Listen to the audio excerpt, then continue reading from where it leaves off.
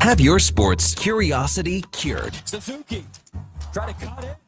He's still got it. Suzuki in the corner. Spins away from Tarasenko. Up for Hudson. Back to the captain. One-time thrust. A veteran of the sports reporting game for over 25 years. Morrissey again. He'll step ahead. Morrissey fires it. He blistered that one wide. Blocker side that time.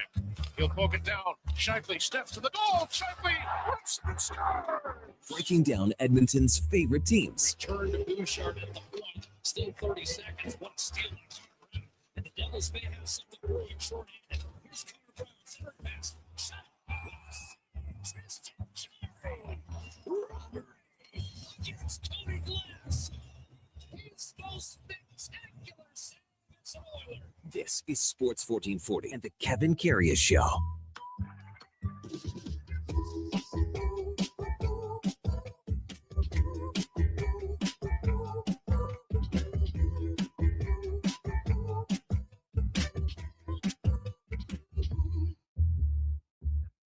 All right, here we go for Sol 588, Wednesday, January the 21st. And speaking of numbers, man, oh man, 3 wins in a row continues to elude the Edmonton Oilers as they lose last night 2-1 to the New Jersey Devils. Hey, good morning. Welcome to the Kevin Karius Show on Sports 1440 on your AM radio dial on your morning drive into work or wherever you're heading out on a Wednesday morning. So glad you could join us here on Sports 1440 AM. You can also watch us as well on YouTube at Sports 1440 AM. Drop us a like and a subscription. We would appreciate that. We're also on X, Facebook, Instagram, even Twitch. As always, we are streaming on the many, many services that are out there. iHeartRadio, the TuneIn app, even sports1440.ca. And if you miss any part of any show, well, you can find it where all the podcasts hang out, because that's what it turns into. On Apple, Spotify, Google, even Amazon. Be sure to subscribe. It's free. Select the auto download. You'll never miss a second of the show. Yeah, so glad you're with us here on a Wednesday morning, where the Oilers had a late one last night with a doubleheader on TNT, 8:23 local time puck drop, 10:23 Eastern. Man, can never figure it out. 2-1 the final. The Oilers were dozy, looser than cream corn for the first 40 minutes. Valiant effort in the third to try to come back. And man, did they have chances to score on Jake Allen in the third period, but just could not beat the Devils goaltender. The Devils absolutely terminating after 40 minutes, 17-0 now. Haven't lost after leading after 40 minutes. So the Devils get the job done, nailing it down in the third. The Oilers played hard and smarter in the final frame. But when you look at the first 40 minutes, there was absolutely not much there. There just wasn't anything there. I can't remember a game where in the first 40, 45 minutes where the amount of passes that were attempted and made that were not even close to where the receiver was going to be, or the passes that were there were not accepted by the receiver, not handled cleanly. And then the whiffs, the fans on attempted passes, on attempted shots. There were dozens of them last night. And it just, players out of position, passing to like the invisible man, not even close to where he was supposed to be position-wise. The Oilers were not crisp at all, and it showed. Had 10 shots on goal in the opening 40 minutes. But, they came back hard in the third and just were a little bit short. And it was not a great performance last night when you look at the overall game. And you know what? New Jersey, at times, if you watch them, especially in the first period, I thought they implemented almost what the Florida Panthers did in the playoffs, sealing off down the wall, on the forecheck hard, not worrying about what you're going to do down in the corner, but worrying about where the puck is going to go next and having that puck support. And the Devils had that going, and it got the Oilers on their heels. And there were many times where they were bottled up in their own zone for, a couple of minutes and things like that. But here's the thing. When you don't have your best game, it's important to stay in the game, to hang in the game. And the Oilers did that. They did that and had the opportunity in the third period, but they just couldn't get it done. Again, the Devils had some speed in the first and second period because this is a back-to-back 3 and 4 nights. Oilers were 3 and 4 nights too, but not back-to-back. But the Devils showed speed. They were quick. They had the good puck support. And the Oilers negated that in the third period and came out way harder, played harder, and played with more urgency. But we didn't see that for the first 40 minutes. And really the Devils' fourth line. It's the Devils' fourth line that gets the job done last night in Arseny Gricic, Cody Glass, and Connor Brown for the most part on that wing. And they were on the ice for the final little bit. And the Oilers, if you look at that 6-on-5, they did everything but score. In the third, but Colson has the breakaway. Great save by Jake Allen. Hyman hits the post crossbar. So close there. Then Allen had another save on Zach Hyman, which was probably not his best shot that he would have liked to get away. But once again, the Devils hang on. So many things to unpack here. So many things that were really neat to watch. The best save that we've seen from an Oilers goaltender in a long time. Tristan Jarry, the old barrel roll on Glass, on Cody Glass, and was just a phenomenal save. Looked like Bill Ranford back in the day, did it not? With a little barrel roll, pad stack, glove save. His best save by far as an Edmonton Oiler. And that kept the Oilers in the game because it would have been 3-1 at that point. And that was another area where the Oilers just totally mismanaged the puck. They had so many clean 2-on-1s, the Devils did. And that was a Evan Bouchard giveaway on the power play. And there were so many egregious mistakes. The 2-1 goal. The change that Darnell Nurse has along the sideboards. And again, it's that fourth line out there. Glass scores from Gricic, 2-on-1. Nurse has Glass tied up along the boards. Yes, okay, it's a long shift, but somehow you've got to stay in that fight a little bit longer, and it could be only a second or so, and you can see Nurse wants to get off. But if you stay in that battle with Glass for a second, it's not going to be interference. You're impeding the guy. And at that point, maybe you can get some of the cavalry come back. And, on that pass that went across, just past the outreach stick of Zach Hyman. So that's just a bad change, and that's something that can't happen. Text 833-401-1440. I'm sure a lot of people would want to talk about some of the officiating calls last night, most notably the instigator penalty that was handed out to Vasily Podkolzin. That was Johnny Kovacevic, who hit Connor McDavid higher. Think about this. Kovacevic is 6'5". Connor came in, and this was a clean hit, folks. This was a clean hit. Kovacevic comes in and hands her up to the shoulder area, and it looked worse than what it is because Connor was going down, sorta, and the way he spun around. But Colson comes in and drops the flippers immediately with Kovacevic. Now, you can look at this several ways. I had and it's going to be an exciting talk with Mark Spector because we disagreed on a few things, but agreed on some other things. Now, by the book, the letter of the law, this is the correct call. But you have to have a feel for things in the sense both guys dropped their gloves at the same time. The instigator penalty stinks. We all know that the instigator penalty stinks. But by the book, it's the correct call.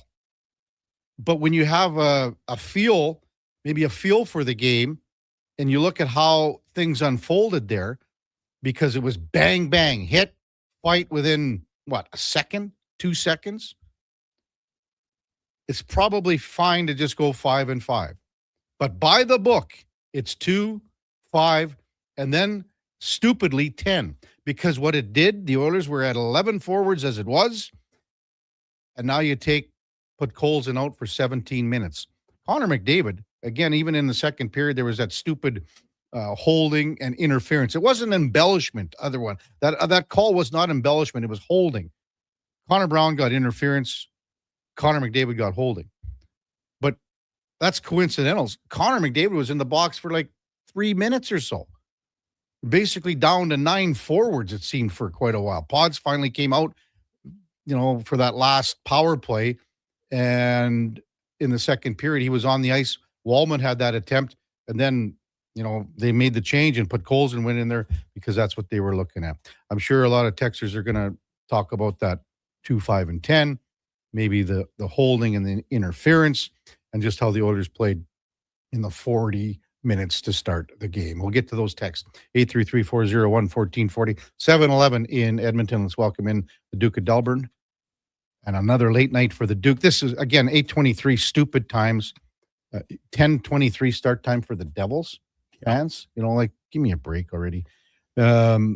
You were late in Delburne. What time did you get home for? I got home just prior to midnight back to Edmonton, so I missed the start of the game, watched back what I missed upon arriving at home, so it was kind of weird. I watched the game in segments almost.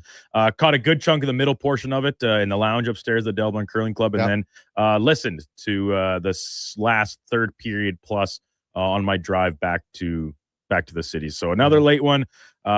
And stings all that much more with another loss under the belt of the Douglas rink at the Delburne Farmers Bonspiel. Can't keep spotting teams early leads like that. Come on, you're like the Oilers. I was throwing. You got to come out of the gates here. That's not our team's strength. I'll tell you what, Kev. I nearly took a spill in my my first couple rocks in the first end because yesterday or the day before, excuse me, I was like, I haven't curled since March last year, but been doing it my whole life. Pretty natural. Felt fine coming out of the hack. Went down for the first couple rocks yesterday. I was feeling a little tight, a little seized up, and I wasn't quite prepared for that. So nearly took a spill, recovered, missed a shot, but it's first end. I expect to miss my shot. So battled back, just came up short. Once again, our comeback ever. Lost to the team comprised of kids from the Stettler High School. How's that for you, Kev? The Stettler High School. Were they old enough to drink? They were not. I asked them that as we finished shaking hands post-game, just putting my gripper back on. I was like, all right, boys, are you old enough to have a beer? And they're like, not legally. And I was like, too bad. See you later. Left and headed upstairs and had myself a cold beer, chicken wrap, watched the hockey game, and that was that. But, the Oilers game, I thought the Devils played a really admirable road game through 40 minutes, especially in the second half of back-to-back. They seemed to take no issue with taking icings, lots of stoppages, let the game not have any flow to either team's benefit of any variety. Did you think my analogy of playing similar to the Florida style? Again, they came down on the wall. They were very aggressive in that effort, for sure. Yeah. I think that is a very fair one. And then the third period, as you mentioned, and everyone could see, the Oilers really took it to them. But Jake Allen made some big saves. The Devils did just enough. And what I thought stood out more to me is something you also mentioned about, just pucks rolling off sticks at the moment of truth, whether it be to receive a pass, take a one-timer, a quick collection and shot on net. Just not going the Oilers' way last night. It was almost like back in the day, Duke at Rexall, when they had the Canadian Finals rodeo. Right. And you'd swear that the ice was so bad that no one could get anything going. And it's not just the Oilers. The Devils had some, the pucks hopping on them too. True. It wasn't just, but the Oilers, it was a lot more than what New Jersey. And I mean, I don't think I can recall a game where you saw, again, passes that were even on the tape, not handled. And then a pass that was tried and attempted to, a teammate. Fanning. So many at the blue line. And then shots. I mean, Matthias Ekholm in the second period, I believe, had an opportunity with a decent shot on it, just totally fans on it. And it's just so uncharacteristic because the Oilers have so many great skilled players. And to see that happen, it was just kind of weird to see and weird to think. So there were a couple other things to note last night, just in the sense that fourth line of the Kings and Cody Glass. I mean, the guy, he should have been the first star of the game last night. He was unreal. And I didn't know too much about Gritsek, but he looked good. And then when they threw Connor Brown out there with that line was the difference in the game, because, they had the goal to give him the 2-1 goal. They had the 1-0 goal by Gritsek, just a soft spot right in the middle of the slot. A quick goal. And, that's one when you look at, and I mean, Tristan Jarry was good again last night, but you could see his body language on that one. It was like, man, I wish I had another do-over on that one, because it just sort of, it's squeaked by him. It squirted through him. But so many 2-on-1s and things like that. It's where the goal was scored on the bad change. And then the 2-on-1 save by Jari. Phenomenal. Best save by an Oilers goaltender that you can remember for a long, long time. Hey, I was surprised, Duke, that Andrew Walker, I mean, that's like midnight. Now you got him right out of the rock here. Well, off the hop. What's up there, man? I'm sure as soon as you ask him, he'll say it's like, hey, the pallets don't sleep. He's no matter how late post game goes, he's back at it on his regular 9 to 5, rain or shine. So always appreciate Walker jumping on. Yeah, early. he'll be with us right after the break. We got Mark Spector at 8:00. Paul Sir from Hoop City at 8:20. It is rivalry week, I guess, in the NBA. What are you shaking your head at, Josh? Well, is it not rivalry week? That's what they're calling it. Rivalry week. Yeah, another great marketing scheme by the NBA. David Schlemko, hopefully he's okay after last week, was a little under the weather. He'll be with us for Cougar Paint and Collision, our co-host at 9 Bells. Sam Nessler from DLLS Sports covers the Dallas Stars. They gave it to the Boston Bruins last night. And then also coming up in the 10 o'clock hour, we'll have Matt Larkin from the Daily Face-Off. Olympics right around the corner. Tons to talk about with Matt.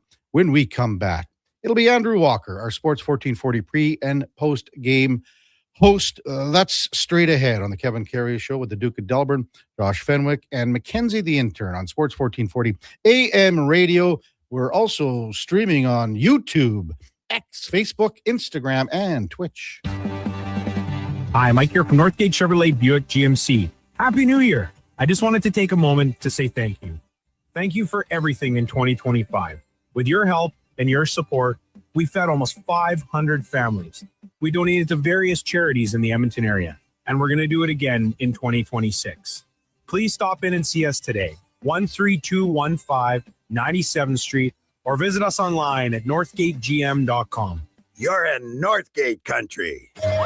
Hey, Edmonton, did you know a local Play Alberta winner scored over $500,000 on Mega Jackpots Ocean Bells? Think about the season tickets you could lock down with that kind of cash. From major casino winners every hour to jackpots worth millions and hundreds of popular games to money that stays in the province, there's never been a better time to sign up for Play Alberta. Download the app today to get started with casino, sports, and lottery all in one app. Must be 18 plus to play. When you gamble, use your game sense. Mr. Rooter goes skiing. Sick gear, Mr. Rooter. Are you ready to hit the slopes? Not yet. I need to report a possible crime. Oh no, what's happening? I saw a bunch of hooligans discussing shredding the half pipe. As a plumber, I've taken the Hippocratic Oath to do no harm and act in the best interests of all pipes, whether PVC, copper, or otherwise. It's made of snow, Mr. Rooter. Snow? Things are worse than I had feared. There's no better plumber than Mr. Rooter. No fluff, no fillers, just pure entertainment. Sports 1440 brings the heat with bold opinions, big personalities, and Edmonton's fiercest fans. This is your turf. This is Edmonton's sports leader, Sports 1440. Heard of Uline? You know, the have-it-all in stock, ready to deliver shipping and industrial supply specialists. The company that does things for you that are unheard of, like keeping 41,000 items in stock in our own warehouses.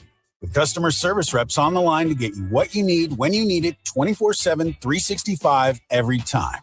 Maybe you heard it here first. Want to hear more? Visit uline.ca. ULINE, your shipping and industrial supply specialists. Get ready. We're going to make you an offer you can't refuse. Shoresy's back, and it's only on Crave. We need total buy-in from every guy in this room. The Smash Hit Series returns for a brand new season. We're going to be playing the EU All-Stars. Shoresy is facing his toughest competition yet. This EU team is spectacular. They are not scared of them. Hear that, Shorzy? Let's make sure they never forget who we are. Shoresy, new season, stream now, only on Crave. Subscribe at crave.ca.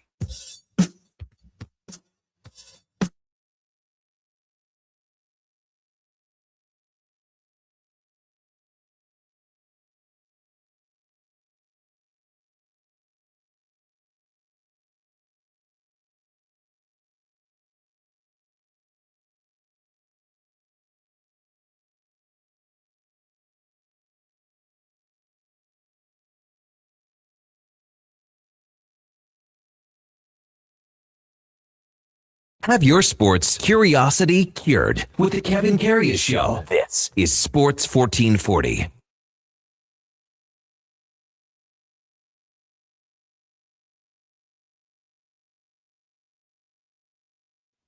All right, welcome back to the big program. 7:20 in Edmonton. Looking at temperatures dropping in the next couple of days, but rebounding for the weekend in the City of Champions. So stay warm the next couple of days. Time now for the Puck Report, brought to you by Fountain Tire. And at Fountain Tire, we can meet all your car needs and more with our digital vehicle report. We just don't tell you what your car needs. We can show you. Book your appointment at fountaintire.com today, as we welcome back Andrew Walker, our pre and post game host here on Sports 1440. Good morning, Walks. Good morning, Kev. How are you? Well, it's a late one for you, and then early out of the rack this morning, man. But, yeah, what time was that 8 o'clock puck drop? 8:23, in fact. 8:23. As I was sitting in the press box, Walks. Yeah, as I was sitting in the press box and marked it down. 8:23. Just embarrassing. No bueno on a Tuesday, but I almost can't even blame the team for playing that bad. I wanted to go home. They did too. Yeah, late start, no start for the Oilers in the first two periods. Just an overall take of the game where the Oilers didn't show up till the third here.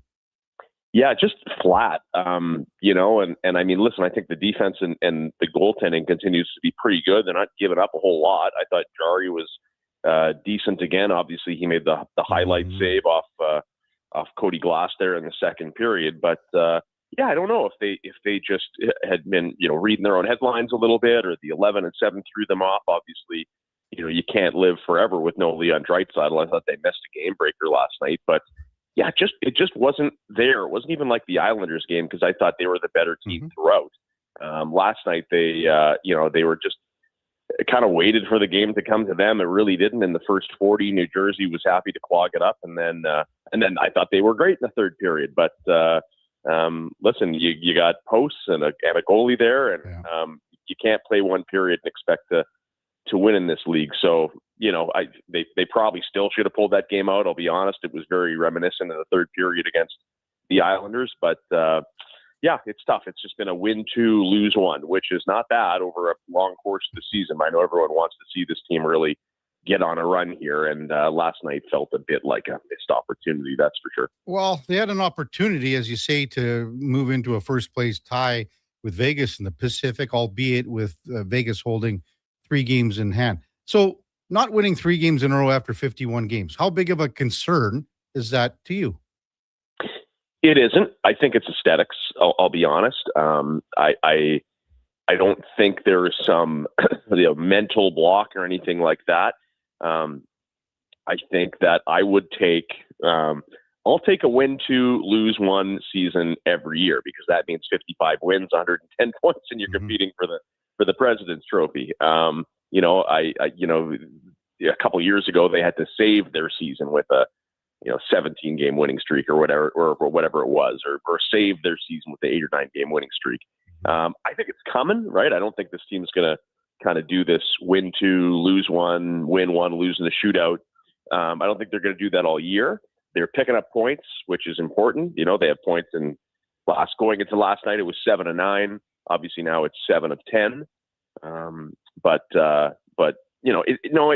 It's not a concern to me. I think that it's a number that people are starting to obsess over, but listen, it would be, if you really want to rocket up those standings, it sure would be nice to win 5 in a row one week. Andrew Walker with us on Sports 1440. Do you remember a game, Walks, where there were so many passes that were attempted, not received, fanned, passes, both shots? The first 40 minutes, it was like one every 1 minute, it seemed. I have not. It was really weird, and it felt like it was, like Matt Damon and Contagion is what it felt like. It felt like it was a virus that was going around. It started with Ryan Nugent-Hopkins. He was alone in the slot, and he shot, and the puck stayed, and his stick went. It almost reminded me of like once in a while you're playing a beer league skate or a shinny skate, and I know it's a funny thing to say, but you're skating around in warm up and you're like, why is the ice sticky? Like the puck doesn't move. And that's what it reminded me of, although I don't imagine that that Rogers Place ice has bad days or anything like that. But yeah, guys were overskating it. Hyman couldn't take that backdoor pass. Ekholm blew by one the one time, and the Devils were kind of doing the same thing. It was a bizarre game. Maybe it's because it was a 10:23 Eastern start. I don't know. To me, I was thinking if the ice is like that, it reminded me of the first game back when the Oilers were at Rexall and the rodeo CFR came to town. That first game back, like nobody could do anything. I was like, this is just going back 10 years. I was like, I can't believe it. Every second play, it seemed the puck was bouncing or something like that. And it was, the temperature had dropped yesterday. So I'm just thinking of reasons that so it was cold enough outside. It's the middle of a homestand. So it's not like, the captain and Tennille were playing Rogers last night. Like, I don't know. Yeah. What do you think of that Tristan Jarry save? That's what do you think of my band reference? The what band? Well, Captain and Tennille. They only had one song. Muskrat Love. I don't know. Wasn't it Love Will Keep Us Together? I don't know. I don't know either. I don't know. I'm trying to placate to the old radio. I just don't know which one was Captain, which one was Tennille. Yeah, I don't even know. I just called them a band. I don't know if they're a band or not. Yeah, that's a duo. I don't know. Were they husband and wife? I don't know. I shouldn't have brought it up because I don't know anything about them. Anyway, what'd you think of that Jarry save? I'm going to see if the captain and the Tennille are married. That's right. Brandon can come in with the next segment. It was great. That was save of the year. You know what I still think of, speaking of being old, I still think of immediately, that would go on Rock'em Sock'em. That would be on Rock'em Sock'em every Christmas. That's what I remember. Although that was always the worst part of the videos was the saves. For me, I hate goalies. Yeah. All right, you old Muskrat. It was Muskrat Love, but Love Will Keep Us Together. That's their number one. And Do That To Me One More Time. It's the cavalcade of hits. They could sell out Rogers. His name was Daryl Dragon. He was the captain. They were alive. Rest in peace. Daryl Dragon was the captain. He's dead now, I think. And Tony Tennille. Yeah, well, that's what happens. People die. Well, yeah. I'm sure you're going to go buy this album or something like this, or download all these songs or something. Oh yeah, I'm going to buy an album. Yeah. Why not? That's right up your style. I know you go to all those vinyl shops. Oh yeah. You know what? I don't even think. I mean, I have an iPhone, obviously. I don't have in our house. I do not think we have like a mechanism to play music. Nobody does. It's amazing, right? Everything it's on the TV or just a smart speaker. Yeah, very, very few people do.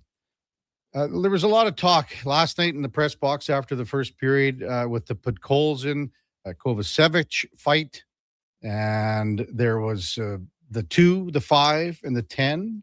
By the rule of the law, it's the correct call, but the rule of the law, the letter of the law, the by the books stinks, and wasn't handled properly and called properly, probably. Well, I was going to say, good thing Eddie's not co-hosting. He would have hated that fight. He would have hated it. Yeah, you know what? I mean, there is a time and a place for an instigator rule. I get it. Speaking of Rock'em Sock'em and Don Cherry, he was always yelling about this. That, to me, well, you see, I don't know. I would be very upset if this was a playoff game. Kovacevic, it wasn't like it was a huge hit on McDavid or anything like that, but he was stepping up on him. And to be honest, I thought McDavid got a little lucky earlier because Simone Nemec stepped up on him and could have got him with a good shot. I think Podkolzin knew that. He saw both of them. So it doesn't matter if it was clean or a clip or anything. Podkolzin, I love it. No hesitation, right? And so Kovacevic is a smart enough guy. The second he caught a piece of McDavid, he knew someone was coming. And so right away his head was up. And so the gloves are simultaneous. And you could say, well, the instigator is actually Kovacevic because he decides to lay the hit. But, Kovacevic's reaction makes it look like it's not an instigator. But if he just kept playing, he was about to get jumped. So it's a heads up play by him. So, yeah, listen, it is an instigator. I don't necessarily think it should come with an extra 10, taking a guy out of a game. But yeah, I mean, listen, we've been down this road a lot. I don't like the instigator either. There's a time and a place. if there's a small guy that doesn't want to fight and he gets jumped, yeah, that you should probably pay a bit of a price for that. But these were two willing combatants, we'll say. Well, the hit's clean as well. And I mean, McDavid is going down. Kovacevic just 6'5". He's a big guy. And it looked worse than what it is. It wasn't to the head. It's more to the shoulder. The thing that I would have liked to see is the Oilers maybe going after and hitting a Hughes or a Bratt or a Heischer. That didn't happen. No, it didn't. They don't necessarily. I mean, listen, there was no Podkolzin at that point. Kapanen's not in there. But yeah, I would agree. They were flat. They weren't even in the game. You want to get yourself in the game, and this was late in the first period. Want to get yourself in the game, lay a hit, right? Maybe, who knows? Maybe Kovacevic got his guys going with that, so yeah. I agree. I don't like the instigator. Took out Podkolzin for a period. What I liked is that, he came back. He hadn't played for a half an hour, and he was one of their best players. The second he got back on the ice, I think the legend needs to grow a little bit with this guy. Yeah, I mean, 17 minutes, that's a long time. I mean, the Oilers had 11 forwards. They basically go down to 10 for a period.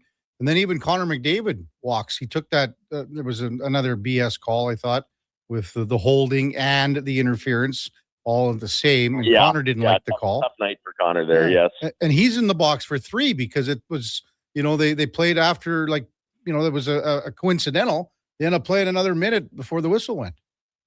I will say this, though. I was thinking, too, because so McDavid goes in with a coincidental minor, and then, obviously Draisaitl's away from the team, and so all of a sudden we got to see how the other half lives. And I'll tell you one thing, I didn't like it.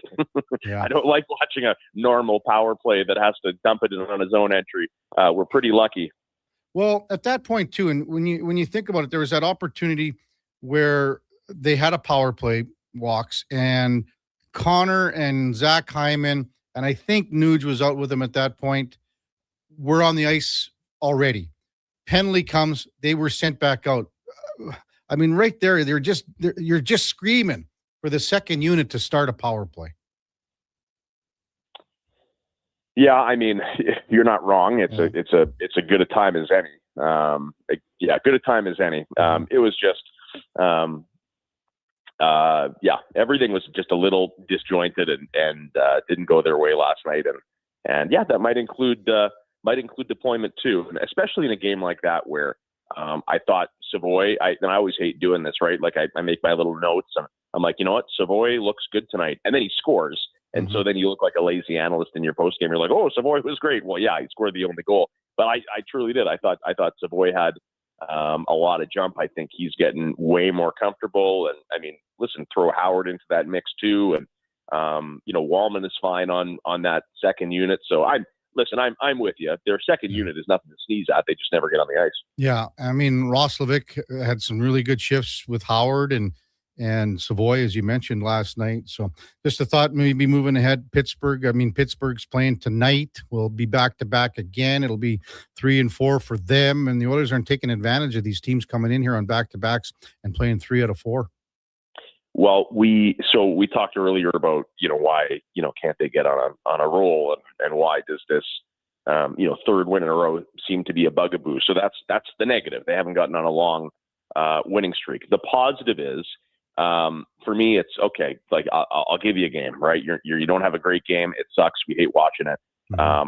But how do you respond? And this team has responded very well all throughout the year. When it's, they lose a bad one, they're usually back the next night and winning one. So for Pittsburgh, same deal as New Jersey, tonight. They're in a great spot. They played Pittsburgh really well. They went and won in there with Tristan Jarry a couple of weeks ago, or I guess it's more like a month ago. And 1,000 points for Draisaitl, all of that. So I'll always give this team one. You're not going to be good every night.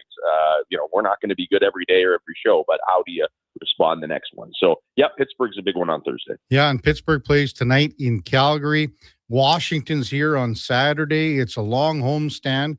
I was talking to the Duke yesterday. I thought it would maybe get a little more stale later, maybe sometime next week, but it was stale to start last night. So, Walks, as always, thanks for leading things off after a late night last night doing the post-game show. Really appreciate it. Maybe we'll see you down at the rink someday. I know you were giving me the gears about something about, I don't know, you didn't like my play when we skated there a couple weeks ago, or what? Well, I asked if you were playing shinny, and because you have a shinny skate on Thursday. I said, "Oh no, you have the alumni skate." Yeah. And I said, "I've seen you play. You are definitely not alumni. I know You're that. alumni of something. I'll tell you that." You don't have to tell me that. I know that, big guy. Oh, hey, I looked up the old stats. You threw a few goals in the SJ back in the day. Pretty impressive. It's 40 years ago, Walks. Yeah, I said back in the day. Yeah. 40 years higher, ago. higher level than me. You wouldn't know it, but higher level than me. Nets were bigger or something. Have a good one, big guy. Talk soon. See you later. Goalies are smaller. I know that. You got that right. They weren't as good either. Yeah. That's the Puck Report brought to you by Fountain Tire. And again, we've got the digital vehicle report going, so we don't tell you what your car needs. We show you as well. Check them out at fountaintire.com. When we come back, we'll get to some Oilers post-game comments from last night. Matt Savoy spoke. I believe Curtis Lazar did. Coach Chris Knobloch spoke. Also, Matthias Ekholm was on the media request list. So we'll hear from some of those guys when we come back. Kevin Karius, Duke of Delburne, Josh Fenwick, Mackenzie the Intern on Sports 1440 AM radio. We are also streaming on YouTube, X, Facebook, and Instagram. When picking a New Year's resolution, try to avoid things you have no influence over. Like bringing home the cup? That would be awesome. But completely outside your control. Instead, pick something you can control, like bringing home some Wilhauk beef jerky. That would also be awesome.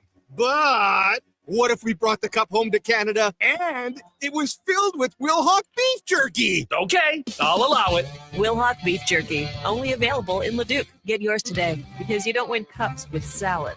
Looking for the perfect used ride? Now's the time. Drive away for as little as $25 bi-weekly. Go Auto has over 7,500 used vehicles in stock, with something for everyone. From budget-friendly cars and road trip-ready SUVs to powerful work-ready trucks. With around 70 locations across Canada, your next vehicle is closer than you think. Whether you're upgrading, downsizing, or buying for the first time, we've got the right ride at the right price. But don't wait. These deals won't stick around forever. Start shopping today at goauto.ca.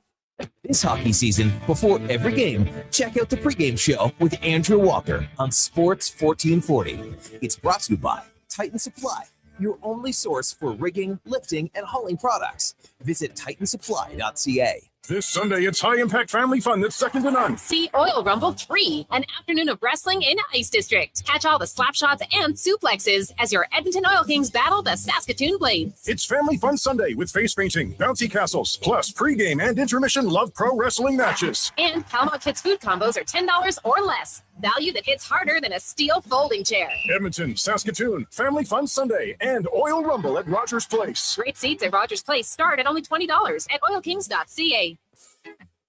Planning your next event? Let Loca Quality Market cater. From made-to-order meals to gourmet platters to full chef tasting experiences, they make entertaining effortless. Visit loca.ca to start planning today. Do you sit around at work listening to sports radio all day? That's right, my friend. There's no shame in it. It's the good life. And we're not here to snitch. Hey, if your company advertised on Sports 1440, you could be the one listening for your company's ad every day. Now you've got an excuse to listen to Sports 1440 all day. It's part of the job. Sounds like someone's getting a promotion. Email Gregor at sports1440.ca and let's get to work for you. I'm Rick Showers from Noble RV. This is the time of year people make their New Year's resolutions. If they're lucky, they'll keep that up till February. So I propose another resolution. This year, resolve to be camp ready. Now, what do I mean by that? At Noble RV, camp ready means never wondering if your RV will be ready for May long weekend. You know it'll be ready because you made the decision back in the winter. You know, now. Is Camp Ready something I can get from Noble RV? That's right, Bob. Camp Ready is our 12-month RV maintenance plan. It includes winterization in the fall, startup in the spring, roof assessments every year, and all your scheduled maintenance. So when you want to get to the great outdoors, you already know you're Camp Ready. How do I get to be Camp Ready, Rick? We're starting small, Bob. Just 67 Camp Ready plans are available at No Bull right now. And that's No Bull. NoBullRV.ca.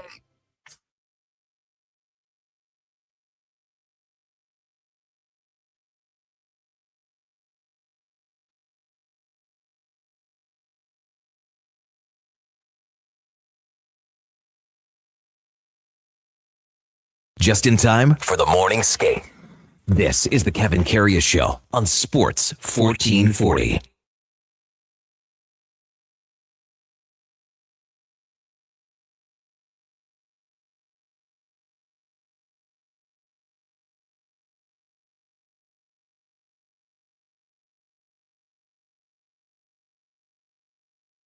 All right, welcome back to the big program, 740 in Edmonton. Kevin Karius, Duke of Delburne, and Josh Fenwick, and Mackenzie the intern with you on a Wednesday morning. I was very surprised that Andrew Walker brought up the captain and Neil Duke. That was funny in a couple different elements to me as the observer, because Walker loves to make fun of you for being of a previous generation, of a different vintage. An old raisin. And he's no spring chicken himself anymore these days. I mean, hey, who among us is? But how old is Walker? Older than you think. Honestly, he's in his 40s. Yeah, let's call him 40. Sure. But so he drops the Captain and Tennille reference, thinking it would land with you because you are older. And meanwhile, you are just as oblivious to the specifics of Captain and Tennille as he is. And then you keep asking him questions as if he knows about it, despite him saying several times, I have no idea anything about Captain and Tennille. Don't know a song. Don't know the dynamic. Okay. Don't know nothing. Well, you can go and play a song at 8:20. How's that sound? Yeah, I think maybe 8:40. 8:40, okay. I think that would be a good spot for sounds some Captain good. and And you've got three options. You've got Love Will Keep Us Together. Like that's it. Just I don't know if you're going to be able to, you won't have them on the, what is it, the CFCW list? It could be. They might be on the Breeze playlist. Okay. Love Will Keep Us Together. Do That to Me One More Time. Or is the song that Walker wanted to talk about was Muskrat Love. The guy's name was Daryl Dragon. He was the captain, and he wore the captain hat. And Tony Tennille. And they were, in fact, husband and wife. Yeah. Husband and wife. 5 albums, gold or platinum, Duke. I mean, that's pretty good. They were damn good. Were you shaking it to Captain and Tennille at the Melville Inn or what? No. But Muskrat Love, I'm just looking. That came out in 1976, Duke. 50 years ago. You would have still been reveling in your SJHL glory at that time. No, Duke. I was a very young boy at that time. Very young boy. Well, sorry, you had dreams of playing in the SJ in your eyes, maybe then. How's that? Suiting up for the local You're club. right. I did, because I mean, back in that time frame, when I was growing up in Melville, they had a hell of a team. They ended up losing to Prince Albert Raiders. I was like 9 years old, 10 years old. And they lost to the Prince Albert Raiders to go to the Centennial Cup. And, it didn't work that way. It was a little different back then. But they had a phenomenal team. And the guy that was playing on the team, Duke, we had him on a couple months ago, Brian Propp. Not too bad. He was playing back in the day. Oilers lose last night 2-1 to the New Jersey Devils. Matt Savoy scored his 8th goal of the season last night. Jake Wallman with the point shot, tipped in front. And that was his 3rd point in 10 games. He has a goal and 2 assists over that span. He's the 16th rookie this year to reach 8+ goals in the NHL. Also, one of 8 Western Conference rookies with a face-off percentage that's above 46. Did you know that, Duke? Doesn't take a whole lot of draws either. He will be, if he stays on pace and stays healthy, he'll become the 43rd rookie in Oilers history to record 20+ points. So, he still finds ways to dart in and dart out of areas on the ice. He's a penalty killer, and his game just continues to grow, and he needs to continue to grow. And it's got to keep going, because he's in that position where, being a small forward, and he is a small guy, he's got to make himself noticed every night. And the game's going to wear on this guy because you think about a guy like Kyler Yamamoto who came in. And I'm not comparing the two. Maybe stature, and Yamamoto was even a bit smaller than Savoy. Mind you, a little bit more stockier, I think. When Kyler Yamamoto came in, I mean, he was getting beat up. Like, you have no, like, man, he would go into areas where he should never have been going in, and he got pounded. He got pummeled. And it took a lot out of his game, and he couldn't rebound. And once he stopped doing that, he wasn't as effective.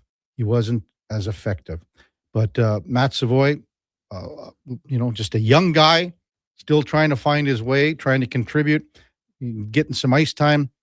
Following the game and his 8th goal of the season, he had these comments. What do you think the difference is in a period where you've got lots of great opportunities like you were there versus the first forward? What do you see the differences? I thought we were just playing faster in the third period, punching back lots, not letting them kind of get set in their neutral zone, and I just thought it allowed us to create a lot more. Not a lot of shots through the first 40 for you guys. Was something said in between the second and third to get the puck on net a little more? Yeah, for sure. Just exactly that, to get the puck on net, test him a little bit more. Obviously, he didn't see a lot through the first 2 periods, I think 10 shots. So that was a point of emphasis for sure. We've seen you guys execute, all the time, passes on the tape. And then you go 40 minutes and it seems like there's barely a pass on the tape. Where does it go, I guess? What happens when you come out? It's just not there. Yeah, I think it comes down to work and games like that where, the puck's not settling or passes aren't clicking like they normally are. So I think we just got to work our way out of that and be better. What was it like for you? A lot of different line mates, different center, a lot throughout the first evening. Yeah, kind of bouncing around with obviously a couple guys out and get a little bit of extra ice time. So I love it, but just trying to contribute wherever I can and with whichever guys I'm playing with. What'd you see on your goal? Big face-off win by Rosie, and then I was trying to get out of the way. I think Wally was going a little high, but obviously not a high stick, so it was pretty fortunate there. Did you see it like you were just trying to get out, not get hit with it? Yeah, exactly. I thought it was going to ride up pretty high on me, so tried getting out of the way, and luckily hit a stick, and so good shot by Wally there. That's Oilers forward Matt Savoy following his goal last night. Oilers lose 2-1 to the New Jersey Devils. Hey, the Devils go into Calgary. They win that game 2-1 in overtime. They come up here on a back-to-back, 3 out of 4, and win that one 2-1. Devils, they're in a real dogfight. I mean, when you look at the Eastern Conference standings, so many teams are right in the thick of things. The Devils, with those 2 wins now, have 54 points. They're 4 back of the Boston Bruins, who hold down the second wild card spot in the East. Buffalo with the win last night over Nashville at 59 points. And Buffalo, could the Buffalo Sabres somehow sneak into a top 3 position in the Atlantic? Well, they got a game in hand in Montreal. Canadians won last night. Late goal by Cole Caulfield to beat the Minnesota Wild. Montreal wins last night. Had that not happened, I mean, the Sabres would have been just 2 points back in Montreal with a game in hand in the Atlantic Division. But it is so tight out in the East. I mean, so many teams have the ability to make a push here, and no one seems to be, grabbing the bull by the horns. Washington's lost 3 in a row. We'll see them here on Saturday night. Capitals are in action tonight, too, as well. Following the game, Chris Knobloch, as usual, addressed the media, and these were his post-game comments. Hi, Chris. I guess the question is, how do you explain what appeared to be a very different team in the third period compared to the first 2 periods? We just played with urgency, simplicity. We just wanted that win in the third period, where I think we just kind of thought it was going to be easy. Our previous 2 games were not because we didn't work. We did. We just anticipated it's just going to be easy. Once we dug in the third period and showed some urgency and, nothing fancy. We didn't drop any plays. It was just a lot faster and a lot quicker and won some more battles. And we were able to get a lot more scoring chances. So I'm wondering how you feel about that as the coach of the team, if you felt maybe they thought it was going to be easy. I mean, you haven't won 3 in a row all year. It's not like you were riding a W9 coming in here. Is that a little frustrating even that? Absolutely. Yeah. The fact that we haven't been able to get a little run. Yeah, we want to obviously get some momentum and win some games in a row, and that's how you climb up the standings. I like the fact that we respond well after losses. We've got a good record after losses, but if we're going to be a really good team, move up the standings, we got to be able to win consecutive games, more than 2. Just following up on that a little bit, is there been a theme in some of these losses after a couple of wins? Like, is there something that you guys are consistently doing in these moments, maybe not grabbing it for a particular reason? Like, you sense they're getting a little satisfied, or why do you think it is, Chris? Tough question. But. Yeah, no, I don't think I have an answer for that. You think about the games that we've lost. It could be numerous things. Be taking bad penalties, goaltending, poor defense, just not being able to score goals. I think, I think the Islander game was, I believe that was for 3 games in a row, and that was probably one of our best games of the season. The goalie stole that from us. Early in the season, I think it was in December, we were playing Minnesota. We got shut out 1-0. I believe that was one of our best games of the season. Not sure if that was 3 in a row. But there's other times when we just didn't show up to play early in games or at all. And tonight, the first 2 periods, we didn't show up. So I don't think there's a pattern. I don't think there's anything to say why we're doing that, but definitely is frustrating. I'm not trying to make you spend some money here, but what did you think of Podkolzin's response? And were you surprised at the calls that ended up going his way with the instigator, the 10 and such? What do you think? The first part of it, gloves are up high on McDavid. And then Podkolzin responds. He goes in there for the fight. And, I think they're assuming that Podkolzin was just going in there for the fight. He could have been forechecking. He's skating in that direction. And, with the other player, obviously was anticipating a fight. His gloves go off first. But with the referees, they assume there's a hit, there's a player that's skating in that direction, it's automatically going to be a fight. And whether that was Podkolzin's intent or not, he was going in that direction, becomes a fight. Leads to the call that happened. Just quickly on your goaltenders, you got 2 guys that are going pretty good here. Is the plan to kind of rotate a little bit here? Like, do we expect Ingram next game? And what's kind of the thought with how to handle these guys? We have a plan right now, and we'll announce it day of the game, who's going to be that next starter. But right now, they're both playing very well for us, which is nice. And we did have a plan with Jari coming back from injury, not giving him too many games because of just he's returning to play. We're getting over that point where he could play back-to-back soon, but not right away. That's Chris Knobloch, post-game comments last night. So maybe just some foreshadowing for Thursday night's game. Tomorrow night, Pittsburgh Penguins are here. You know that Jari would want to play against his former team and, show Oiler fans what he could do against his former team like he did in Pittsburgh. And we're going to see Stu Skinner, I would imagine, tomorrow night because that'll be his homecoming.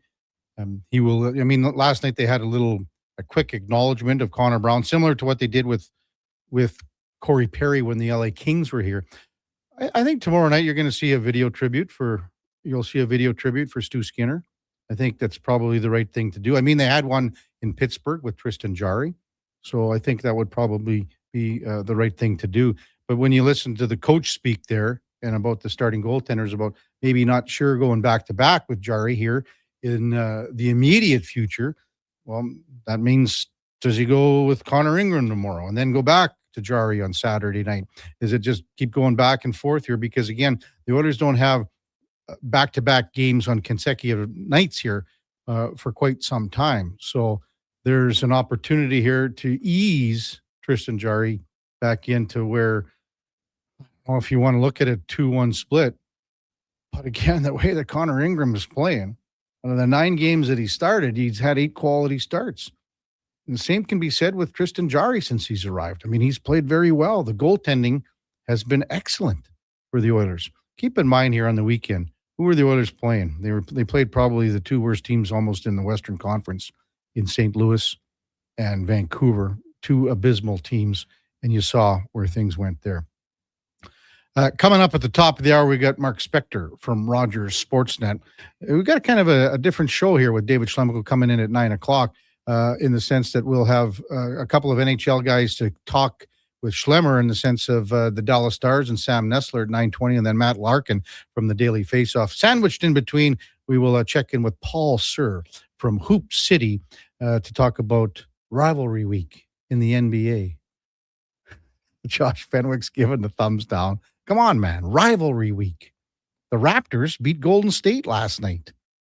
That's like a hell of a rival that they got going there. Hell of a rival. Emmanuel Quickly had 40, I believe. It was 145, 127. Anyway, Mark Spector coming up top of the hour at 8 bells. Before that, time now for a Sports 1440 update. Brought to you by AWS Welding Supplies in Nisku. Product sales, servicing, calibrating, free same-day delivery of in-stock items to Leduc Nisku. South Edmonton, your one-stop shop for all things welding. AWSwelding.ca. Here is the Duke. This is a Sports 1440 update.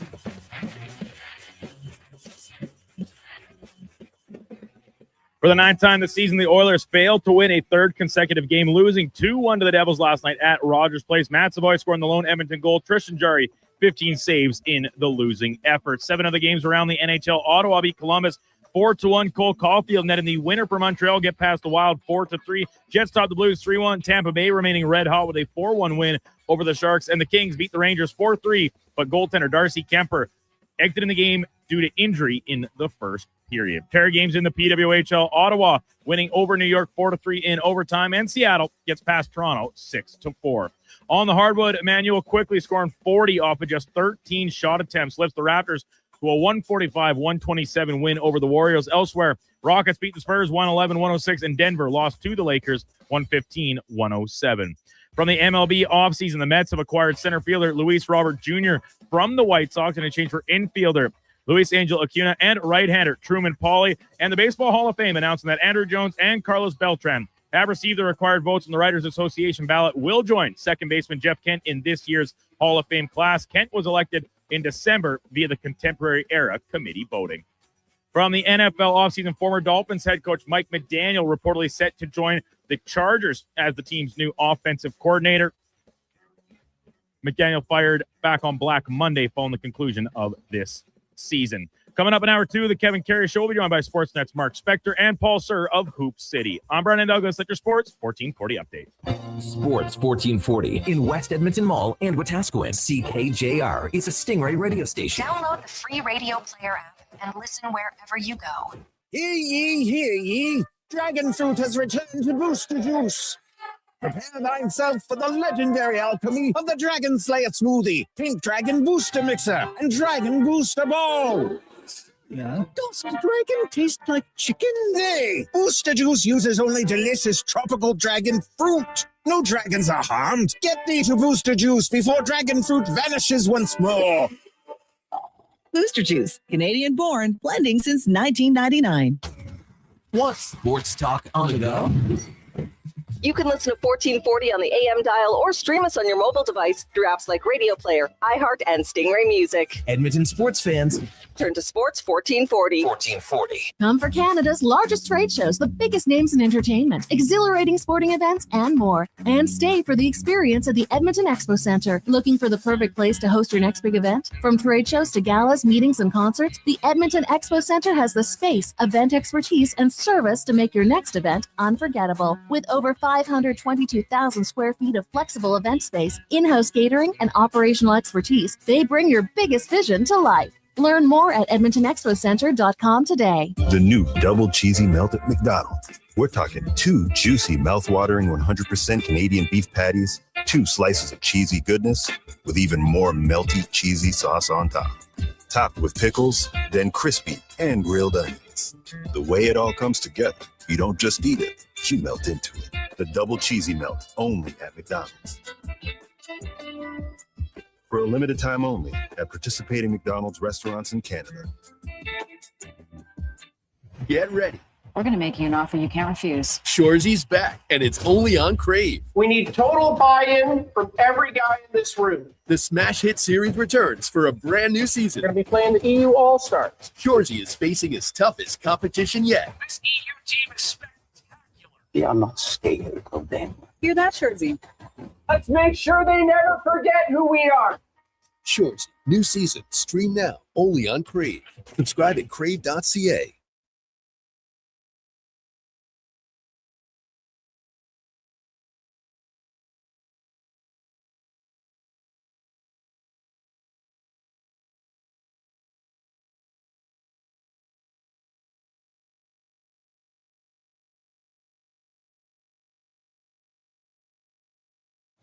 Stories, guests, and insights. This is Sports 1440 and the Kevin Karius Show.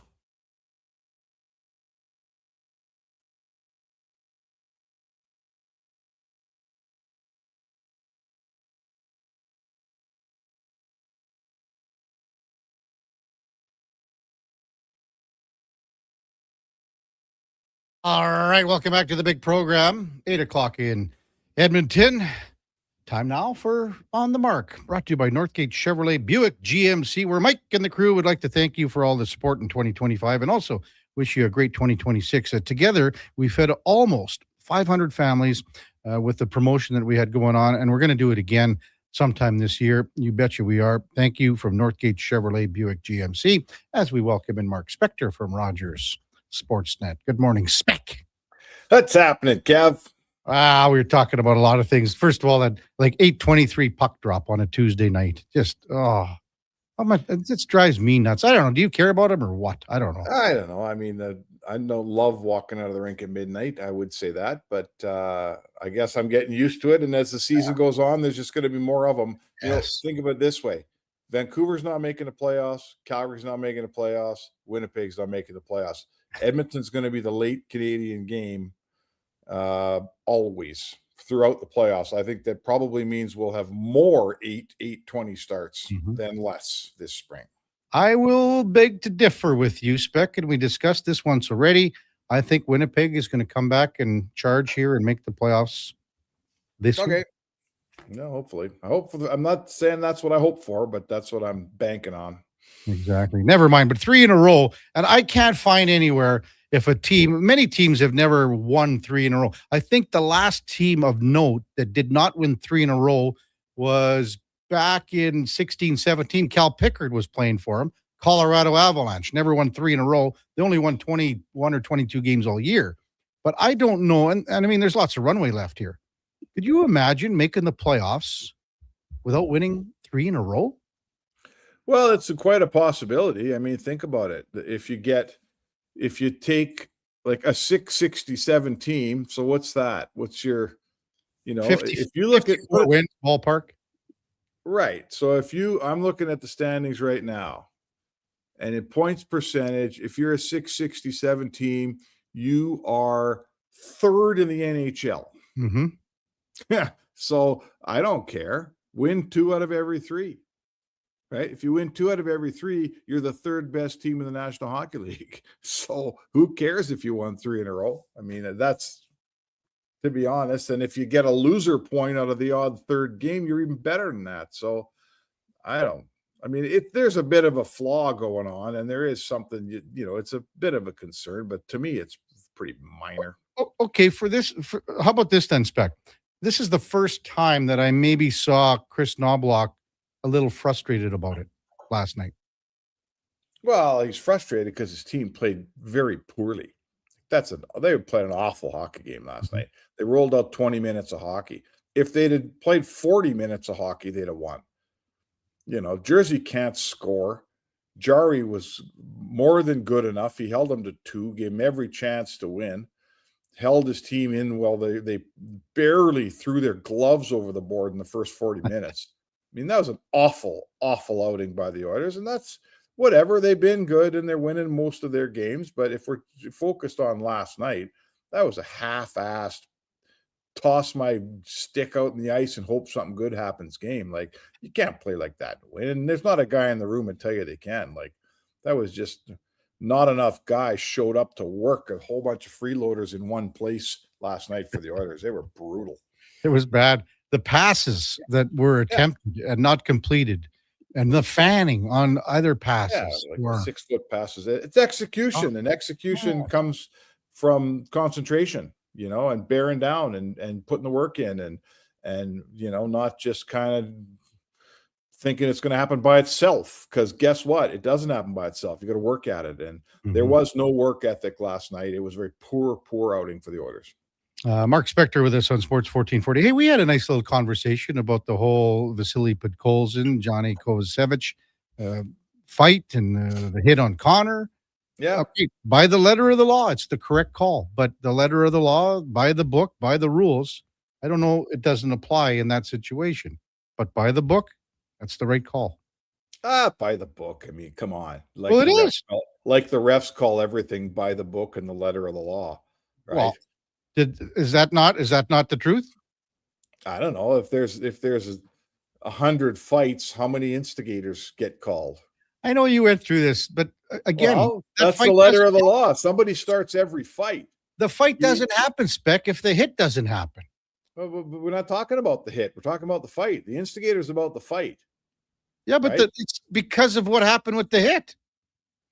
So you throw a guy out 17 minutes for protecting the wrong. best player in his team. That's what we do. I guess that's what we do. That's what's wrong. The 10 attached to it is wrong. 2 and 5, fine.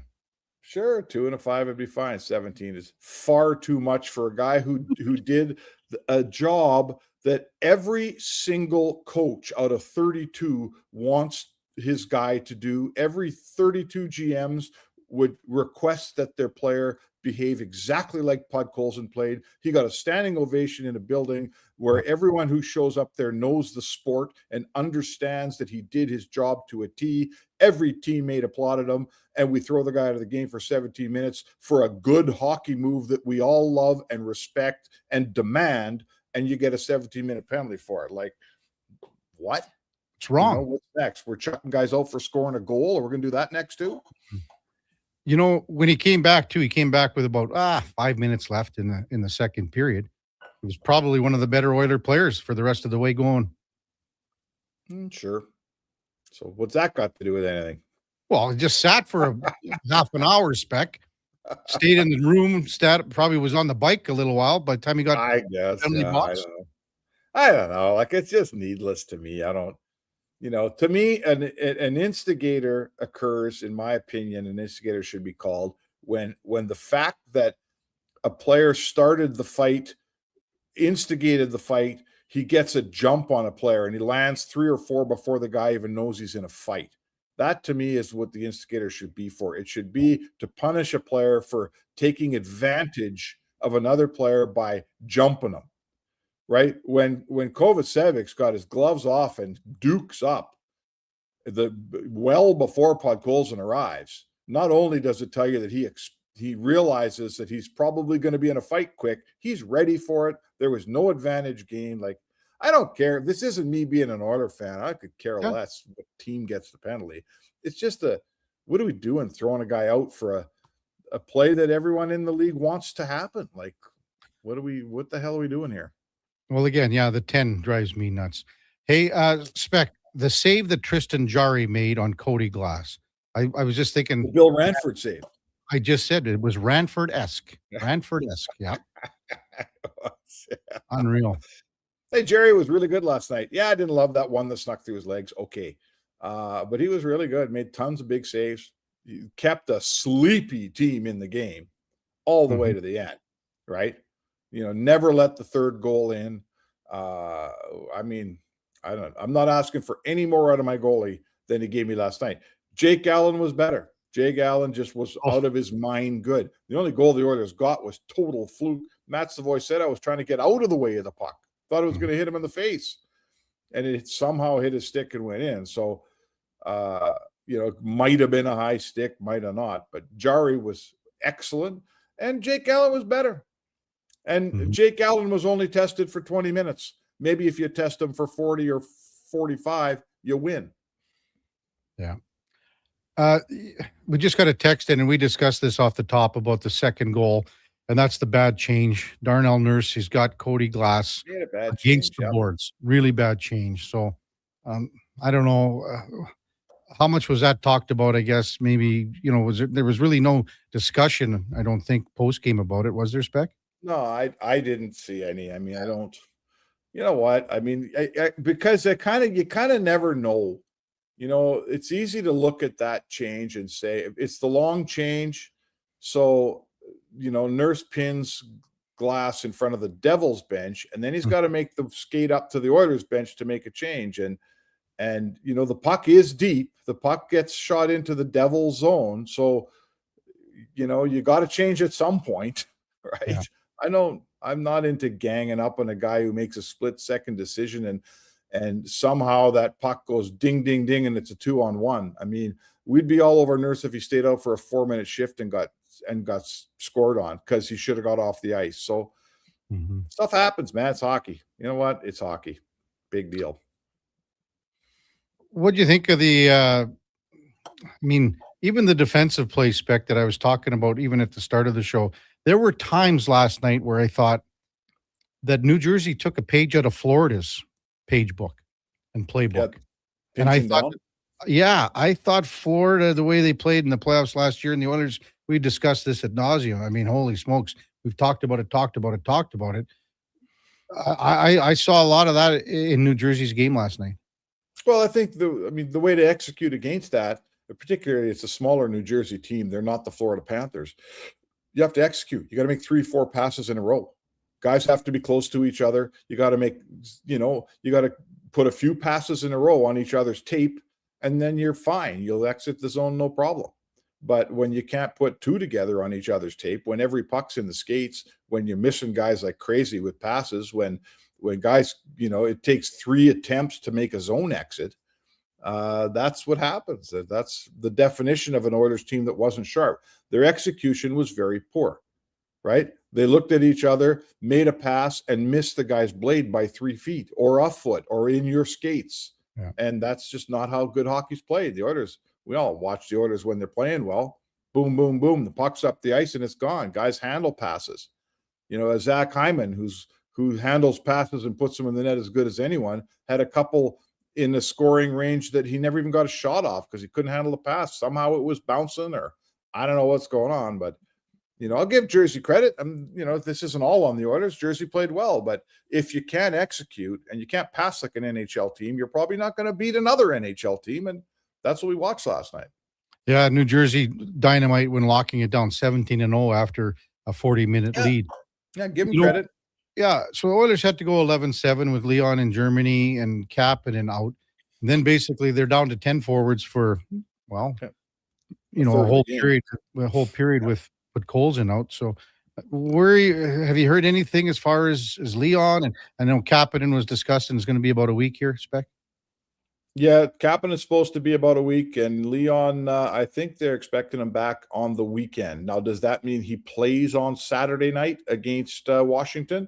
I'm not going to make you a promise there, but the quote from the coach was they expect him back on the weekend.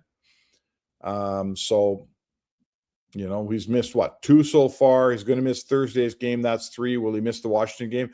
I'm not sure. I need a guy who flies home from Germany overnight Friday to Saturday in my lineup Saturday night. He's probably not going to be a whole lot of use to me anyway. There's do you think he's going to be flying back at the end of the week, or is it? I don't know, buddy. I don't know. Right? I don't know. I thought maybe someone's flying around. Someone's sick in the family, and frankly, he can stay there as long as he feels he's needed. And you're not going to catch me criticizing that guy. Sorry. Well, hey, absolutely. I mean, you got to do what you got to do, and I'm with you 100%, Spec. I don't want the guy flying all the way back from Germany and then saying, I'm good to go. I'm saying I would go, Leon, take a day here, get acclimatized.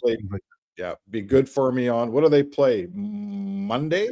Monday, New Jersey's here on Monday. Sorry, New Jersey here last night. Ducks are here on Monday, pardon me. Okay. Yeah, just be ready to play Monday. For my money anyway, I'm fine with it. Listen, the Oilers have a pretty good team. They've played, you know what? They just played 2 fantastic games. And frankly, last night they only allowed 2. So defensively, their game was okay last night. Their goaltending's excellent. That was such a winnable game last night. Such a winnable game, right? Hey, after the game, Chris Knobloch, we just ran his post-game comments, Spec. He was talking about how he's going to implement Jari and Ingram moving forward. And he did talk about Jari going back-to-back, but maybe not immediately here, not soon. So do you see Ingram going? You see Ingram going then on Thursday, tomorrow night? I do see Ingram going tomorrow night because according to the coach, he said they're basically in a split situation for now, right? They're in a situation where they're going to go every second day. The guy that's probably doesn't get to play at all is Pickard. Yeah. But I absolutely see Jari playing every second game and Ingram playing every second game. I see Ingram going against probably Skinner. Let's see who plays in Calgary tonight. Probably Skinner tomorrow night. And then Washington game on Saturday goes to Jari. So, yep. And I would think they'll probably do this until the Olympic break. And then let's take stock of the injury. Let's figure out, how if Jari wants to play more going forward, now you'd look at the performance. And now you say, well, either A, I think we believe Jari's our number one guy and we're going to let him play as much as he needs to play to be our number one guy. Or B, I don't know, man, Ingram's been awfully good. I think we're going to make you compete for that number one job. So I'm not sure how the Oilers will handle that. Yeah, that's where I see it. And I mean, the way both of them are playing, they're pushing each other, and Ingram wants to make everyone know that he's back, feels good. Oh, boy. And I mean, again, Jari's been on the IR twice this year, Spec. So well, he has. So that's the biggest thing. And that's what's keeping Pickard top of mind is, it's one thing on one hand, Pickard's just not going to play around here. And that's a shame for him. But on the other hand, you got to guard against a situation where you lose Pickard and Jari gets hurt and you got one goalie. And I know people love this Unger guy in Bakersfield. He's just a kid who's played a handful of AHL games. He is not the answer, people, right? Yet. He might turn into Martin Brodeur one day, but don't tell me, we're fine. We got this guy in the minors to back up. No, you're not fine. Kid's never played an NHL game. Spec, we get texters in this morning, several already, thinking that Pickard should be getting some starts here. That's Pickard. Yeah. Are we still complaining about the goaltending in this town? It's just unbelievable how people can still think this. They've allowed 2 goals in 3 games. I don't understand. Don't understand. Right? Good stuff, Spec. We'll see you down at the rink at some point this week, big guy. Sounds good, Kev. All right, that's Mark Spector from Rogers Sportsnet. On the Mark, brought to you powered by Northgate Chevrolet, Buick GMC. This truck's for you. Check them out at northgategm.com. Yeah, a lot of texts. I don't understand why people think that the Oilers are doing something wrong with Pickard being up here. What would you rather have? Would you rather have Pickard being placed on waivers than a team claims him on waivers because they have goaltending problems and injuries? Then you lose him, and all of a sudden, someone gets hurt here. It's just fine to have Cal Pickard doing what he's doing right now and run with Ingram and run with Jari, split them 50-50, take it from there. When we come back, we're going to talk a little hoops. I'm not sure if you heard, but it's rivalry week in the NBA. Paul Sir from Hoop City is going to be with us. Maybe Josh Fenwick has a question for him and a follow-up. We'll see. Coming up on Sports 1440, Kevin Karius show with the Duke of Delburne, Josh Fenwick, and Mackenzie the intern on Sports 1440 AM radio. We are streaming on YouTube, X, Facebook, and Instagram. Whether you're a craft beer connoisseur or more of a wine aficionado, there's always something new to discover at Sherbrooke Liquor, a unique family-owned independent liquor store. The selection, incredible. The non-alcohol section is also very impressive. Sherbrooke Liquor, expert, knowledgeable staff with a passion for unique finds. More than just a liquor store, we're a community. Alberta's best, the one and only Sherbrooke Liquor. Wine, spirits, and oodles of beer. Visit SherbrookeLiquor.com. 60 years ago, we started selling trucks as Western GMC Buick. Today, we are Wolf GMC Buick. We're still located on the corner of 184th Street and Stony Plain Road with the same ownership for over 2 decades. Our customers have trusted our family-owned, community-driven business. And for that, We are thankful. If you're looking for a truck or SUV, pop in and one of our seasoned professionals will get you a great deal, hassle-free. Come trust our team at Wolf GMC Buick. Wolf GMC Buick. We're making it easy. Shoulder pain. It can make even the simplest things like reaching up, lifting a bag, brushing your teeth, or sleeping frustrating. Rotator cuff strains, impingement, arthritis, they're some of the most common issues we treat every day. I'm Grant Fedoruk, and at Leading Edge Physio, our team brings postgraduate training, evidence-based technology, and just the right amount of humor and humility to help you feel better. Because we never forget the most important part, the gratitude we feel for every patient who allows us the opportunity to care for them. Because life shouldn't hurt. When it does, leadingedgephysio.com. No fluff, no fillers, just pure entertainment. Sports 1440 brings the heat with bold opinions, big personalities, and Edmonton's fiercest fans. This is your turf. This is Edmonton's sports leader, Sports 1440. Seriously, another door knocker? I really want to go solar, but these high-pressure tactics are exhausting. And their prices are unbelievable. Before we do anything, let's call Great Canadian Solar.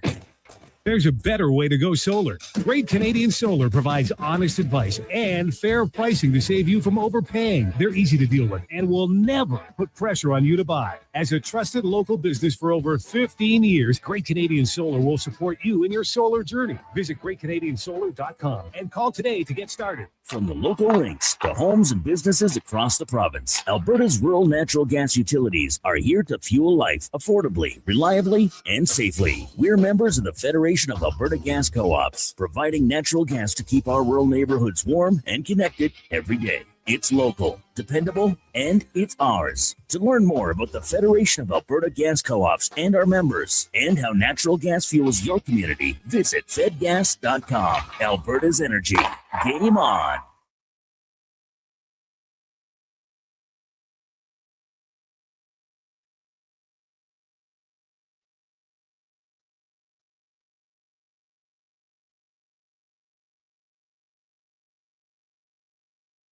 Have your sports curiosity cured with the Kevin Karius Show. This is Sports 1440.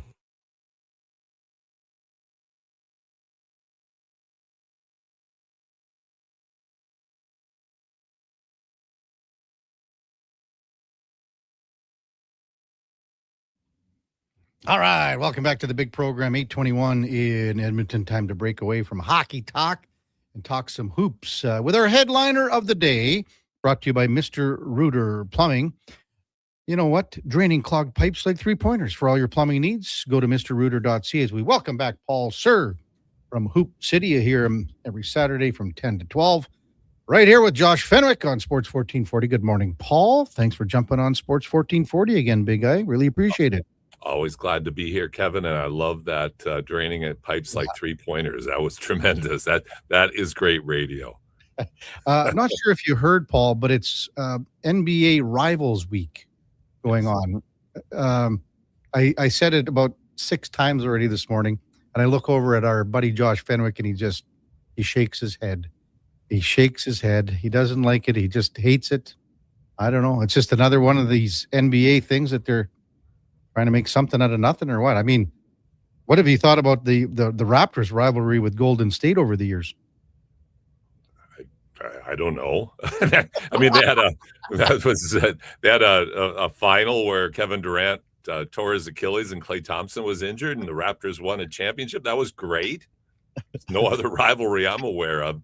I mean, NBA goes past the, if you had the annoying meter about trying to like you just said it perfectly, manufacturing something out of nothing to create, God knows why they think they need to do this to create some sort of false excitement, which it doesn't accomplish at all, but it gives them a reason to hype and make flashy commercials and do what the NBA does, which is overhype everything. Yeah. Raptors beat Golden State 145-127. Manuel quickly had 40, was just 11 of 13 from the field too. So some big numbers there. What did you, and honestly, Paul, I didn't see anything of the game because I was down at Oilers. So be the eyes and ears for our listeners this morning. Well, no, it was a great performance against a decimated, tired Golden State team. Jimmy Butler's out for the season. We can say I saw a headline, and I think it summarized it perfectly, is this is the end of the dynasty. Any hope of making much noise in the playoffs is now gone because without Jimmy Butler, this and the other injuries that they have sustained, this is not a great team anymore. Now, the Raptors, 4th in the East, I think they've exceeded all of our expectations. And yeah, it was a blowout win last night. They looked great, quickly, had a real, special game for him. You don't expect that from him, but when you get it, you got to celebrate it, and he certainly deserves that, as he has been battling back through injuries. But this Raptors team, they're not just hanging around. They're making some noise, and they're fun to watch. So we got to give them a lot of credit for what they've been able to do so far this year. Yeah, you mentioned Jimmy Butler, and going to be surgery sometime this week, I would imagine, for a torn ACL. I mean, it's just that's a tough one. He's going to miss the rest of the year here, Paul. Bodies are breaking down, and that's what happens when you play a long time in the league, and that's just the nature of the beast. The rare athlete, the Tom Brady, the LeBron James, are able, through extremely hard work and good fortune, to avoid this kind of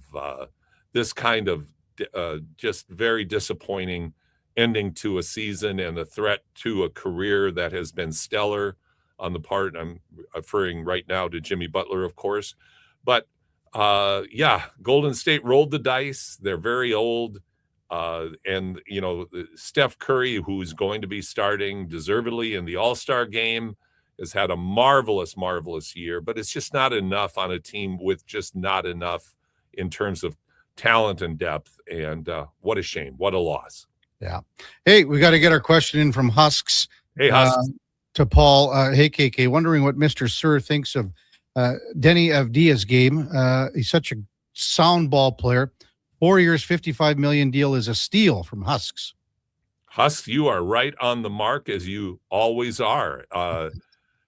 Denny is one of my favorite players in the NBA. Last weekend, I had a chance to talk about his game with Ben Golliver from the Washington Post on our deep dive on the Hoop City show. This guy's good. And he's one of those guys similar to SGA coming from the Clippers to Oklahoma City that the team being Washington, gave up on far too early, didn't have the right conditions for him to blossom into the player he's become. But I would advise anyone, if you get the chance to watch Denny Avdia play for Portland, take it. This guy is good, flat out good. Big, strong, physical, skilled, can shoot, can score in a variety of ways that makes his teammates better. Lots of triple doubles. Like, he's really, really good. So Huss, good on you to talk about one of those players that's emerging as a star in this league, deservedly so. What would we do without Husks, Paul? Husks is the man. I mean, the questions are all, I always look forward to them because the questions are great and obscure. And I like that. Like, it's not just low-hanging fruit. So good on Husks. RC just texted in, did Paul see that crazy hustle play by Duncan Robinson the other night? I did. And? Yeah, I mean, again, RC, good on you. Crazy hustle play by a guy you just would never associate with making that kind of play. I love these moments when athletes just do something so special. And anybody who hasn't seen it, go on YouTube or however you view video highlights. But to see Robinson make that hustle play, and Robinson is another great story because here's a D3 kid who transferred to Michigan before all the NIL stuff that's going on, excelled, found a spot in Miami, was shipped off to Detroit, and now is part of, an important part of, not the most important part of, but an important part of this powerful Detroit team that is really, really the team to beat in the East right now. And when you get hustle plays like Robinson resulting in not just saving the ball, but then knocking down the three. That's what Detroit does. They make a big deal out of the fact that they're young, they're tough, they talk trash, they get after it. Every night they come, they play hard, and Robinson's a part of that success, and actually one of the veterans on a very young team. Paul Sir with us on Sports 1440. Can anyone catch Detroit in the East, Paul?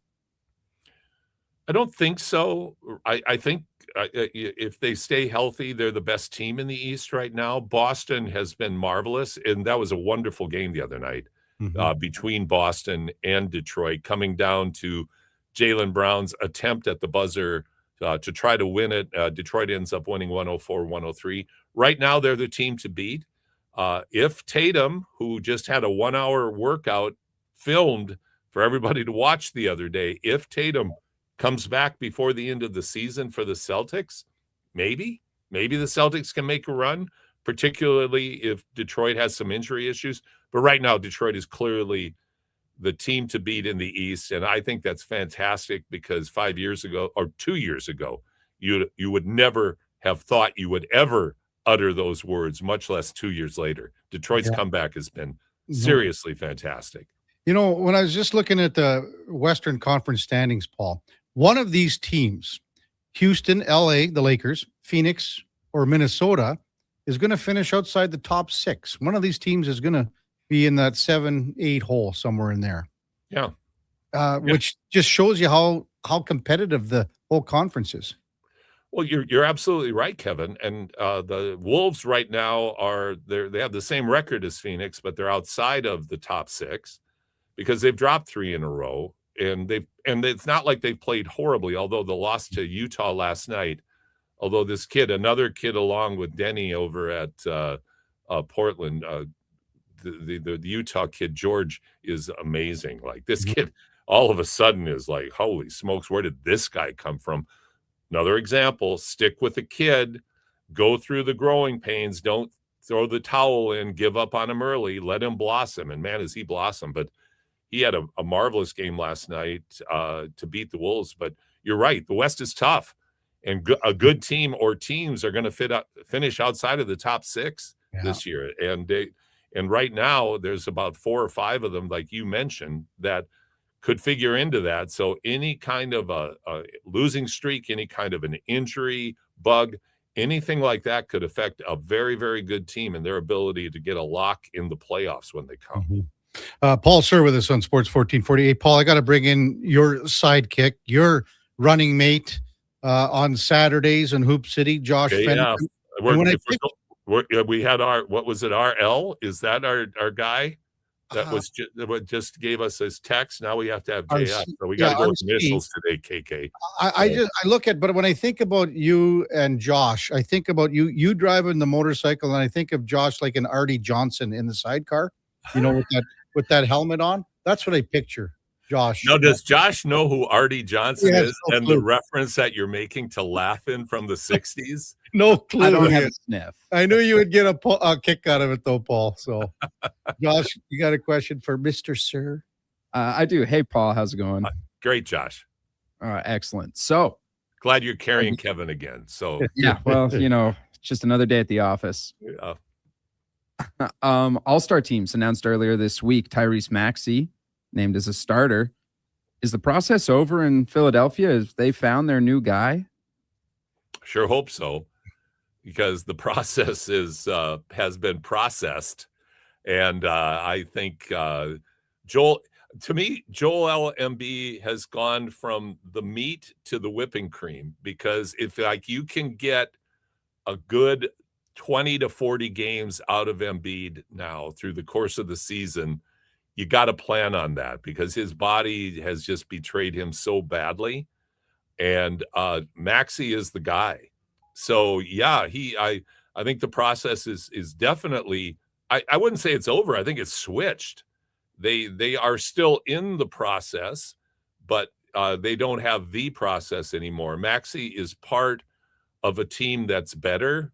The sooner they are able to move on, to move beyond Paul George, and even to a certain extent, Joel Embiid, unless somehow duct tape, bale wire, however you can do it, you can piece back a decent body of work together. Embiid still demonstrates when he's healthy, he can play. He's still very good. But no, long answer, Josh, but you're 100% right. Tyrese Maxey is the guy. He is among this exciting group of elite young talent, and I think he is the guy who is going to be able to propel an improved 76ers team forward into the playoffs. Great question. Just a quick follow-up here. Because Kev is hounding me for not having one the last time. Related in the vein, if they were to move Joel Embiid, do you think they can get a king's ransom if they would? Right now, I think we have seen a somewhat tectonic shift in the NBA regarding trades. Because, I mean, we the low-hanging fruit, using that phrase again, is always, of course, the bizarre Nico Harrison trade of Luka Doncic for nothing over to the Lakers. But I think, like, you can see now the reluctance for teams to go after Giannis Antetokounmpo, much less a character flawed and oft-injured Ja Morant.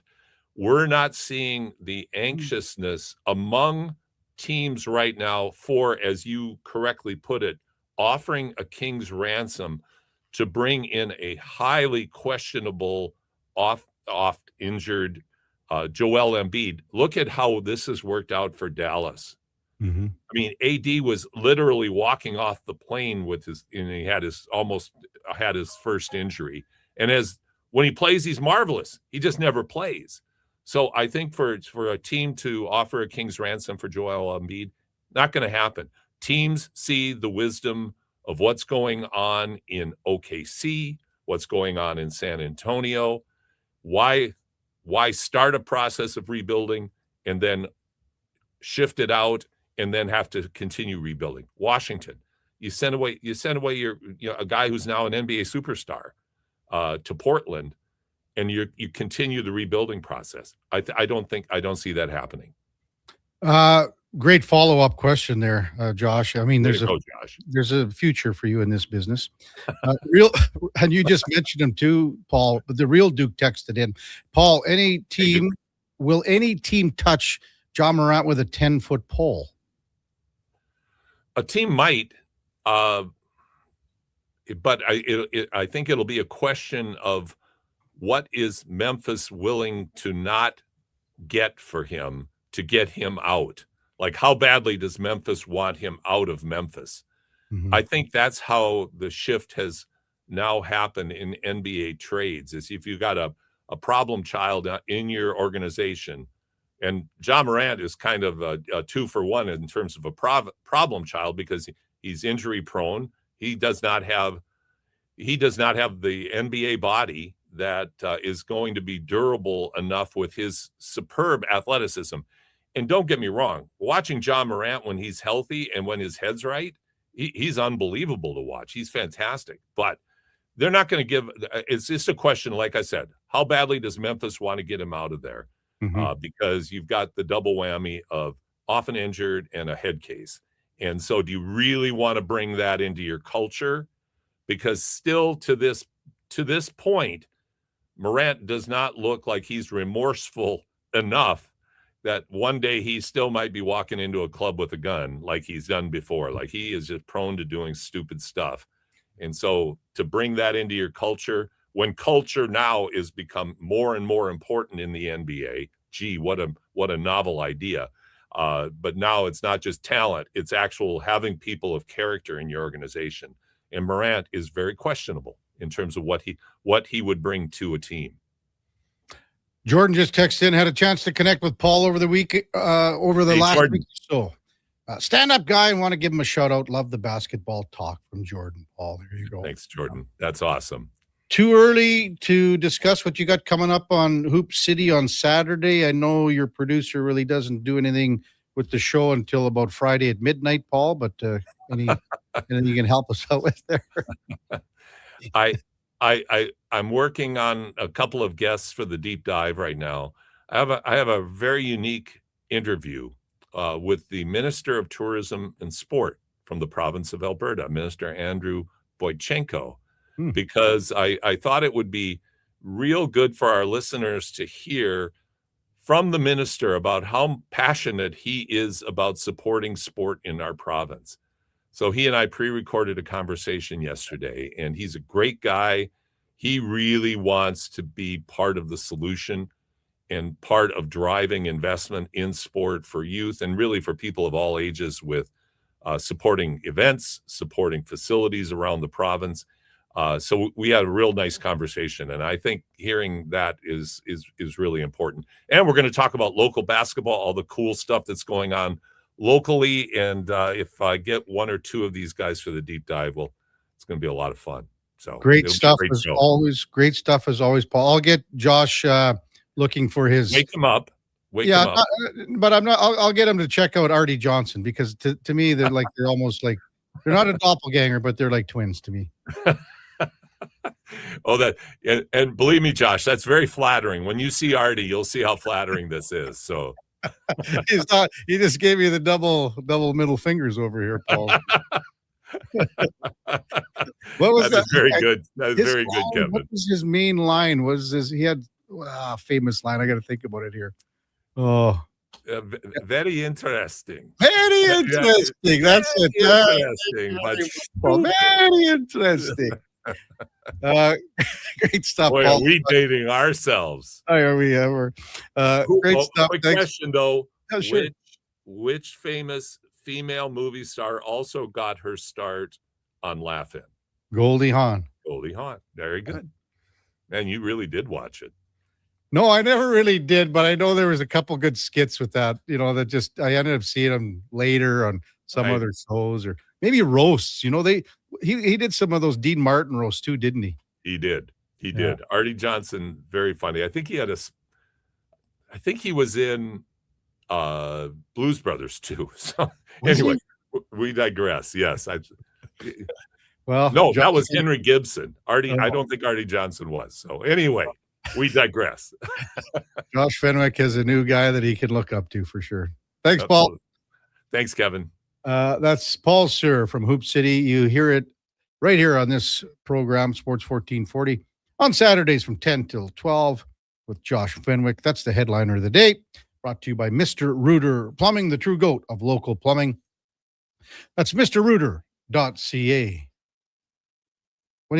Josh, I mean, I just see something with you and Artie, the sidecar, the sidekick with Paul.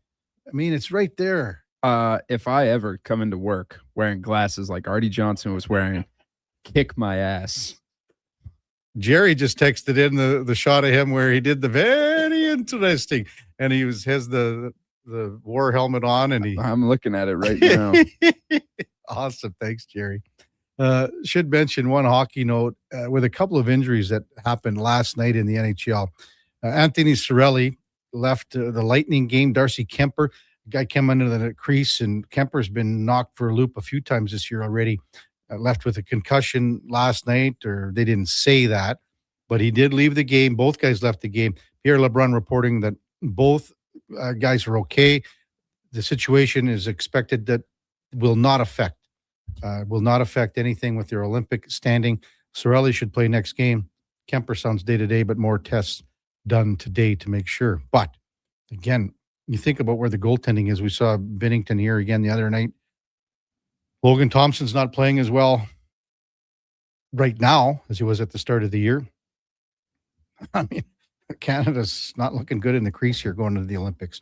When we come back, we'll get to more of your text, 833-401-1440. Kevin Karius Show with the Duke of Delburne, Josh Fenwick, and Mackenzie the Intern on Sports 1440 AM radio. We're streaming on YouTube, X, Facebook, Instagram, and Twitch. You matter. Your mental health matters, and you're braver than you think. Not Alone is an organization focused on creating a space of acceptance and support through tough, meaningful conversation. My name is Tyler Smith, and you are never alone. NotAloneCo.com. It's okay to not be okay. Top quality flooring, locally owned, and Canadian products from Beaulieu. Yeah, that's CFI. CFI what? No, CFI, Custom Floors Inc. From free estimate to professional installation, contact Custom Floors Inc. at customfloorsinc.ca. Weekly NFL giveaways, drink specials, huge screen TVs. The hits keep coming at First Round, Edmonton's NFL headquarters. Watch NFL football at First Round, and you could win a trip to your favorite NFL city for a regular season game next season. Catch NFL action Thursday nights, all day Sunday, starting with the Pro Bowl brunch from 10:30 to 2. Then Monday night with half-price boneless wings after 6 p.m. First Round, burgers, beer, sports. Downtown and Bourbon Street, West Edmonton Mall. This Sunday, it's high-impact family fun that's second to none. See Oil Rumble 3, an afternoon of wrestling in Ice District. Catch all the slap shots and suplexes as your Edmonton Oil Kings battle the Saskatoon Blades. It's Family Fun Sunday with face painting, bouncy castles, plus pregame and intermission Love Pro Wrestling matches. And Calamont Kids food combos are $10 or less. Value that hits harder than a steel folding chair. Edmonton, Saskatoon, Family Fun Sunday, and Oil Rumble at Rogers Place. Great seats at Rogers Place start at only $20 at oilkings.ca.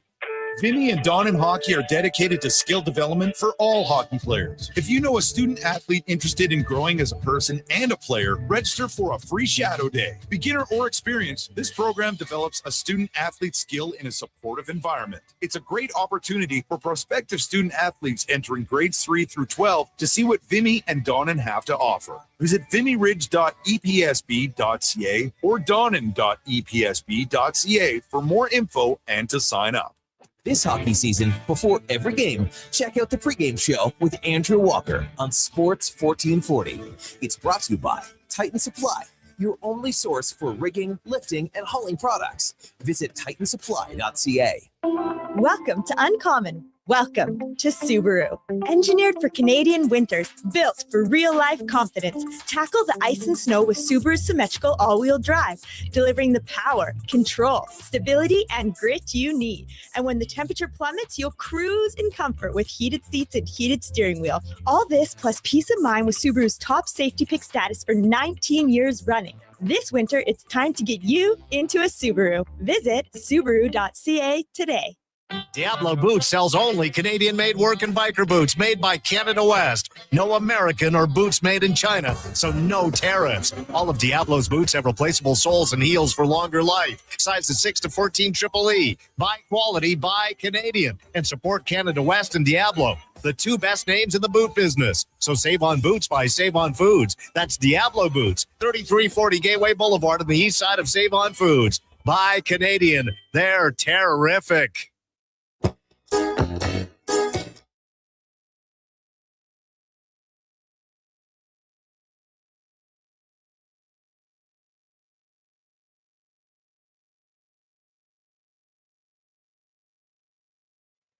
The Karius Show, breaking down Edmonton's favorite teams, even though his favorite Junior A hockey team is the Yorkton Terriers. Thanks for checking in with Sports 1440.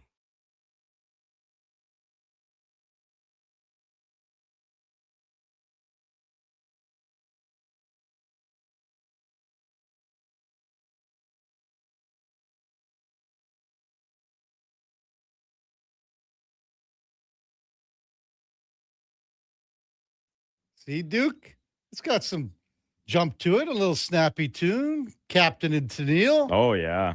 You got to be That is snappy. It is, yeah.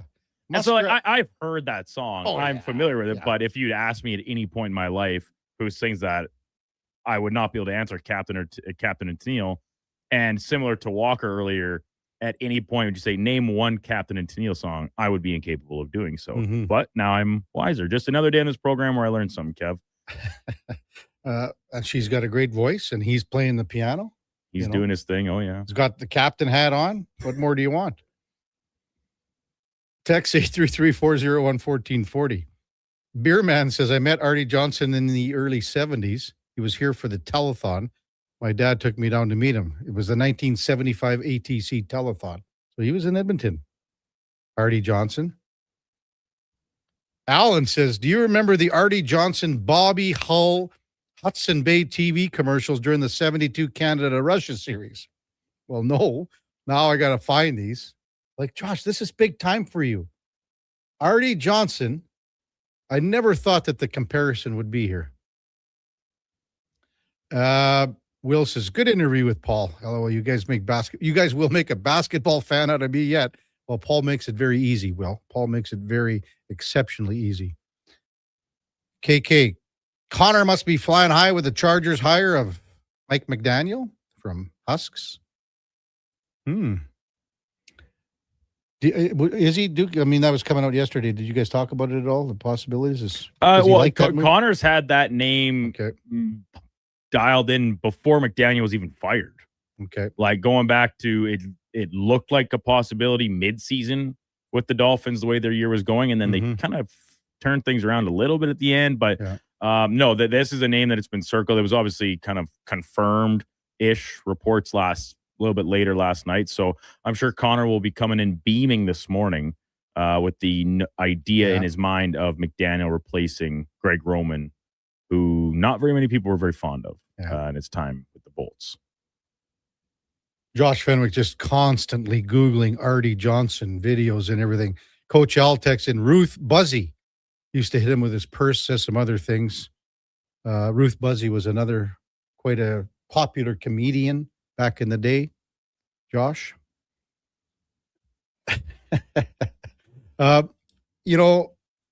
You think about the situation in Buffalo with the Bills here, Duke.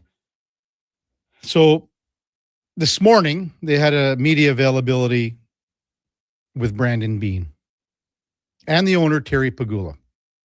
Now, this comes from Adam Schefter, and this is how an owner gets in trouble with all of his hires, employees, people wanting to come.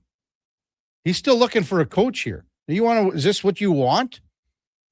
This is from Schefter. As Buffalo GM Brandon Beane was answering a question about Keon Coleman and the Bills wide receivers, Terry Pagula said, "Can I interrupt? I'll address the Keon situation. The coaching staff pushed to draft Keon." Sometimes, Duke, you just want to stay in your own lane, don't you? We've talked about it before. Look around. Most pro sports, the most successful organizations are the ones where the owners just sign the checks. Yeah. Let the football people, hockey people, baseball people, whomever, let them make the decisions, not the other way around. And there are exceptions, of course, but we're talking the majority, not the minority. Speaking of that, I am in episode 7 of America's Team. It's Dallas Cowboys. It's called, it's Jerry Jones. It's The Gambler and the Cowboys. Again, this is one of the best documentaries that I've ever seen. And listen, I don't like the Dallas Cowboys. I enjoyed watching them in the 90s. And now we're right into that the period of where the team is being dismantled because of so many things that happened, starting from Jerry Jones down, and started with Barry Switzer. And you think about how that team, how many more Super Bowls they may have won with Jimmy Johnson, but because that relationship, it just was so toxic between the two of them, and mostly because of Jerry Jones. Everyone knows Jimmy Johnson. He's got some things going too, but I'd say mostly because of Jerry Jones. What could have happened with that team had they kept the band together here? I'm just in the process too with all the Michael Irvin stuff. I mean, when Michael Irvin went through all of his charges, that was the start of when this team went into the toilet. I have to give props to, though. It would be, what am I looking at? 92, 93. So 94, props to MTR, because that is a hell of that's Barry Switzer's first year. And Dallas and San Fran played in the NFC Championship. And it was 21-0 like 5 minutes into the game. And the Cowboys just couldn't recover. San Fran absolutely mopped the floor with them. Then go to 95 when they won the Super Bowl again, Dallas. And they're playing Pittsburgh. And Pittsburgh gave them the game. 2 bad turnovers, interceptions. And Pittsburgh was a big, big underdog in that in that Super Bowl in 95, where the Cowboys became the dynasty of 3 out of 4, and Switzer wins the Super Bowl. But after that, they went into the crapper, and then Jerry Jones has not been able to get out of his way. Just as Duke said, when the owner is the front and the centerpiece of everything, for the most part, there are exceptions. The team success doesn't follow. And man, this documentary, I so highly recommend it.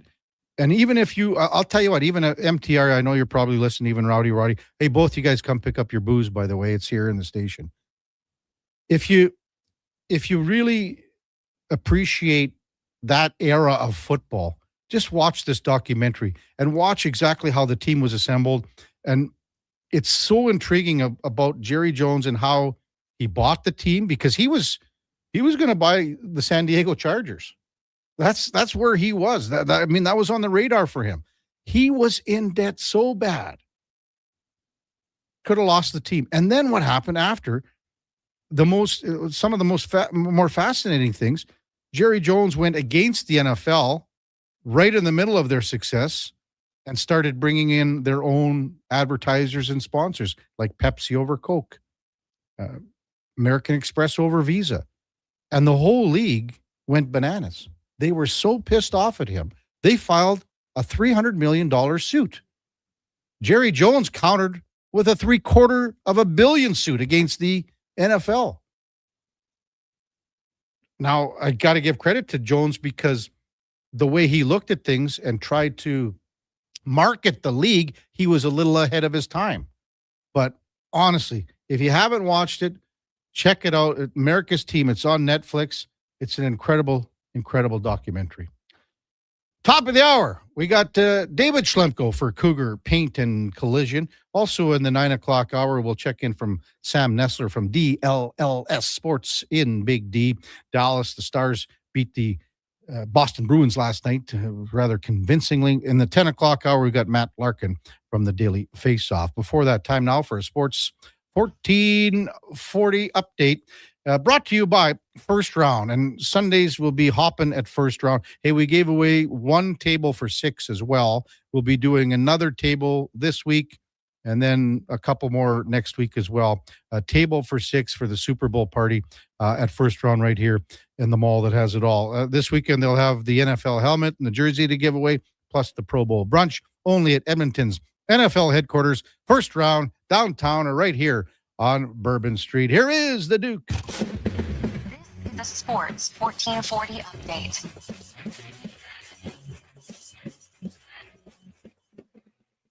For the 9th time this season, the Oilers failed to win a 3rd consecutive game, losing last night 2-1 to the Devils at Rogers Place. Matt Savoy scoring the lone Edmonton goal. Tristan Jarry making 15 saves in a losing effort. 7 other games around the NHL, including Ottawa beating Columbus 4-1. Cole Caulfield netted the winner for Montreal, gets past the Wild 4-3. Jets top the Blues 3-1.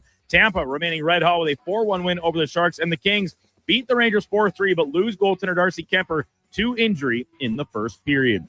Pair of games in the PWHL, Ottawa winning over New York 4-3 in overtime, and Seattle gets past Toronto 6-4.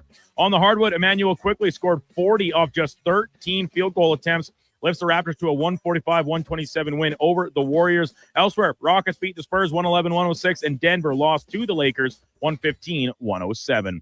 From the MLB offseason, Mets acquiring center fielder Luis Robert Jr.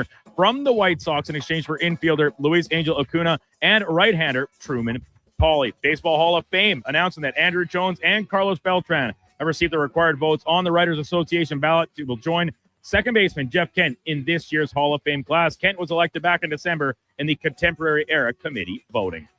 From the NFL off-season news, Mike McDaniel expected to join the LA Chargers coaching staff as their new offensive coordinator. McDaniel was fired by the Dolphins at the end of this past season. He'll replace Greg Roman as the offensive play caller. Coming up in hour 3 of the Kevin Karius Show, we'll be joined by Sam Nessler from DLLS Sports, covering the Dallas Stars, and our Wednesday co-host, former NHL defenseman David Schlemko. I'm Brandon Douglas at your Sports 1440 update. This is Sports 1440, a Stingray radio station broadcasting on Treaty 6 territory. Download the free iHeartRadio app and listen to CKJR wherever you go. New Year's resolutions. We all make them. We all say we're going to start eating healthier or going to the gym or starting that new hobby. But at GS Construction, we actually follow through on our New Year's resolution because it's the same every year. We promise to set the groundwork, literally, for another year of progress and growth. And we've stuck by that resolution since 1974. So start that all-you-can-eat diet. GS Construction is going to start planning right now for the year ahead. For more on what we do, visit gsconstruction.ca. Made for some rough roads, but it means trails are now packed and ready for action. Don't miss out on riding adventures this winter with the Ski-Doo from Riverside Honda and Ski-Doo. Work or play with new 2026 Generation 5 models with class-leading design and power. And right now, take advantage of 5.99% financing OAC. Only at Riverside Honda and Ski-Doo. 15 Inglewood Drive in St. Albert. And always at riversidehonda.com. Shop local, shop Canadian. At Fountain Tire, success is a team effort. They're committed to their team members and their customers. And that means treating your vehicle like it's their own and finding solutions that suit your needs. Because whatever the road brings ahead, they're on it with you. Visit fountaintire.com today. Today on Hey Culligan, how smart is your water? Here's Tracy. Hey Culligan, I think my water might be dumb. Good news, Tracy. Your water's not dumb. It's just not talking to you. You can make my water talk. No, but the new Culligan Smart Drinking Water System can talk to your phone to tell you when your water filters need changing and help you meet drinking water goals. Now that's some brilliant H2O. You said it, Tracy, and we're already on the way.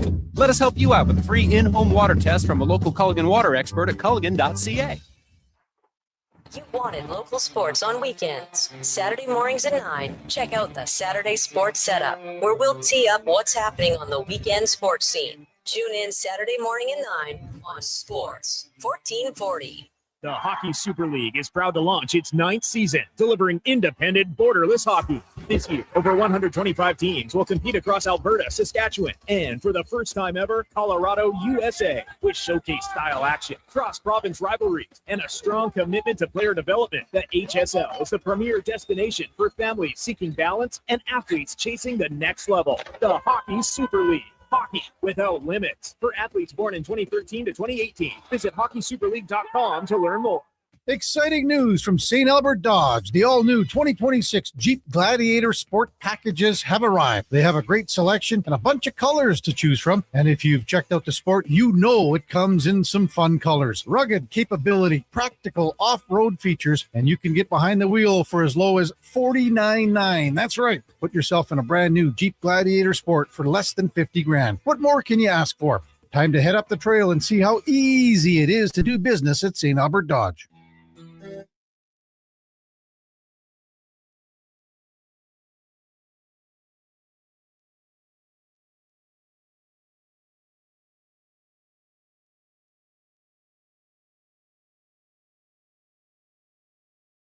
Have your sports curiosity cured with the Kevin Karius Show. This is Sports 1440.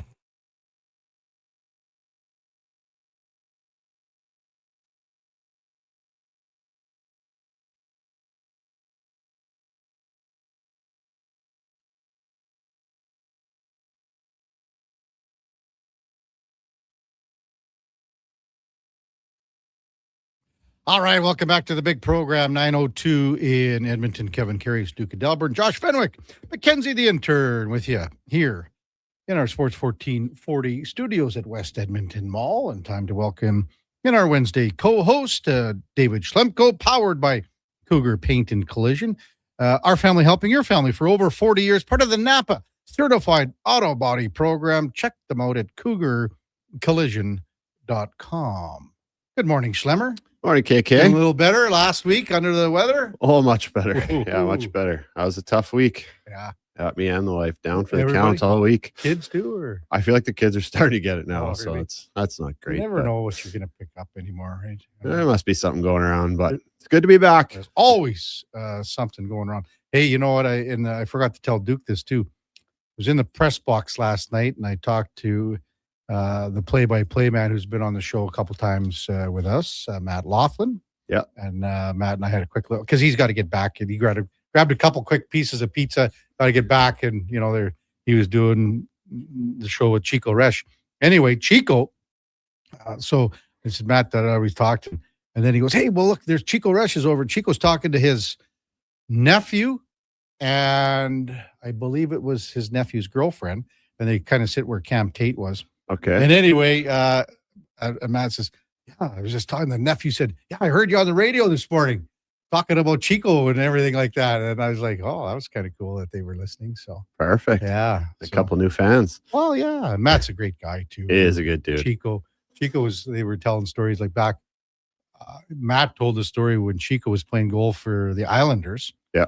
Because we brought up the goaltender fight between Nedeljkovic and Bobrovsky. And anyway, I said, well, did you see the thing? And then he goes, no, but Chico would tell me lots of stuff that happened back in the day when Billy Smith and Chico were with the Islanders. And he said, and a lot of it was in practice. Mike Bossy said fired one a little high, and Billy Smith went after him. He just went right after him. So Mike Smith was the same way. Boy, you remember how he played the puck. Yeah. You shot one at his head, he'd fire one back at your head in the corner. Is that right? Oh man. And he could shoot better than most guys. Yeah, you could snap the puck. Yeah. It's a little dangerous. Yeah. He was a good athlete. Yeah. Really good athlete. I always saw when Mike Smith was taking batting practice in Tampa Bay. Yeah, he hit dingers. Yeah, he was at the Rays, right? Tampa Bay Rays. He was good for sure. It was only an 8:23 puck drop for you last night. Yeah, you know what? I fell asleep in the third period. It was the worst hockey game I watched all year. I think everyone says that. So you fell asleep in the third. That's the only time that there was any. They were kind of making a push. It was only like the last 4 minutes or something. And I kind of nodded off and I woke up and the game was over. Yeah.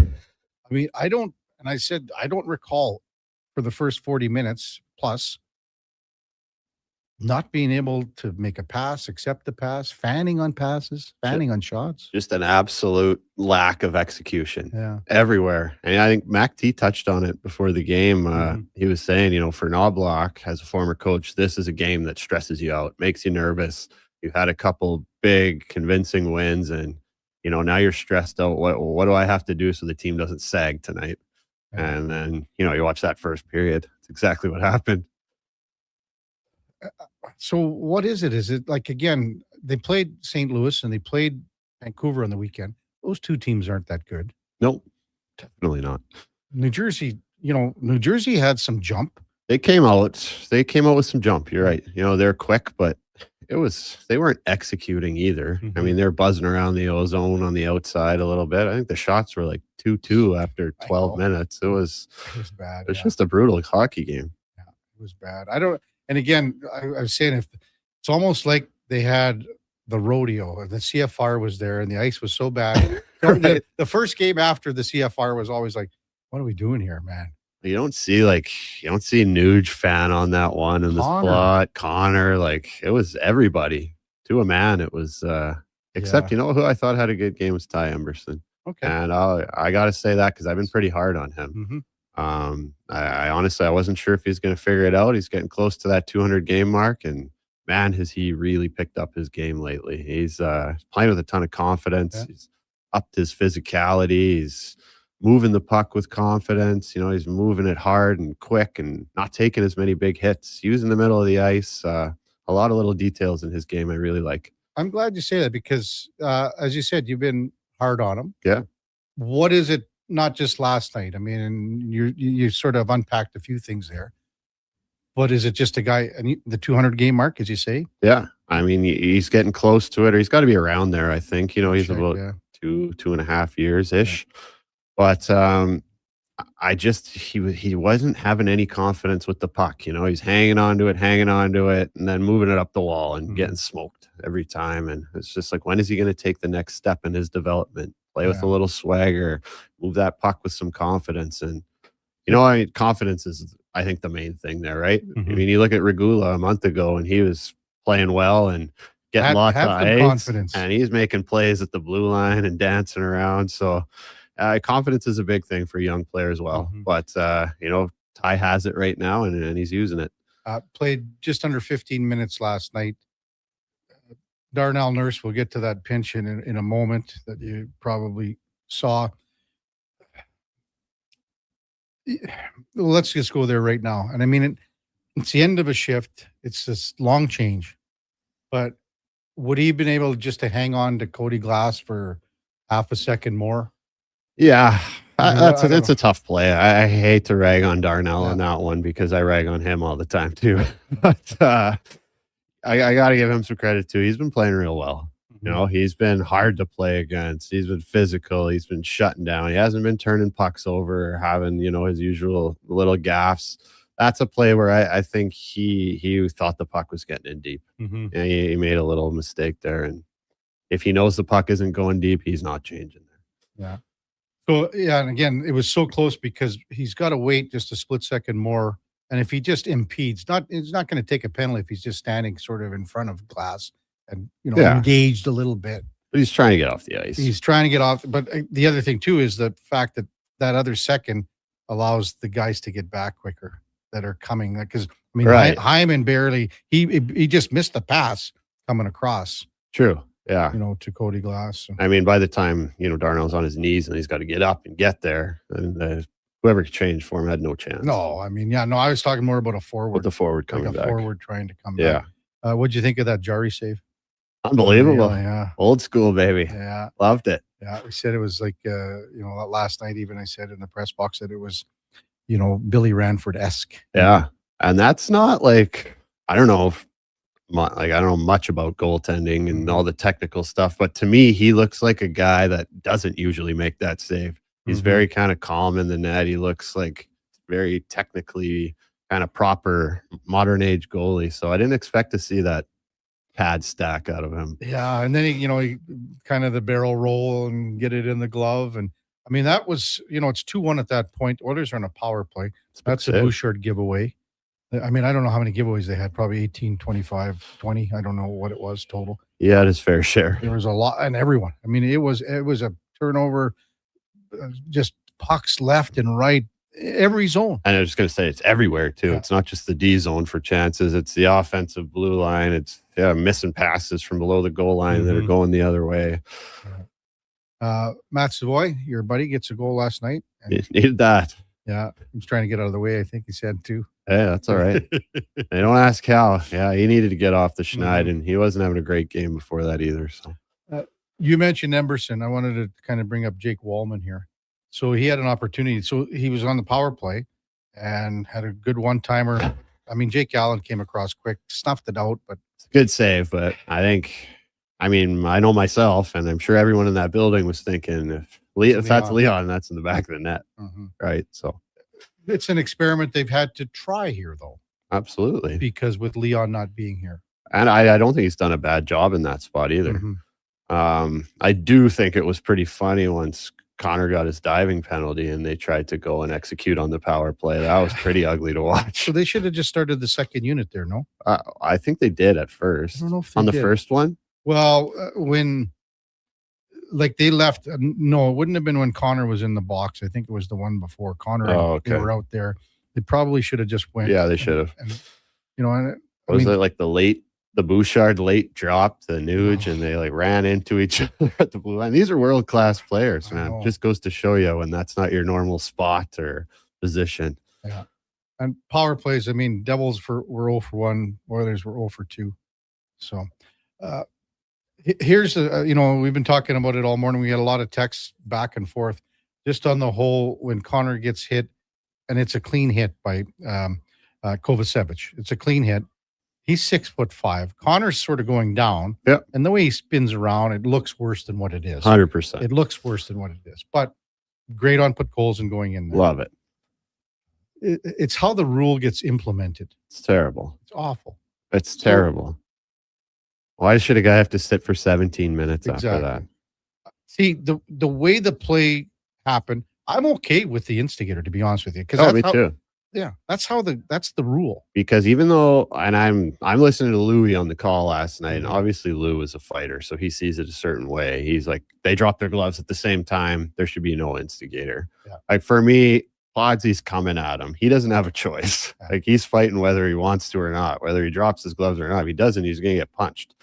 So, I mean, good on him to drop his stuff and go, but he doesn't have a choice. So I see I think it should be 2 for instigator, 5 each for fighting. I think that 10 should only come in when a guy gets jumped. Yeah. Right. And the other guy gets the upper hand right away. Mm-hmm. And again, with the Oilers being at 11 forwards, it goes down to 10 for basically a period. No, everything's in the blender. Yeah. But, and then we've had, I said too, and some people disagree with me, I would have maybe had a clean run at a Hughes or a Bratt or a Heischer. I think they should do more of that. Like, that's what I think a guy like Trent Frederick is there for. I mean, what did we see from Frederick last night? Again, it was 0, man. Quiet. And he got lots of opportunity to play with good players. I mean, he played 14 minutes because of 11-7. He started on the second line. Yeah. And there's just nothing there right now, unfortunately. Like, I look at, ice time allotment last night. I mean, he's at 14. Curtis Lazar, who did way more, is at 841. Yeah, that's pretty wild. He's found himself a nice little role there on the fourth line. Andrew Mangiapane was involved a couple of shifts. Could have done more, like a lot of guys. I thought about this last night in the press box too, with Connor Brown returning. And Connor Brown had a hell of a rough ride here for 3/4 of a season. Did he ever? But something happened and he turned it around. Oh, I mean, he just started scoring. He was playing well the whole time. Okay. Well, we're not gonna go totally there. But is there a chance, do you think, that Mangiapane in the next couple of weeks here can turn something around where every day he's not mentioned as a trade possibility? Well, I think the only way that happens is if he starts scoring and starts contributing offensively. I don't think he brings the same attributes away from the puck that Connor Brown does. Yeah. I just and again, Connor Brown was PK too as well. PK, he's their best forechecker by a mile. Such a good stick, such good angles to pucks. Like everything a coach just loves. Exactly.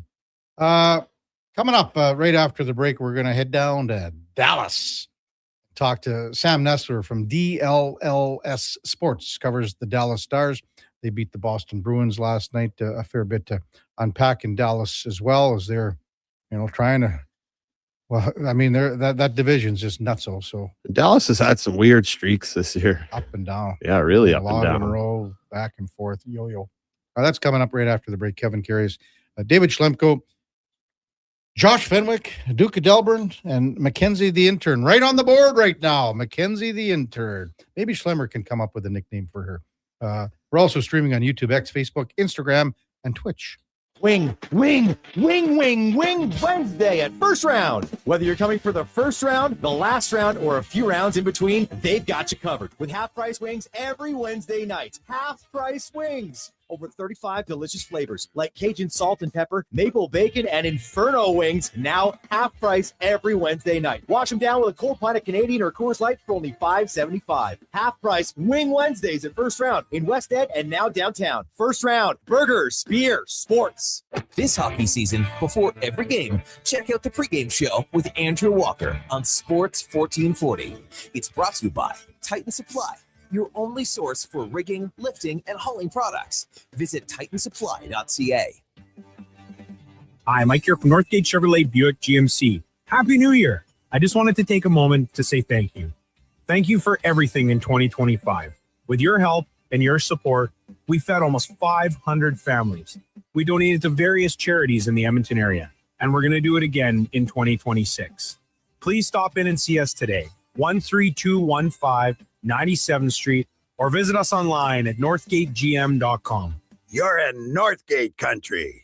I skipped breakfast this morning. Stay out of my way. Don't threaten me with your bad choices. No worries. A booster bar from Booster Juice will fix me. I don't even know what that is. Yeah, because they're new. Snack-sized bars packed with seeds, pecans, gluten-free oats, all sorts of good stuff. That sounds lovely, actually. 2 different flavors to try, too. Coconut pecan booster bars and harvest booster bars. Want to skip breakfast with me? I take it back. You make good choices. Booster Juice, Canadian-born, blending since 1999. Come for Canada's largest trade shows, the biggest names in entertainment, exhilarating sporting events, and more. And stay for the experience at the Edmonton Expo Centre. Looking for the perfect place to host your next big event? From trade shows to galas, meetings, and concerts, the Edmonton Expo Centre has the space, event expertise, and service to make your next event unforgettable. With over 522,000 square feet of flexible event space, in-house catering, and operational expertise, they bring your biggest vision to life. Learn more at edmontonexpocentre.com today.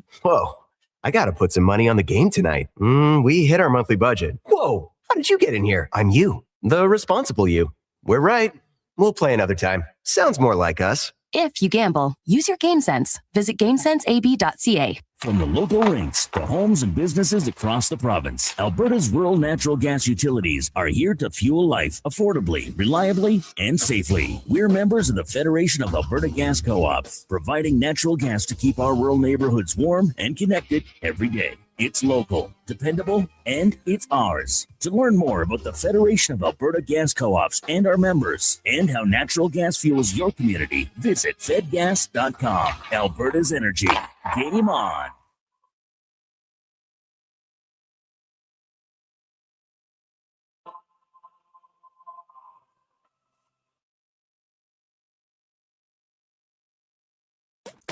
Stories, guests, and insights. This is Sports 1440 and the Kevin Karius Show.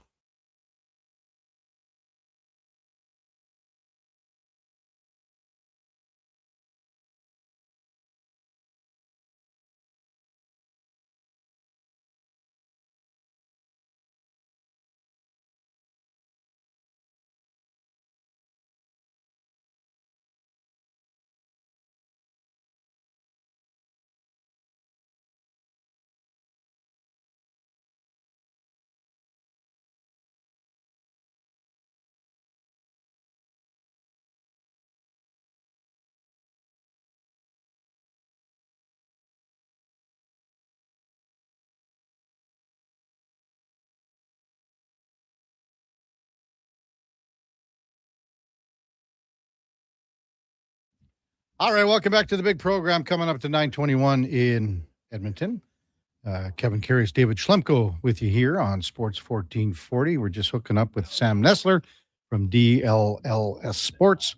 We're just saying, Jason Robertson, man, what are they going to do with him? He's, he's such a good player. He's next year he's an RFA, becomes a UFA the following year. So it's something we're going to address with our next guest, and it's the game of the day brought to you by St. Albert Dodge, where the all-new 2026 Jeep Gladiator Sport packages have arrived. We've got the great selection to all the colors to pick from.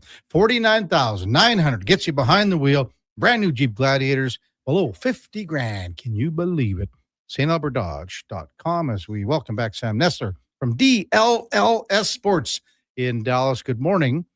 Sam, you're with Kevin Karius and the former Dallas Star, David Schlemko. Thanks for jumping on Sports 1440 this morning. Really appreciate it.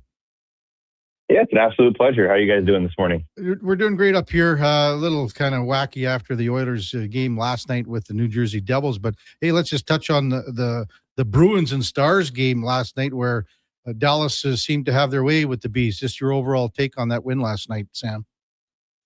Yeah, well, it was certainly needed, right? This team has had some trouble finding their way lately. They've had a lot of issues in a lot of different areas, and they really haven't, even in their wins they've had over the last month or so, they haven't controlled a game for 60 minutes or even 40 minutes. Last night, they controlled for about 57 before they kind of let the wheels off a little bit with the in garbage time. But just so needed for this group because they needed the confidence, and they came out.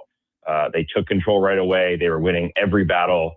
They were the best I've seen them all year at each blue line. The Bruins had absolutely nothing going in their own breakouts, just kind of throwing blind passes to the weak side. And in the opposite end, the amount of times the Boston turned the puck over at the Dallas blue line and the Stars went the other way it felt like it was every time up the ice. So they frustrated the Bruins. They were all over them. Swayman had no chance. Their snipers were out. Their grinders were out. They got contributions for everyone. It was the game this team desperately needed. Yeah. Schlemmer? Jason Robertson, couple more tucks. I mean, it seems like all this kid does is score. I mean, between him and Johnston, probably, two of the biggest Olympic snubs out there right now. Have you had a chance to talk to these guys about it? How are they handling it, using it as fuel? What are they saying? Yeah, for Jason, he doesn't take anything that way. I think, obviously he's disappointed. He said it was a big ego hit to not be selected, just like it would be for anyone. But he loves the way he plays the game. And if that's not the style of game that Bill Guerin and the staff wants for the U.S., then he doesn't care. And I mean, he does. You know what I mean? He doesn't care in the sense that he's not going to change the way he plays. He loves the way he plays. He's a very confident player. He studies the game more than anyone I know that watches every shift back on the iPad seconds before or seconds after getting back on the bench. He's going to keep playing the same way. And he even said, I'm not using it as fuel. I'm not using it in that way or motivating me. I'm just trying to still get better for me and the Dallas Stars. And it just so happens to be an Olympic year on top of that. So I think it's just the way these things are kind of coinciding, where he's finding that little bit of edge to his game. He's winning some more battles. He's going a little bit more to the tough areas. And then, as you saw last night, he can still do those things where he puts a puck that not a lot of guys can put from the near circle. So I think that for him, it's just another little motivator, but he's handling it the most professional way possible. For Wyatt Johnston, I think it's less so of an ego hit, because I think he was less expected to be on that team because of the depth they had. I think he's still probably 2, maybe 3 in terms of reserves if they do need someone with injuries. I think Sam Bennett should be one of the first ones they pick if they do need someone. So for Wyatt, he just handles his business the same way. He's such a quiet guy. He doesn't really go out of his comfort zone in that the wrong way, if that makes sense. He doesn't stretch to try to do something he's not, or try to play a way he's not. He just sticks to what he does. And I think for him, the key this year was getting that 5-on-5 game going, because I think he's some sort of ridiculous stat record with his power play goals. He's leading the league. He's unstoppable when they get that power play going.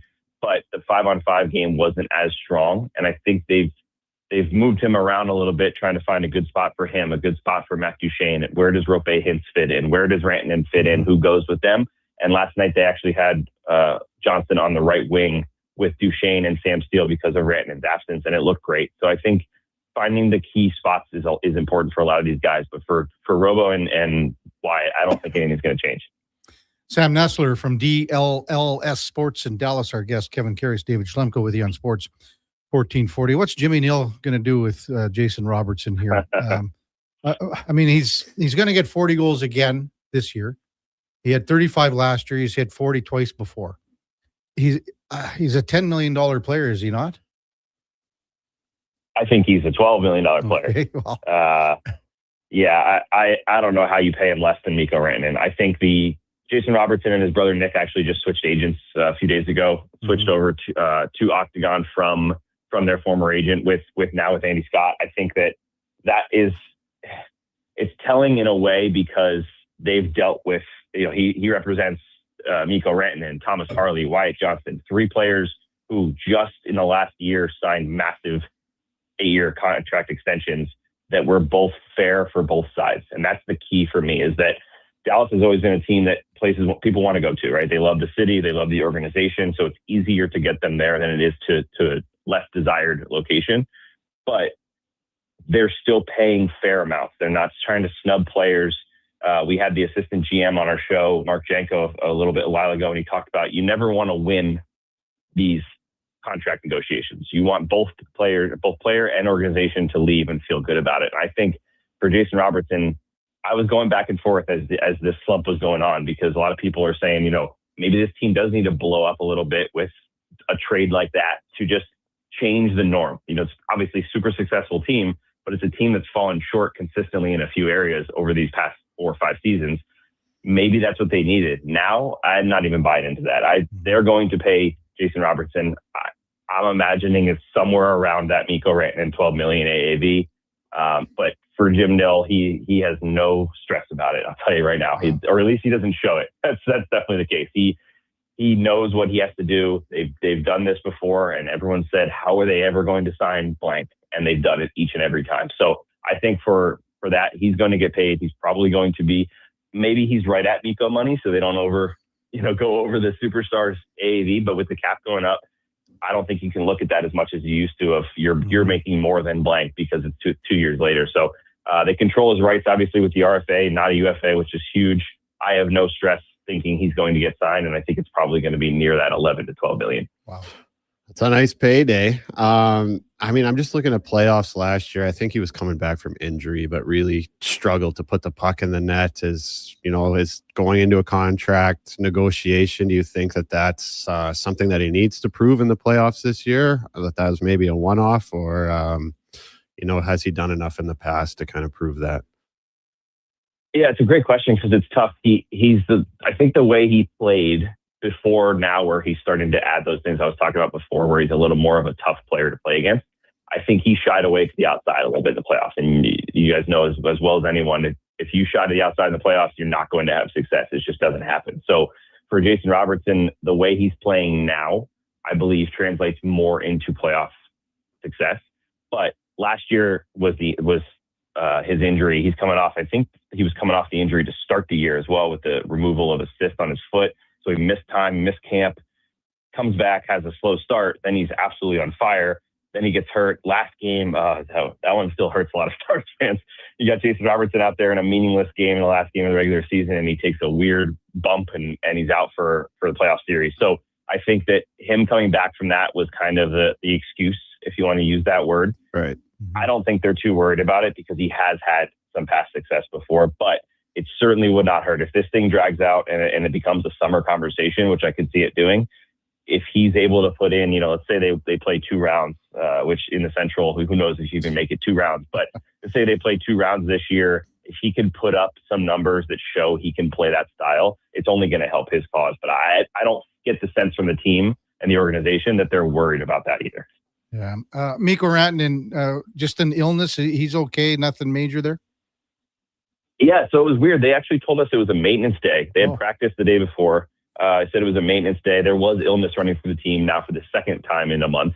But they said it was just a maintenance day and he'd be a player. So they fully expected him to be okay. And I don't think Glenn Gulleton knew until about a couple hours before, but it is just a flu illness. I believe he's traveling with the team, or at least going to meet the team in Columbus sometime today. So we'll see if he'll play tomorrow. The flu has gone 2 different ways with this team. I've had guys like Labushkin, who's been out for 3-4 games with it, and guys who just miss a morning skate and play that night or miss 1 game. So hopefully for this team, they get him back. But I will also say, losing Mikko Rantanen makes you play a little bit more cohesive because you don't have that guy to put on the cape.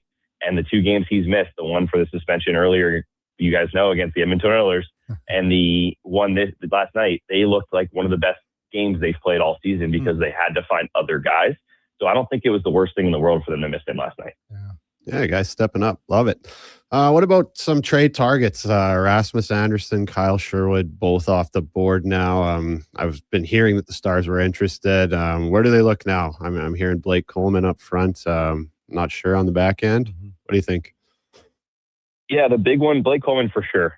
Texas native, would love to play here and brings that extra. He's not the big Artemi Panarin type guy who's going to score 40 goals for you, but the Stars are looking for that little bump in their middle 6 right now. They're looking for a little more goal scoring from some of the guys that are in that spot. Like Maverick Bourque, they thought would be a little bit higher up on the scoring this year. He's had ups and downs.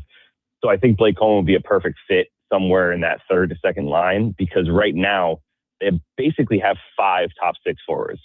The problem is when they put all of them up there, their bottom 6 is really low. They're AHL level type of guys or veteran 4th liners.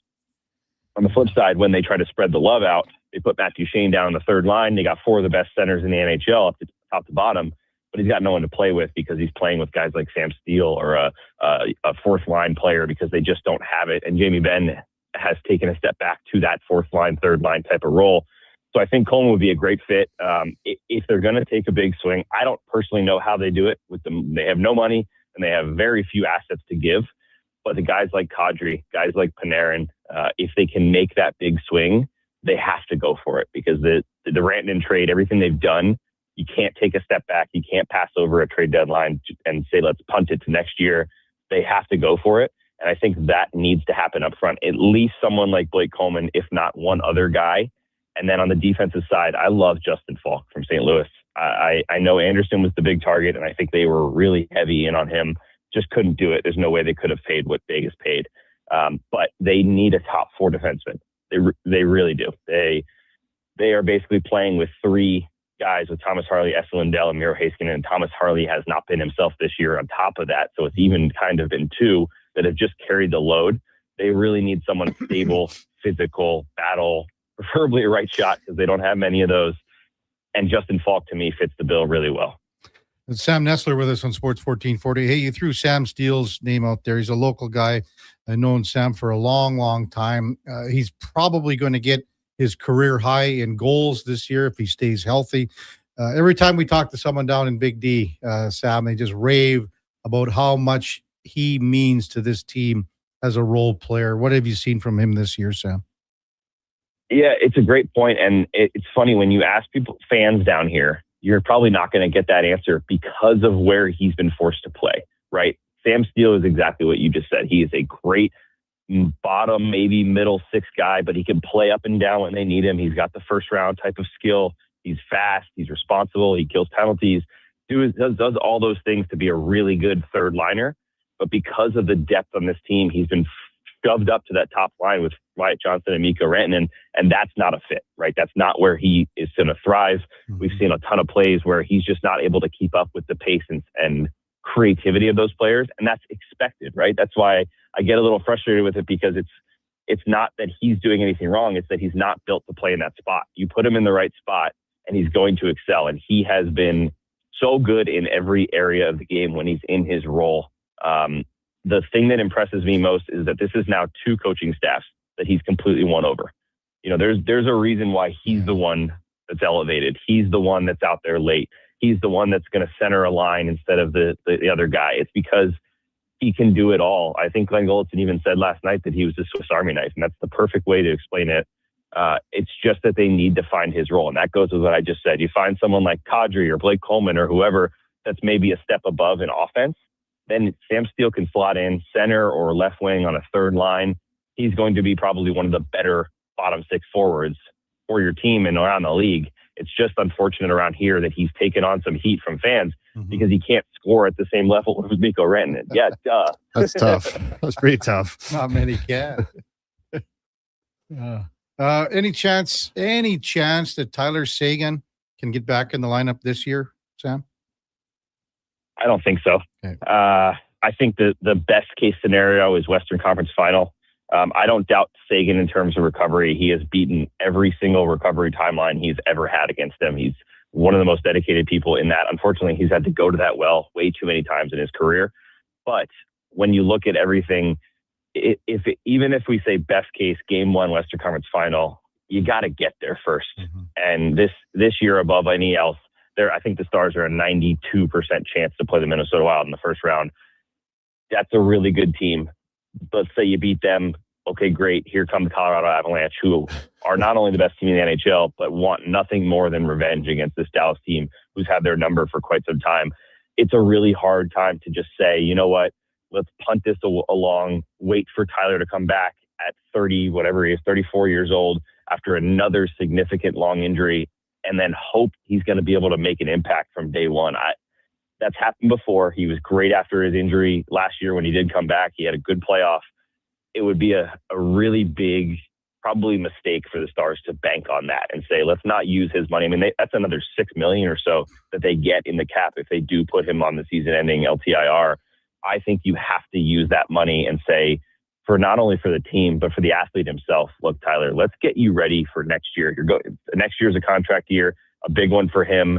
We're going to need you for 82 games, not for 27. Let's let him take the rest, stay out. It's going to kill him if they tell him that. I just think in terms of, yeah, he will hate every second of it. But if you take the money that comes with it and you take the risk for the athlete himself, I just think it makes too much sense to let it go with the season-ending LTIR and use that elsewhere. But I would love to be surprised because one of my favorite people to talk to and work with is Tyler Seguin, and I would root for him every day of the week to come back and have an impact. Yeah, it's a lot of money to play with, $6 million, but Segi does take better care of himself than almost any guy I've played with. So I wouldn't be surprised if he comes back.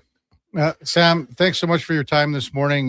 Take care. Enjoy the stretch run here before the Olympic break and the Olympics, and we'll probably chat with you as the season progresses. Thanks for coming on, as always. Absolutely, guys. Enjoyed it. Have a great day. Sam Nessler, DLLS Sports in Dallas. That's the game of the day, brought to you by St. Albert Dodge. And again, we've got the 2026 Jeep Gladiator Sport Packages on the lot. Great selection. You get in behind the wheel for under 50 grand. Check them out at stalbertdodge.com. I don't know how they fit Robertson in here. I don't either. I mean, if they're up against it already, aren't they? Wow. Okay. So you got Rantanen in at 12. Sagan's at 9.8. And then, okay, now you're talking. He's got one more year left. Yep. Hintz is at 8.4. Wyatt Johnson's is at 8.4.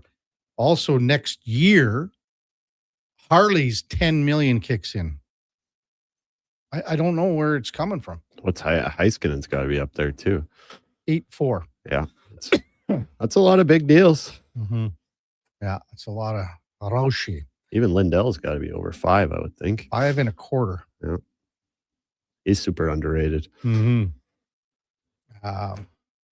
I mean, and then think about the goaltending. I mean, they got Casey DeSmith, luckily at $1 million, but Jake Ottinger's at 8.25.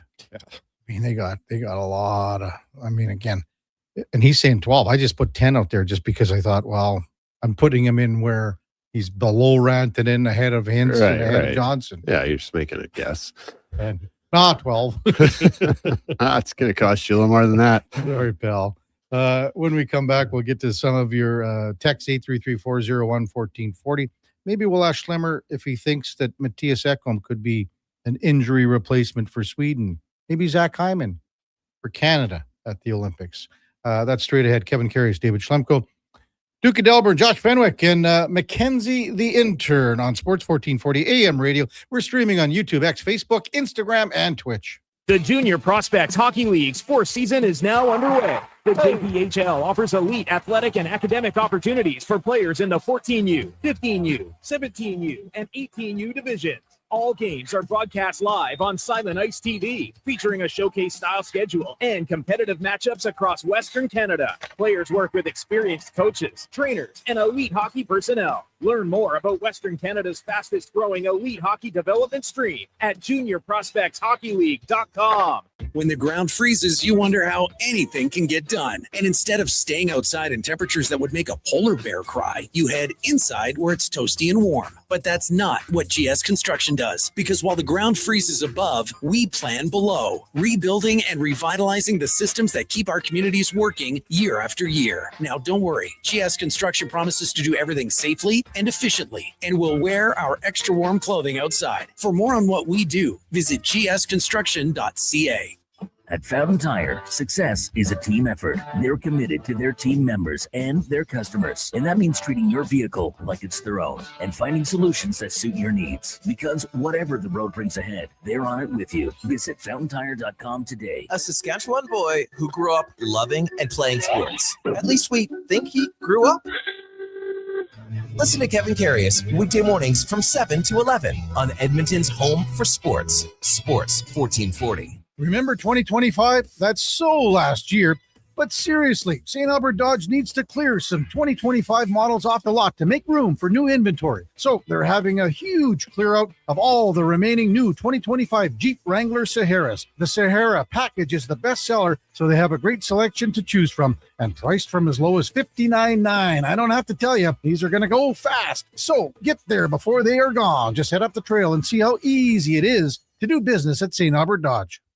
Local links to homes and businesses across the province. Alberta's rural natural gas utilities are here to fuel life affordably, reliably, and safely. We're members of the Federation of Alberta Gas Co-ops, providing natural gas to keep our rural neighborhoods warm and connected every day. It's local, dependable, and it's ours. To learn more about the Federation of Alberta Gas Co-ops and our members, and how natural gas fuels your community, visit fedgas.com. Alberta's energy. Game on.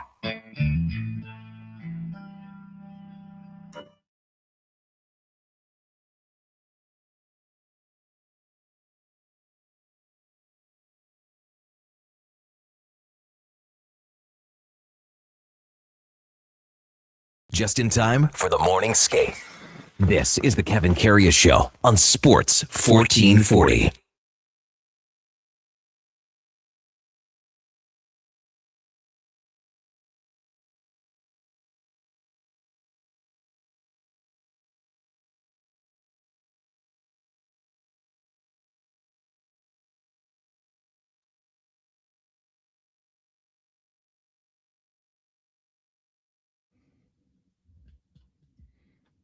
All right, welcome back to the big program, 943 in Edmonton.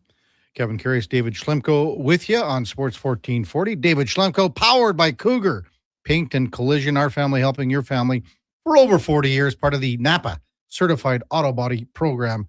Check them out at cougarcollision.com. When we went to break, we were throwing some names about just with the Oilers and possibilities for injuries, replacements for the upcoming Olympic Games in Milan. Let's start with Matthias Ekholm. I mean, he wasn't obviously named to the starting 8 here, but Jonas Brodin likely not going to be able to go, so they're going to need a defenseman. I really think that Ekholm's game has been so much better than at the start of the year. Yeah, 100%. Do you think it was still injury from last year, and that it hurts training, it hurts everything? I do. I think so, 100%. Yeah, I think we're all hoping to see the Matthias Ekholm that we were used to knowing and loving here at the start of the year. Hopefully he was over that injury. Obviously, he wasn't in playoffs. Yeah. But it still looked like he was maybe a step behind, right? And it lingered for a while. Like, I want to say he probably took himself out of the running by end of October. Mm-hmm. He just wasn't there yet. And I want to say the last month, maybe month and a bit, he's been excellent. I think it even hurt him when he came back in the finals last year. He wasn't even close to being ready to play. No, he just tried to gut it out. And I think then that hurts, obviously, your off-season preparation, training. Yep, for sure. And then moving into this year, you get behind the 8 ball. And, I mean, it wasn't just him and the whole team. You start, you're so far behind. And I'm sure that's in the back of all these guys' mind. Like, look at Zach Hyman. Same thing. It's really tough for Hines. Yeah. He's been on fire. Well, he has to be. Okay, I've said this, so I can't say it more than enough that I've wanted Zach Hyman on this team. Yeah. There's a chance that he's still on it because of how he's played. He's got the most goals over the last certain amount of games with 17. And they're showing it last night. Yeah. But for some reason, I just think that they're taking Sam Bennett. And this is if Braden Point can't go. And I don't know why, that I just have that feeling. And that could be Cooper, could be maybe there's some bias with Armstrong. I don't know. Maybe. But I mean, that is the word, right? That is the word that Sam Bennett's going to be the guy. But that was also the word that he was going to be on the team. Yeah. So, I mean, who knows? I hope for Zach that he's definitely in consideration. Just, I mean, you got to give him a ton of credit.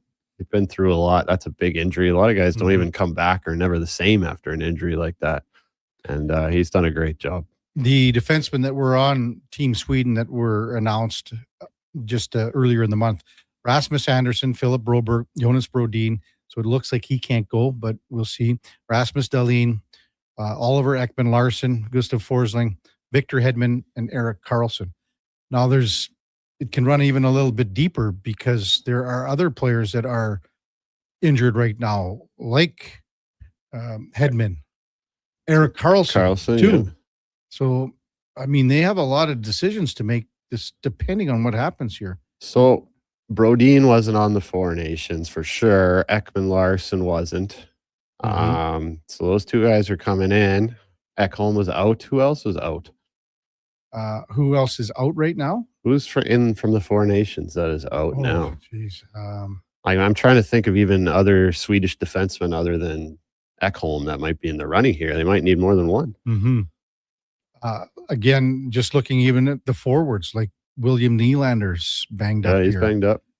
Joel Eriksson Ek is another guy, but we mentioned on the back end Victor Hedman and Erik Karlsson. So there's two there.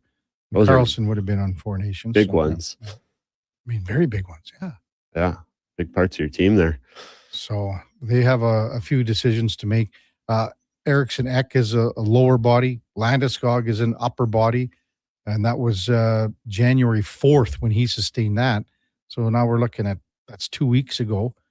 Jared Bednar said that he will miss some weeks. Some weeks. Some weeks. A little vague. Yeah. People always go and they say that regarding Zach Hyman, they'll go, well, can Connor say something? Yeah. I don't know. Yeah. I have no idea. I wasn't good enough to be a part of any of those. I'm not sure. Discussions. I'm not sure how those work. Those discussions for sure. But it's just tough. I mean, that's a lot of injuries. And again, all these guys, they want to play so badly in this. Well, it's just been so long, right? It's going to hurt. Like, they don't know if they're going to have a chance again, Like, probably. even like Terry just said, the less Oilers at the Olympics, the better. And that's how That's what all the brass is thinking right now. all of them are saying. 100%. Every one of them is saying that. You look at a guy like Kachuk last year, follows him all the way to the finals. Mm-hmm. And then, I mean, Kachuk just played his first game this week, right, on Monday. Yeah. I still laugh at that. Like Vinny Desharnais, and did you see that? Yeah. They went at it a couple Yeah. of times. I saw it, yeah. But then in front of the net, they're going at it. They go all the way to the blue line, and Vinny gets 4 and Kachuk gets 2. Good at what he does, man. But what are you seeing? I don't understand that. I still just can't understand that. I guess Duke forgot that we're gonna do in or out right now, I guess, eh? Sort of started mumbling on a little bit. Should we get her done right now, or do you want to wait? I mean, it's up to you. We can. What do we got? We're We're 5 good. minutes from we're supposed to go to break. Be the fastest in or out in history. Oh, Or we could just do go it longer. We can How just do right at 10 o'clock. Why don't we just go longer, and then we'll just change things up before we get to Matt Larkin. Why don't we do that? If I were to have a say, I would say Go you to talk 10? for 5 more minutes and we just get it right to Okay, the well, 10 what do you want to o'clock. talk about for 5 minutes? And Well, I don't know, Kev. It's your show. What were Well, you you going just to talk? said What were you going to talk about? This is what I would do. What were you going to talk about at 10 o'clock? At 10? Well, Originally, when I send the schedule, and it's been the same for 2 years on Wednesdays, we do in or out at 9:40. I never saw the in or out thing come in, man. I never saw the in or out thing come Go in. to the text line. What are the people saying? Text line. There you go. Look, Schlemmer, Yeah. season pro here. Season Guys. pro. Hey. And again, Sorelli left the game last night. Everything's okay there, though. Nick says Hyman would be a good choice for the Olympic team, but there are many other good players. Of course, that's the first text you go. Shifley, Bennett, Bedard. I said I would have had Bedard on the team originally. Sorelli, Horvat, Point. There's just so many Canadians, man. Yeah. Maybe there's a spot for Hyman, Nick says. Maybe there is. I wouldn't be surprised. Keep putting the puck in the net like that. And he brings more than just that. That's the thing for me with Hyman is he's not just a goal scorer. He's a grinder, man. He wins 50-50 pucks. He's a heart and soul player too. Harry jokingly says that Sid got Kunitz on the 2014 team. It's hard to argue. Snipes says Hyman with 97 and 87 would be sweet. I think 87 is in Sid Crosby Snipes. I think he's playing with Celebrini more. Yeah. Would it be Celebrini? He wanted to at the Worlds, right? So Celebrini and McKinnon, maybe? McKinnon. I could see and that Sid. line. That leaves, I mean, Connor can figure that out. I mean, there's many options that he can go with. Oh, yeah. I mean, as a D-man, imagine playing against that line, though. McKinnon, Celebrini, Crosby. They're all so hard on the puck. You never get the puck back. I think McKinnon and McDavid should see some time together, not just on the power play. Oh, yeah. I would love to Just see go that. nuclear. Oh, I mean, who's going to catch him? Who's Right. going to keep up? Yeah. Those two guys blasting, going through. Love that. 833-401-1440. A lot of texts that we've had regarding the instigator, etc. Roldy says the point of the instigator is to protect unwilling combatants, not remove fighting. That was not an unwilling combatant as far as Kovacevic goes. Yeah, agreed. Like he didn't have a choice, but he was willing. Sure. Right? It's the right call on the ice according to the rules. Yeah. The rules stink. Yeah. it's tough for Podsy, man. It's the end of the first period, so you go sit the whole intermission. And you go sit in the box for how long? He's probably didn't have a shift for 45 minutes. Yeah. Slurpy Sean says, what time will the Canadian games be on? With the time change, 6 a.m. games or what? Yes, ballpark. I know the gold medal game is right around 6:30, something like that. Oof, that's early. Yeah. Well, it's in Italy.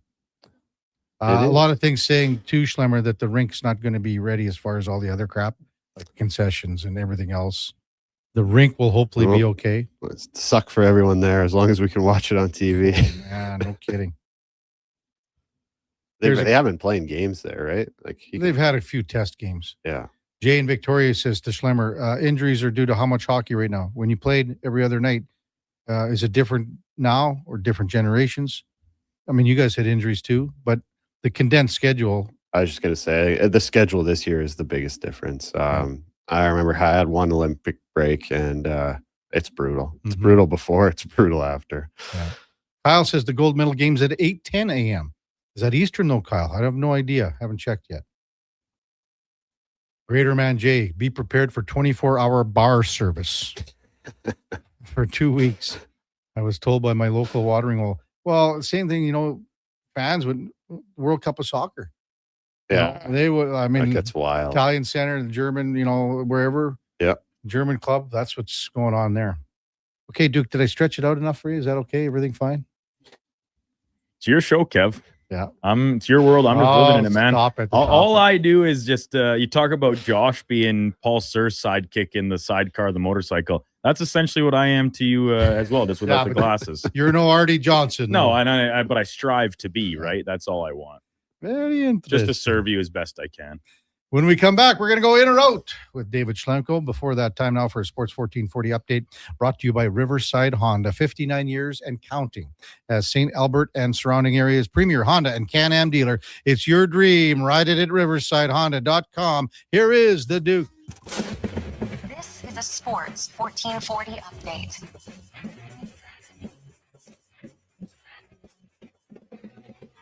6-game slate in the NHL tonight, starting with the Maple Leafs hosting the Red Wings at 5 o'clock. Ducks are in Colorado. Flyers take on the Mammoth. Penguins in Calgary against the Flames. Islanders against the Kraken. And the nightcap has the Canucks winless in 11 straight, hosting the Washington Capitals. In the PWHL this evening, Montreal is in Minnesota.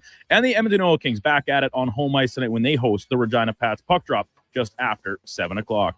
In the association, 7 games, including the Raptors' second half of back-to-back in Northern California. They take on Sacramento, tip-off at 8. Elsewhere, Milwaukee hosting OKC. Atlanta's in Memphis. The Knicks welcome Brooklyn into Madison Square Garden, and the Celtics taking on Indiana. Coming up in hour 4, the Kevin Karius Show. We'll check in with a new edition of In or Out and be joined by Matt Larkin from Daily Faceoff. I'm Brandon Douglas at your Sports 1440 update. Sports 1440, Stingray radio station. CKJR broadcasts from West Edmonton Mall and Wetaskiwin. Download the free Stingray music app and listen wherever you go. The new double cheesy melt at McDonald's. We're talking 2 juicy, mouth-watering 100% Canadian beef patties, 2 slices of cheesy goodness, with even more melty, cheesy sauce on top. Topped with pickles, then crispy and grilled onions. The way it all comes together, you don't just eat it, you melt into it. The double cheesy melt, only at McDonald's. For a limited time only at participating McDonald's restaurants in Canada. At Fountain Tire, success is a team effort. They're committed to their team members and their customers. And that means treating your vehicle like it's their own and finding solutions that suit your needs. Because whatever the road brings ahead, they're on it with you. Visit fountaintire.com today. This is Andrew Walker, host of the postgame show on Sports 1440. After every hockey game this season, tune in and chime in as we talk about the game. It's all sponsored by Legacy Heating and Cooling. Don't get left in the cold. Visit legacyheating.ca. Exciting news from St. Albert Dodge. The all-new 2026 Jeep Gladiator Sport packages have arrived. They have a great selection and a bunch of colors to choose from. And if you've checked out the Sport, you know it comes in some fun colors. Rugged capability, practical off-road features, and you can get behind the wheel for as low as $49,900. That's right. Put yourself in a brand new Jeep Gladiator Sport for less than $50,000. What more can you ask for? Time to head up the trail and see how easy it is to do business at St. Albert Dodge. Does your New Year's resolution include saving money? Then don't miss the store-wide inventory clearance at the Brick. Save up to 70% off in-store clearance items. Buy more, save more on bedroom and dining furniture. Up to 25% off. Save on select major kitchen appliances. Plus, buy 2 or more and save the tax. Finally, a resolution you can keep. The Brick, saving you more. Some exclusions apply. See in-store for details.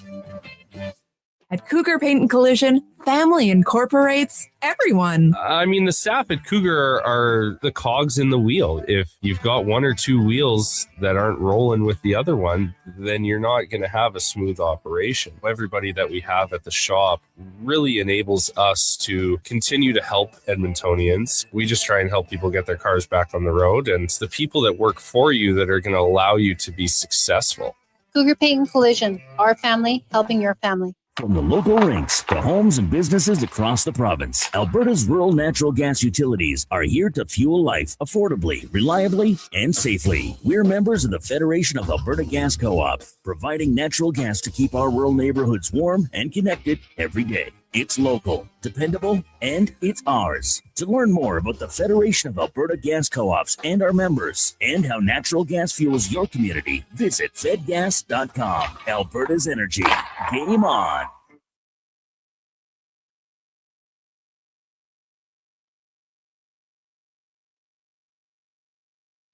Have your sports curiosity cured with the Kevin Karius Show. This is Sports 1440.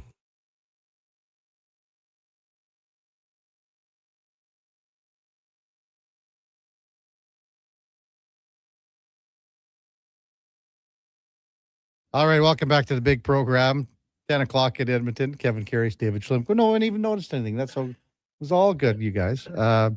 So anyway, I've just looked. The reason I got confused there, but so anyway, Kyle's been saying it's 8:10 a.m. for the gold medal game. Levers from first round just texted in.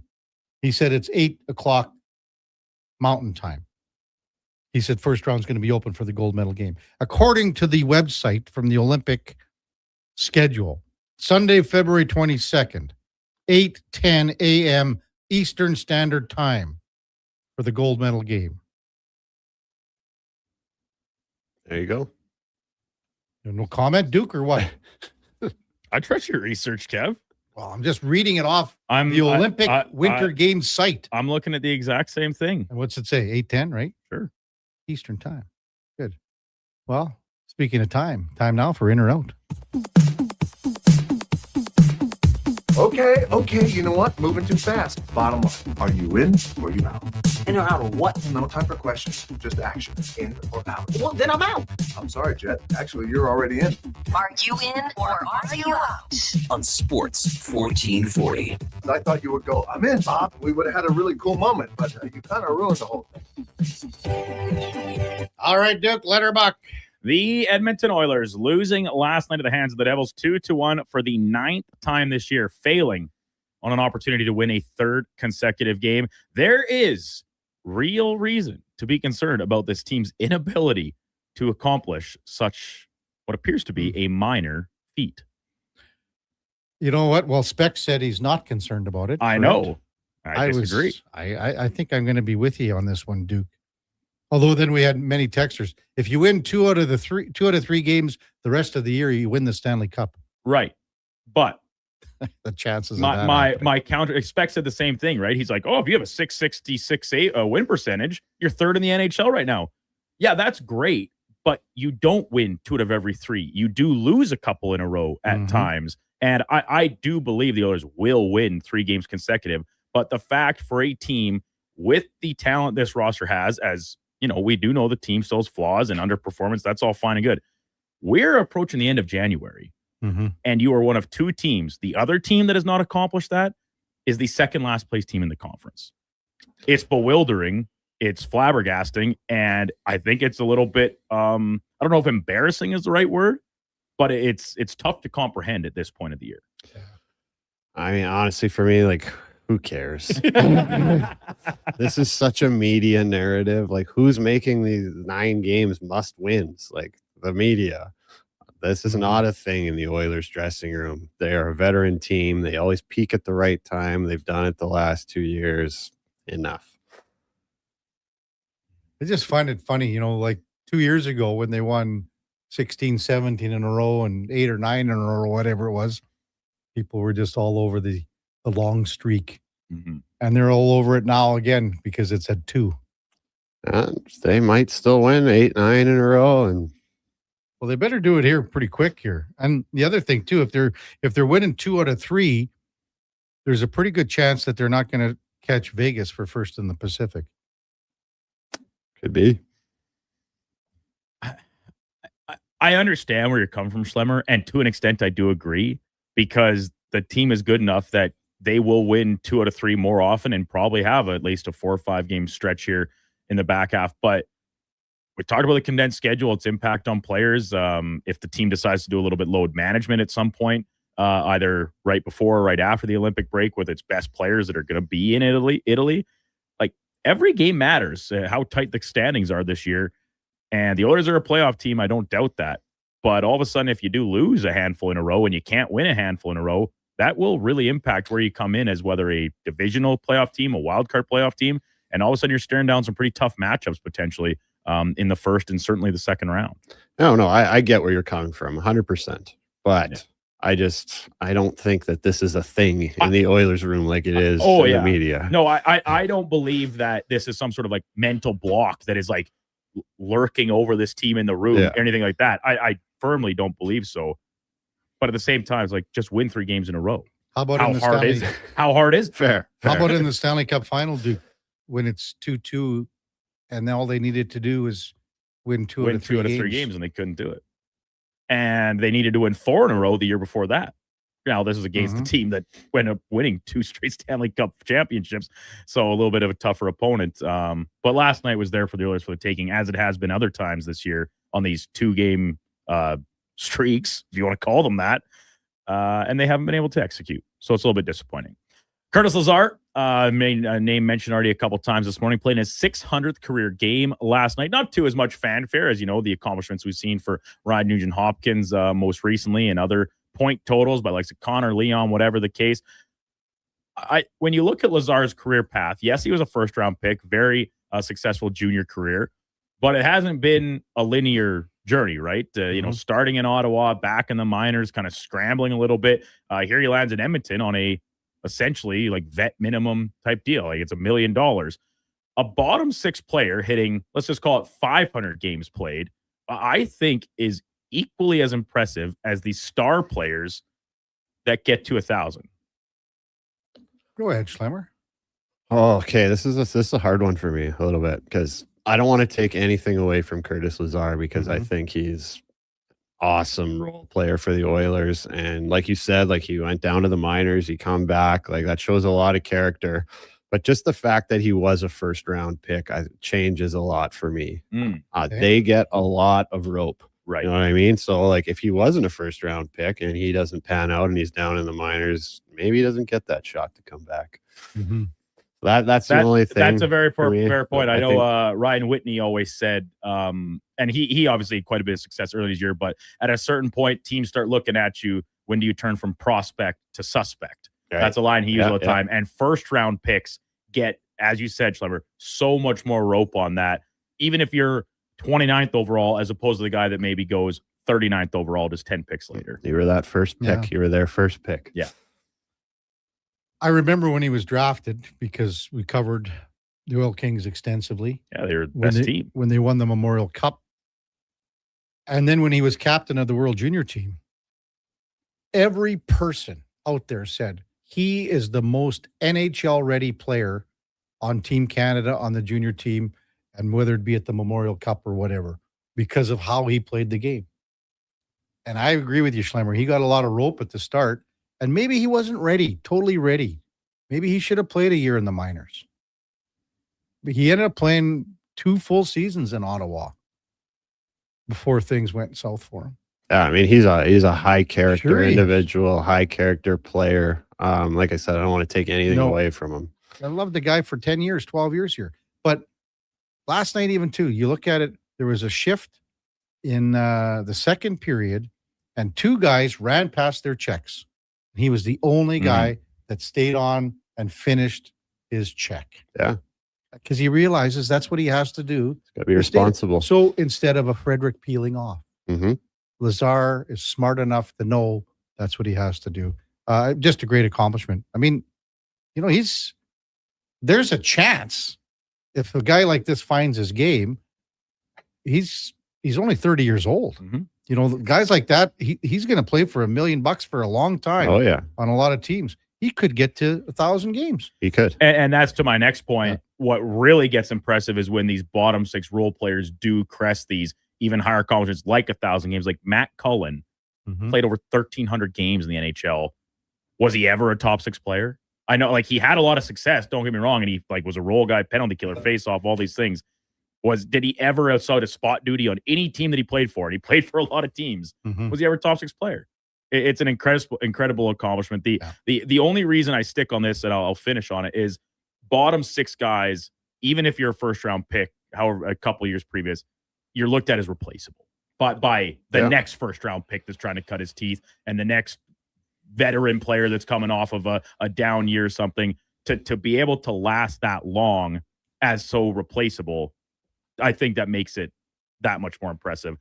Not to take anything away from star players and what they do as well. That's a great point, Duke. That's a really good point. I think Eric Lacroix said that to me when I was my first year pro. He goes, you know, it's so hard to make the NHL, but if you are a third pair guy or a bottom 6, fourth line guy, it's even harder to stay in the league. Right.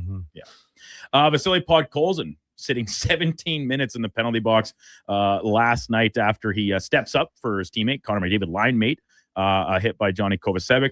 My only real issue, and we've talked this to death a little bit already this morning, but the instigator penalty, I'm fine with it. I don't understand why it has to automatically carry a misconduct with it in conjunction. If Podkolzin sits an extra 2 for in the middle, like stopping the play essentially to start a fight, I can understand that at times.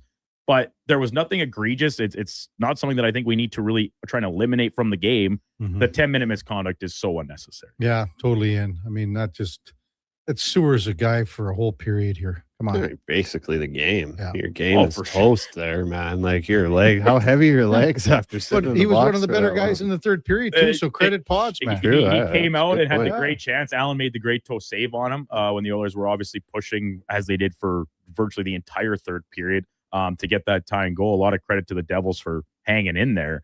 But yeah, like Podkolzin coming out, and they talked about it on the broadcast. You even mentioned it, Kev. I know you were obviously at the game.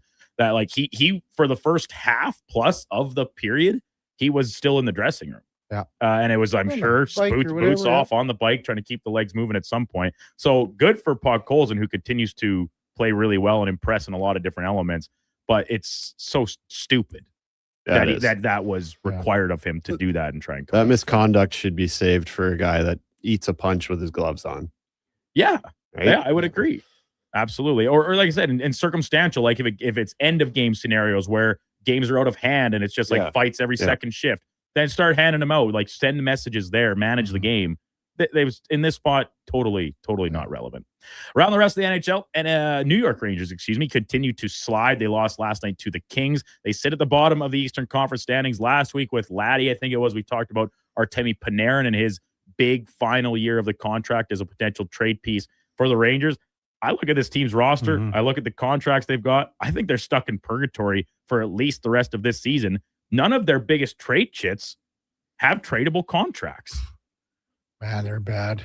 And then with Shesterkin out, I don't know where they're going. I mean, no idea where how this team is being managed. Like what the plan is. What is the plan? Like, what is the plan? You got Panarin.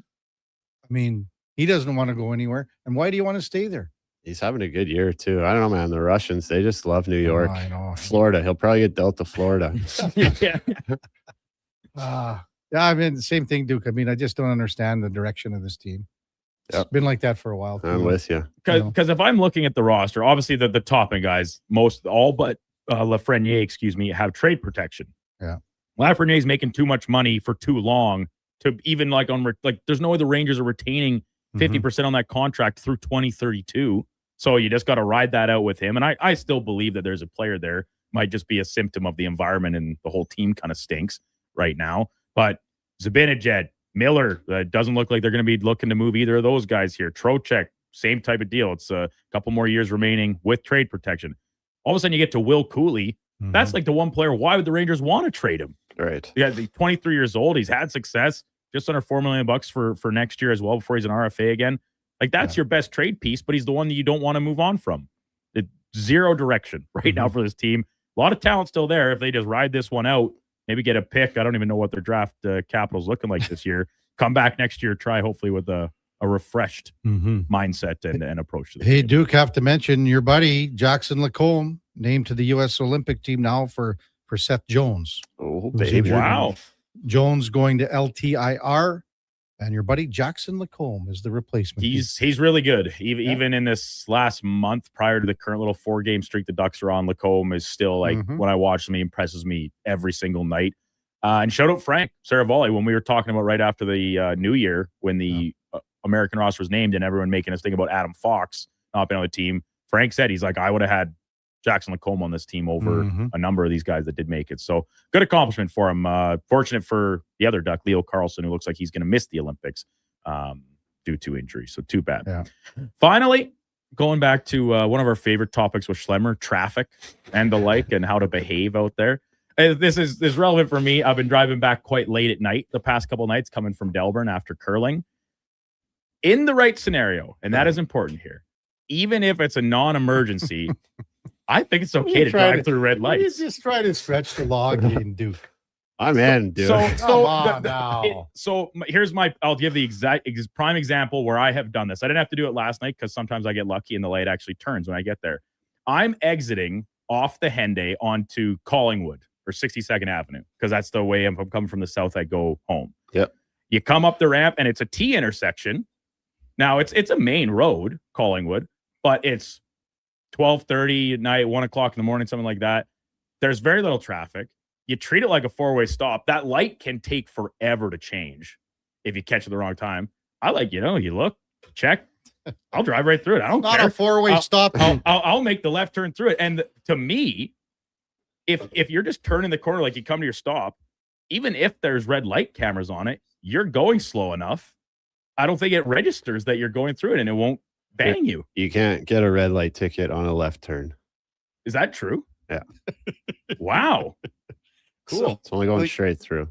You know, when I come this morning and every morning here, when you're going down 178th, going northbound, and the light hits at 87th Ave, there isn't one vehicle that is going east or west on that light for the 2.5 to 3 you sit there.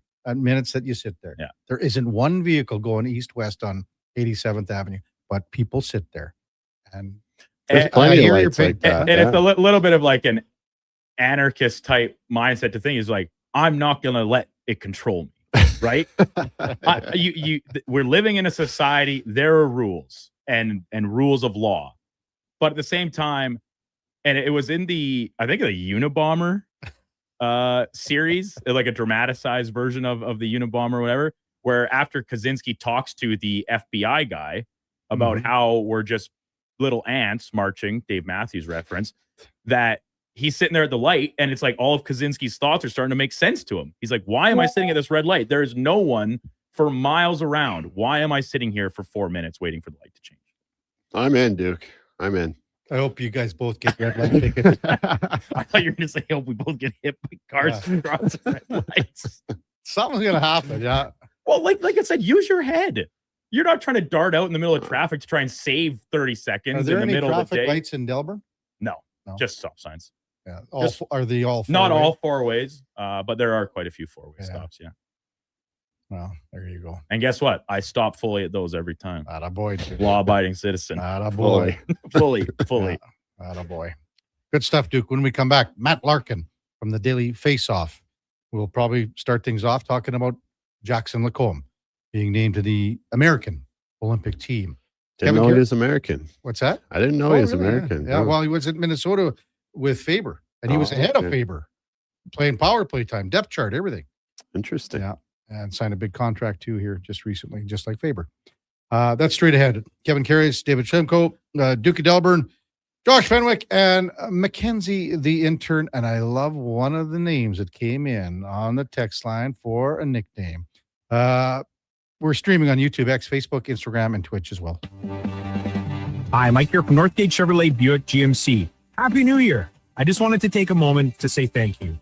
Thank you for everything in 2025. With your help and your support, we fed almost 500 families.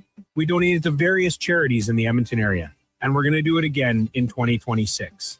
Please stop in and see us today, 13215 97th Street, or visit us online at northgategm.com. You're in Northgate country.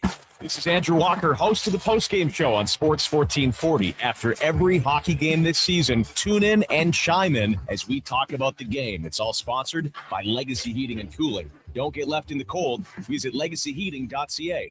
Mr. Rooter goes skiing. Sick gear, Mr. Rooter. Are you ready to hit the slopes? Not yet. I need to report a possible crime. Oh no, what's happening? I saw a bunch of hooligans discussing shredding the half pipe. As a plumber, I've taken the Hippocratic Oath to do no harm and act in the best interest of all pipes, whether PVC, copper, or otherwise. It's made of snow, Mr. Rooter. Snow? Things are worse than I had feared. There's no better plumber than Mr. Rooter.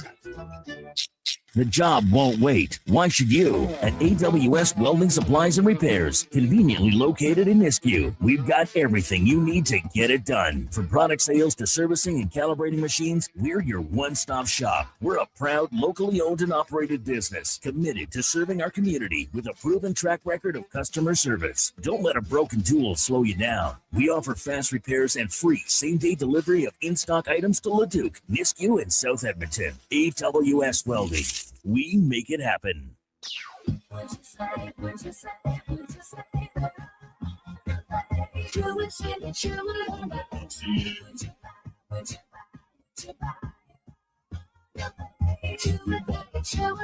It's the best Honda, it's the place for service too. I love it.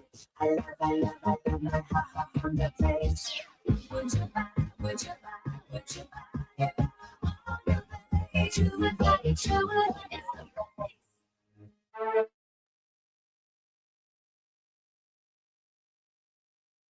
Have your sports curiosity cured with the Kevin Karius Show. This is Sports 1440.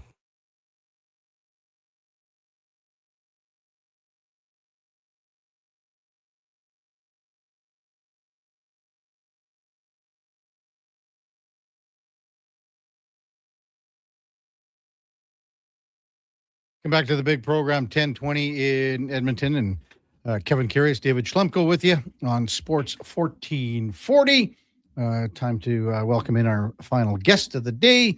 Been on the program dozens of times, Matt Larkin from the Daily Faceoff. Good morning, Matt. You're with Karius and Schlemko. Thanks for jumping on Sports 1440 as usual. Really appreciate it. Kevin, David, how are you fellas? Great. Well, after that Oiler game last night and watching those first two periods, Schlemmer fell asleep, Matt. Couldn't take it anymore. It's a tough game. That was wasn't exactly a barn burner. Yeah. That's true. That's fair. There's lots of chances in the third, and the Oilers had their opportunities to maybe tie things up and send it to overtime, but not meant to be. And again, when you don't play the full 60, that's what happens. So, hey, Matt, we just want to start off with the kind of breaking news this morning with the American Olympic team and Jackson Lacombe being named to the addition of the back end for Seth Jones, who just went on LTIR as well. Do you like the addition, Matt? I think it's a solid addition. We know that Lacombe was one of those guys that was on the bubble. It's interesting because he's a left shot, so a lot of people are probably wondering about Adam Fox, given the fact that he was on the Four Nations team.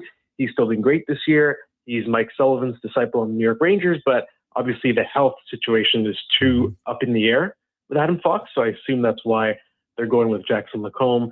And I do think in terms of play style, maybe it's the closest they could find because Seth Jones, we know he's got size, he's a tremendous skater, he's got a long reach.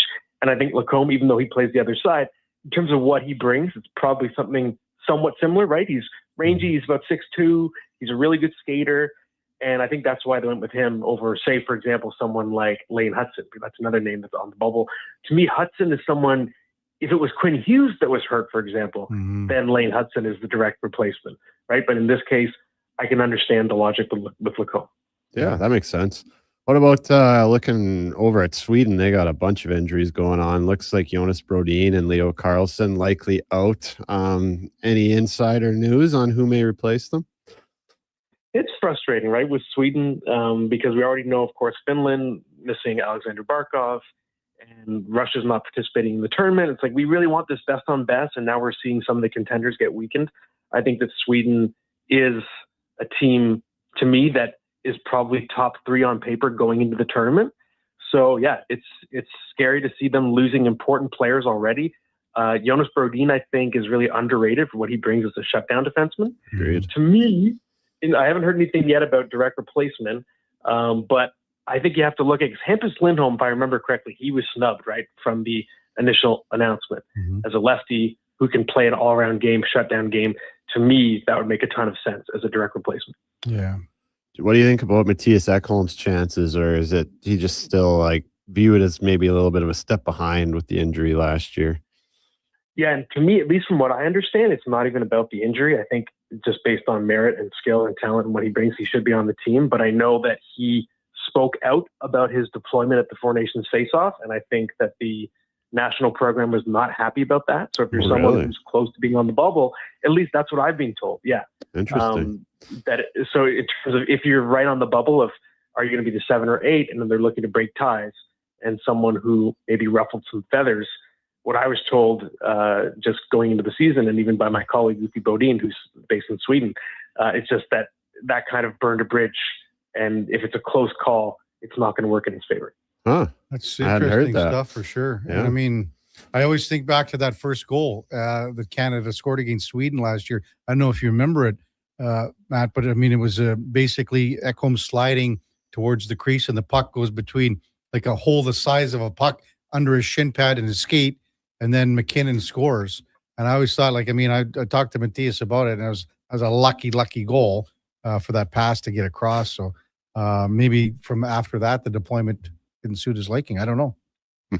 Yeah, it's so tough too. It's a short term and it's a tiny sample size. That's why I always thought with Team USA, people were way too tough on Adam Fox, who's a tremendous defenseman, and he didn't have a great tournament, but it was, even an elite player in the course of an NHL season might have a bad 4-game stretch. Tiny little tournament for sample size, right? So I think there were a lot of overreactions. Yeah, but I do think maybe, you guys saw him more up close, but during the playoffs last year, I thought that Ekholm looked a little bit a step behind. Oh yeah, he wasn't better ready this year though. Yeah. He's been better the last probably month and a half here. He's been really good, Matt. So we'll see where that goes. Matt Larkin from the Daily Faceoff, our guest on Sports 1440. Hey, I just wanted to circle back to that American Defensive Corps for 1 second, in the sense that last year at Four Nations, Brock Faber and Jacob Slavin were a very good pair together. Do you think they stayed together? Does Quinn Hughes going into Minnesota and playing with Faber, does that change? Because Werenski's playing so well, and is he a legit and just an easy lock with McAvoy? How do you think these pairings are going to play out here for USA? Yeah, it's going to be very interesting because so much has changed just in let's say since mid-December, right? On one hand, also Seth Jones being out, like that's Werenski's guy, right? They had years playing together in Columbus, so they were going to be a really natural pair, I presume. And then I think Slavin and Faber were excellent last year at the Four Nations. But again, if we're talking sample size, well, now Quinn Hughes and Brock Faber is a much bigger sample size than Slavin and Faber. Plus, we have the Bill Guerin connection in Minnesota. So my assumption is we could see a tweak there, and maybe you do see the Minnesota pair kept intact. And then does Slavin and Charlie McAvoy become the shutdown pair? I could see that working. Together they'd be more of an, I don't want to say all defense, they can still move the puck, but maybe a bit more defensive minded. At the same time, I still think a Quinn Hughes, Charlie McAvoy super pair at the top would be really strong. The kind of guys who missed the Four Nations or weren't there at the end pair would be logical too. So I could see it going either way. But if I'm betting right now, I think you see the Minnesota connection first. What about where does Jake Sanderson slide in then? I thought he was pretty damn good at the Four Nations. Yeah, now I think that Sanderson goes into the lineup, and I believe he played with Werenski, if I remember correctly, right? And he was on his offside. Right. I know one of them was on their offside. Yeah, one of them. And I think Lacombe and Noah Hannafin are your extras. Okay. And to me, you have to have Jake Sanderson as a starter. Out here in Toronto, I see Sanderson quite a bit, and I think he's pretty breathtaking out there. Just his skating ability, he can take over a game. And if I'm the other teams in the Olympics, I'm really worried about Jake Sanderson. I think he's super underrated, And I think he can just change the pace of a game with what he can do with the puck on the stick. Yeah. Just off topic, how do you think he handled, his comments with the goaltending and the 10 saves? He came back yesterday and sort of retracted it a bit, I guess. It's just the circle of life with NHL players and we media guys, right? We want them to show more personality, and then Jake Sanderson shows personality, and then he gets in trouble for showing personality, and then he backtracks on showing the personality, and we start all over again. Yeah. It's just the way it goes. Same as Zane Perek, right? Speaking at the World Juniors, and then he's backtracking the next day. Sucked in, hey? He got sucked in. Yep, that's right. It's what we do. It's what guys like me do, I guess. We ask the questions that bring those answers out. Matt Larkin with us from the Daily Faceoff. So for Canada, if Braden Point can't go, have you got a 1, 2, 3 in your mind for that replacement? Because, up here, all the talk is Zach Hyman, and all the other suspects there as well, Matt. Yeah, so I guess if we start with the information we have, I know that Sam Bennett had already said that he'd received a text message sort of being informed to be on standby. That said, skill-wise, I don't know if that is a direct replacement, right, in terms of what they bring to the table. To me, Sam Bennett would make more sense. Okay, if Brad Marchand were to get hurt, or you lose Tom Wilson right before the tournament, then I think you bring in another blunt instrument in Sam Bennett. But again, if he said he's already been the alternate, I think we have to assume he'd be the first call. That said, Zach Hyman, he's up to, I think he's got 19 goals now in 32 games. And there's a shorthand with McDavid, and Braden Point finished the tournament last year with McDavid, right? It was Stone and Braden Point. So now if you're looking to fill that spot directly on McDavid's wing, suddenly Zach Hyman makes a lot more sense than he did even a month ago. So I think you have to keep an eye on him, absolutely. I think it would just be a nice, easy transition there. And then, of course, you still have to look at Connor Bedard.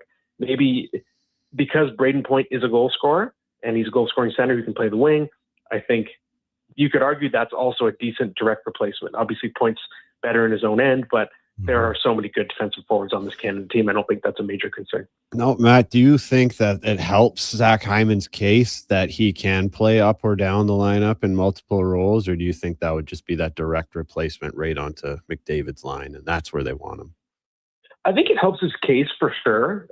But I think on this team, there are so many options in that bottom six that can play a strong two-way game. I think the reason you're bringing Zach Hyman is not necessarily to bring energy to your fourth line. I think you're bringing him because of the McDavid connection. You want to install him on that line. Right. Wow. Matt Larkin with us from the Daily Faceoff. Just across the NHL, we have a little segment, in or out. I'm going to read you the question regarding the New York Rangers, Matt. Just continuing to slide at the bottom of the East. They're stuck in purgatory for the year as none of their biggest trade chits have tradable contracts. Where are you at with the Rangers in that comment, Matt?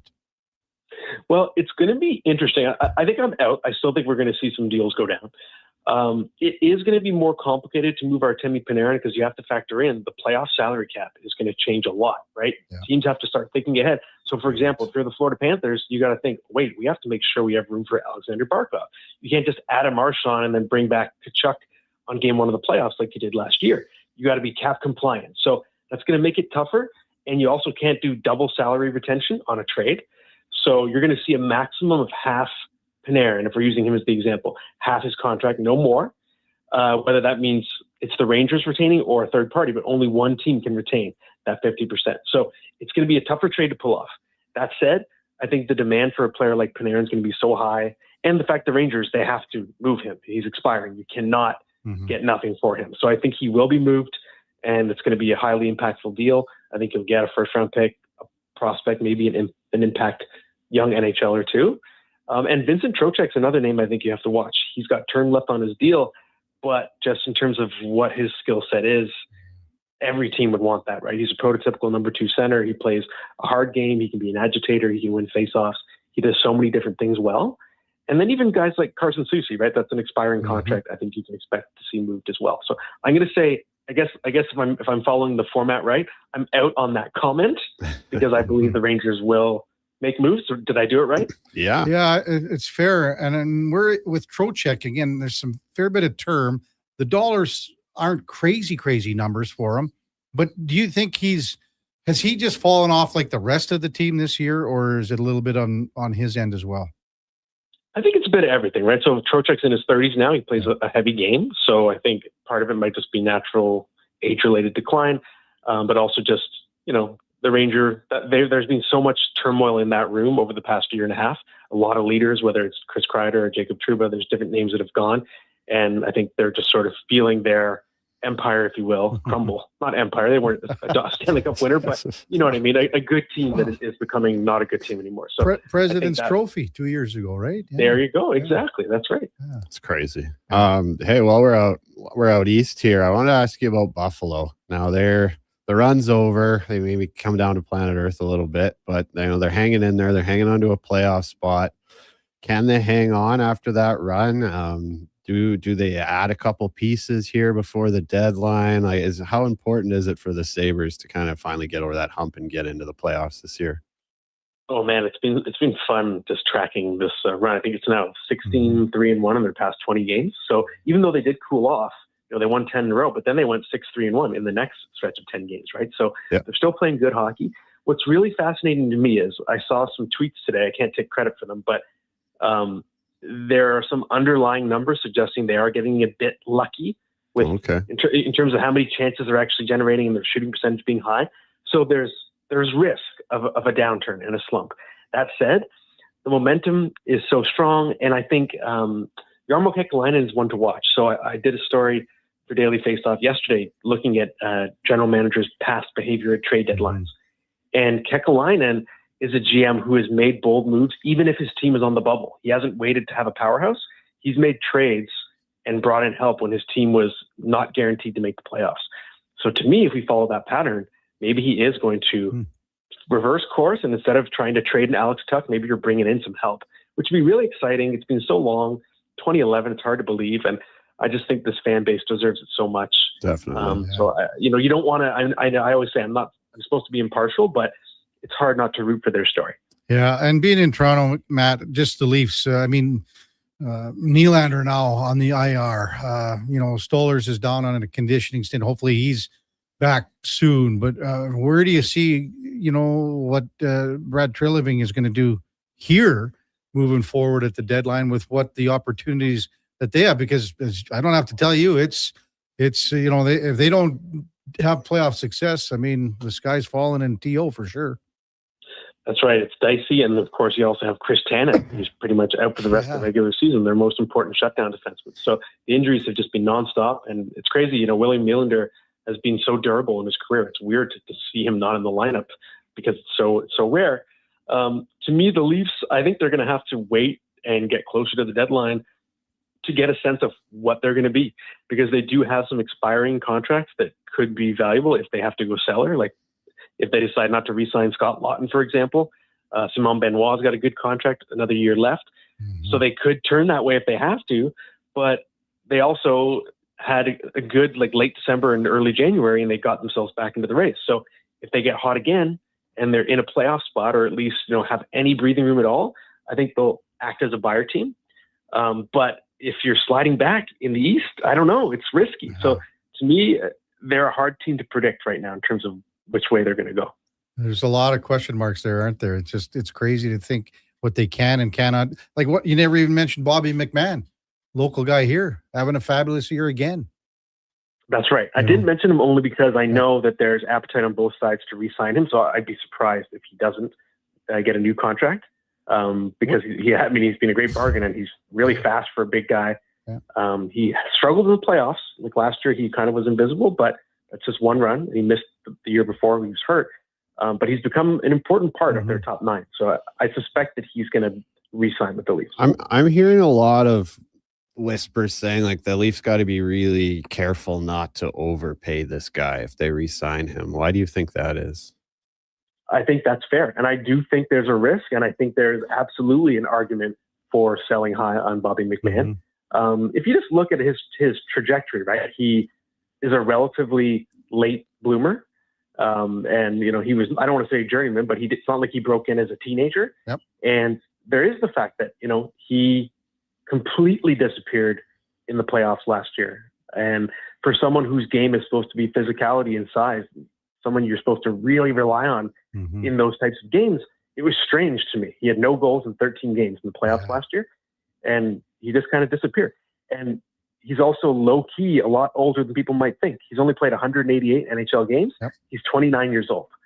So, yes, I think there's a risk factor in overpaying. It just depends on what the contract is going to be and whether it's worth it. Yeah. I mean, he's going to get 20 again this year, just like he did last year, right, Matt? Yeah, he's got 15 already, so he's not even completely out of the hunt for 30, but I think maybe 25 is a fair bet. Yeah, unreal. As always, great insight, Matt. Really appreciate it. Thanks a lot. And if we don't speak to you before the Olympics, I'm sure we will be during and after. Thanks as always for coming on. Thanks, guys. It's going to be fun. We're going to have some nice daytime hockey to enjoy. I can't wait. You got that right. Thanks a lot. That's Matt Larkin from the Daily Face-Off. Tons of stuff that he's written on the DFO if you want to check out. Like Bobby McCann again. Like he's back-to-back 20-goal seasons. Numbers don't lie. Yeah. He had 15 the year prior. Bonnieville Pontiacs. Somebody will pay him. I'm just wondering, like, maybe is it smarter? I mean, the Leafs, would you wait till after? Would you, like, he's a great trade chip right now. Maybe you need to get something back for him. Maybe you can recoup some interest. But do you want to go into the playoffs without him? Well, first you got to make the playoffs. Yeah, they're not a shoe-in to make the playoffs. No. I mean, right now the Maple Leafs are 2 back of Boston with a game in hand. But I mean, all those other teams are all clumped in there. Philly, Washington. It's a weird year in the standings. Florida is 5 back of making the playoffs right now. Even looking in the West, I think this morning there's like 6 teams within 5 points. Those last 3 playoff spots. It's tight. Mm-hmm. Utah is in the number 1 wild card hole at 54. San Jose at 53. The Kings at 53. Kraken at 51. And Nashville's at 50. They're still. Anaheim's in there in 3rd in the division, but they're right in that mix too. Yeah, Anaheim's at 53 as well. You know, it's tough. It's tight. That's why, like a game like last night. That's why it's tough. It's tough to be the brass right now. Like to know when do you pull the trigger? What do you do? Are you buying? Are you selling? Yeah, be an interesting year. We'll get to a nice text from Bad Captain because this is something we mentioned earlier in the show regarding the return of one Stuart Skinner tomorrow. That's coming up on the Kevin Carey Show with David Schlemko, Duke of Delburne, and we've got Josh Fenwick and Mackenzie the Intern on Sports 1440 AM radio. We are streaming on YouTube, X, Facebook, Instagram, and Twitch. Remember 2025? That's so last year. But seriously, St. Albert Dodge needs to clear some 2025 models off the lot to make room for new inventory. So they're having a huge clear out of all the remaining new 2025 Jeep Wrangler Saharas. The Sahara package is the best seller, so they have a great selection to choose from and priced from as low as $59.9. I don't have to tell you, these are going to go fast. So get there before they are gone. Just head up the trail and see how easy it is to do business at St. Albert Dodge. Hey, sports fans, we've got a clear choice for you. At Crystal Glass, we provide customers with the perfect glass for any job. From home to auto and even commercial, installation or repairs, we're your team. Call 310 Glass or visit crystalglass.ca. Crystal Glass. Are you looking for an affordable business, group, or team outing this season? Why not catch the excitement of a game with the 5-time Junior Hockey League champions, the Spruce Grove Saints? With extremely affordable group and suite packages available and some of the lowest food and drink prices around, Saints games are the perfect night for your next group event. Get your group in on the action. For more information, visit sgsaints.ca.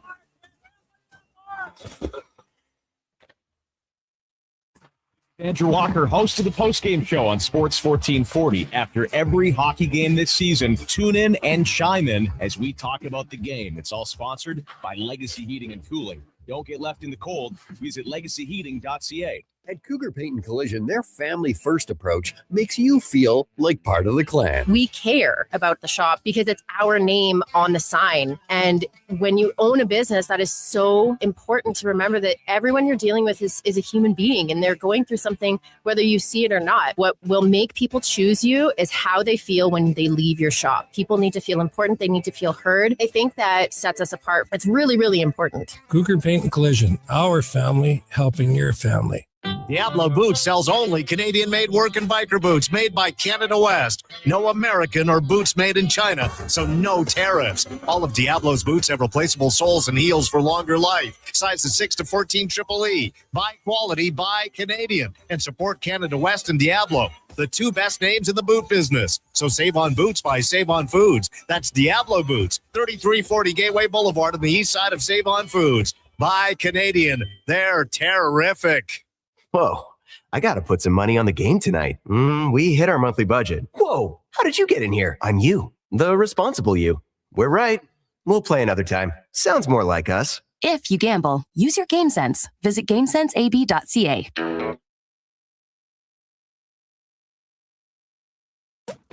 Stories, guests, and insights. This is Sports 1440 and the Kevin Karius Show.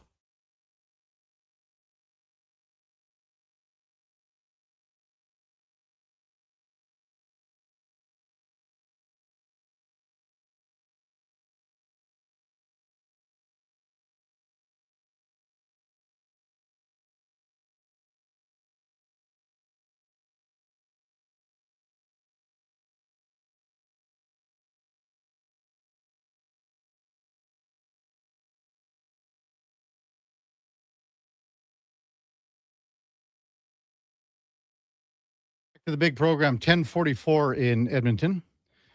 Kevin Karius, David Schlemko with you on Sports 1440. Schlemmer, powered by Cougar Paint and Collision. Our family helping your family for over 40 years. Part of the Napa Certified Auto Body Program, CougarCollision.com. Bad Captain sends in the text. Do the Oilers have an official or unofficial list of requirements for a returning player to get or not get a video tribute? Oh, that was the question that we just kind of addressed before we went to break. So the last two games that a player returned. So Connor Brown last night, a quick little welcome back, Connor Brown, 5-6 seconds. And Brown actually was on the ice last night when it happened. It was just in the first commercial break. Waves a stick, nice little ovation. A couple games prior, Corey Perry, LA Kings, similar. So no video tribute, but just welcome back. So tomorrow, Stu Skinner returns. There's going to be a video tribute. Oh, there's going to be a video. Yeah. I mean, Tristan Jarry had one. Played a little longer in Pittsburgh. Yeah. You know, no, I think there will be. I do think that the video tributes have gotten a little bit carried away. They have. Like you should have like at least, I don't know, 200-300 games with the team for that. But I don't mind the welcome back on the Jumbotron. I think those are quick ones. That's a good way to do it. Those two guys were, part of two Stanley Cup playoff runs. Yeah. Where the Oilers were damn close. Who knows? Maybe if the Oilers had won one of them and somehow that these two players, I'm talking Brown and Perry, move on, maybe there would have been a video tribute for them too. Who knows? True. If they would have, maybe they score something in whatever game 7 or 6 or whatever. But Stu was here long enough and local guy, homegrown. He's going to get a nice hand. Yeah. Yeah. He deserves it. Yeah. He's going to get a nice hand. We were talking about texters sending in possible nicknames for our intern, Mackenzie. One came in, Fleetwood Mac. It's a good one. You like that one? Yeah. But another one came in and it was iMac, as in I for intern. Oh, yeah. Mac for Mackenzie. Out of all the ones so far, iMac is maybe one of my favorites. I have it ahead of Fleetwood Mac. We haven't really got a response from anyone over on the other side of the board. Josh just stares into space. Crickets over there. Well, all he does is search. All Josh does now is search Artie Johnson websites and tries to find as much as he possibly can about his good buddy, good mentor, Artie Johnson. Again, look, he just he's very focused, Kevin. He has a job to do back here. Leave the poor kid alone. What job? He's chomping it up. He's doing numbies online. Oh, is he? Making the clips, making you famous out there. Introducing you to a new audience, Kevin. Anybody that maybe didn't watch global news for the past 30 years is like, who's this Kevin Karius guy that's always on my Instagram feed? This guy knows his puck. Well, as Artie Johnson would say, very interesting. And in regards to the nickname thing, What? Young Mackenzie did, as you were reading that, she did kind of like sheepishly just turn towards me and give the quick little. No for IMAC. That was that No was for Fleetwood that Mac? was that was a no. That was a no, I think. For her. No for both. The great thing about nicknames is you don't really get to pick them for the better or for worse, which is also because she doesn't really care for the one that's working on hanging around a little bit on Fantasy Frenzy, which is Big Mike, because that's how she introduced herself on her first day on last week. Connor just asked her if she had any nicknames currently from her previous time at Nate or prior, whatever. And Mike's in front of her face, and she just says, mostly people just call me Mike. And she meant to say Mac, but it was Mike instead. So now she's Big Mike. Were you embarrassed, Mackenzie? Not embarrassed. Did you go, oh, that's a little slip of the tongue I meant to say, you know? Yeah. I don't hate like Fleetwood Mac. Fleetwood Mac. That one's okay. I have a Pink Floyd tattoo, so that like it's boy. kind of fitting. Yeah. We haven't got into any of the Kenzies yet, like Kenzie. That's what my family calls me, is Kenz or Kenzie. Wow. Yeah. They call me the K-man. Maybe we can call you the K-woman. What are you? Listen, God. I've never heard anyone call you the K-man. Yeah. This is one of those outlandish, obscure nicknames that Kevin normally gives to other people, like Chucker and Tommy Boy and all these things of all our favorite recurring guests. That's the one that he gave to himself that nobody else calls him in the world. But it's in the third. He's like Ricky Henderson in the third person. Yeah, K-man. K-man. No. I've had the same nickname for 40 years. But anyways, that's from Seinfeld. Did the K-man come through, or did the K-man come through? K-man. The K-man came through. Yeah, no, you're not the K-man there. You're Jimmy, the guy with those shoes that help him jump higher. Oh, who always talks about himself in the third person. Hey, would Elaine want to go on a date with Jimmy? Yeah. When your nicknames when you were playing Schlemmer, they were okay. So Schlemmer, there's a prime example. Short names longer, long names shorter. Add a Y, add an IE, add an S. Pretty much. ER in your case.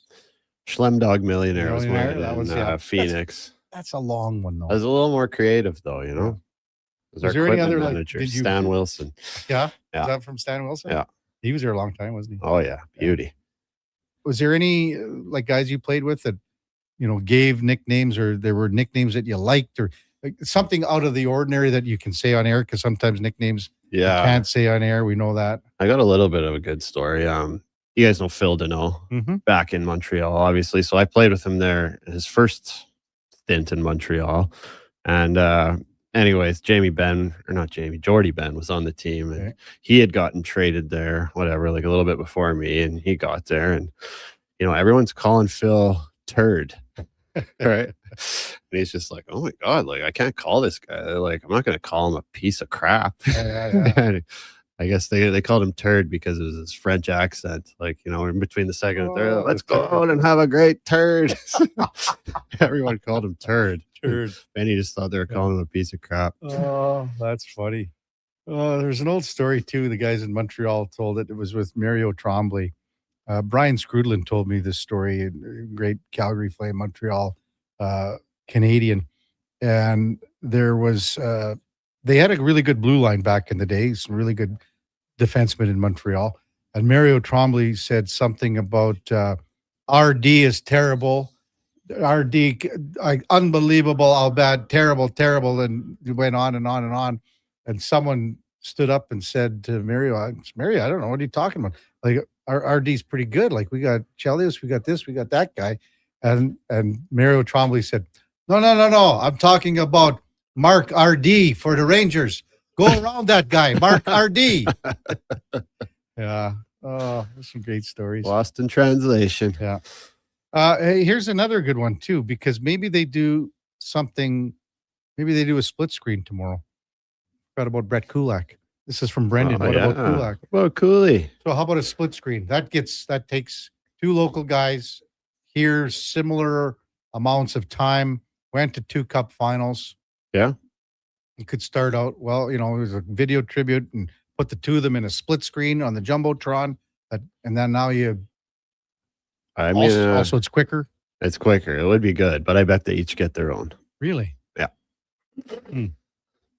That's a good point. First two TV timeouts of the thanks first. for that for Brendan. Yeah, you know what? We forget about Cooley in the trade because it was goalie for goalie, right? Yeah, which is brutal because Cooley was awesome here. For sure.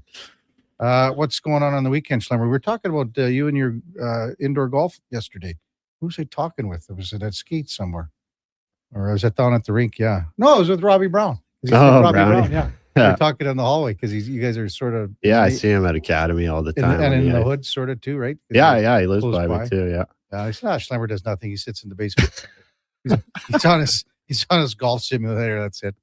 Yeah. Well, he's not 100% wrong. No, but it's funny. Like you said, you're doing stuff with him at academies and whatever.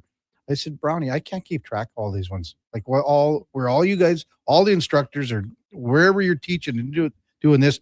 And he goes, neither can I.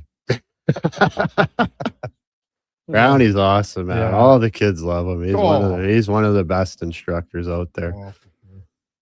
So just maybe watch a little NFL this weekend. Yeah, some of those playoffs games are awesome last weekend. I actually have like a family Christmas thing that just got postponed to January, so that'll be good. See some family. What about you? Well, probably Friday. I might go to the Shoresy game. I don't know. There's alumni. And, I mean, Ovechkin's here Saturday, and there's football on Sunday. I don't know. It's big weekend for the K-Man. The K-Man come through. The K-Man come through. Good stuff, Schlemmer. Thanks, man. We'll see you next Wednesday. Sounds good, buddy. Okay, man. Coming up at the top of the hour, it is Fantasy Frenzy with the former Ross Shep T-Bird, Connor Halley, and the Duke of Delburne, 12 till 2. The Lowdown with Alan Mitchell, 2 till 6. Jason Gregor drives us home with the Jason Gregor Show. We got Fox Sports all night long until we'll be back with you tomorrow morning at 7 o'clock. Our co-host tomorrow, Ladislav Schmid. Until then, time now for a Sports 1440 update brought to you by Loca Quality Market. Your next dinner's ready with Loca Quality Market's gourmet meals. Choose from over 200 chef-prepared meals. Shop local at loca.ca. Hey, thanks everyone for listening. Thanks for all the great texts. Thanks for all the great interaction. We could not do it without you. Have a terrific rest of your Wednesday. We'll see you back here tomorrow morning at 7. Until then, here is the Duke. This is a Sports 1440 update.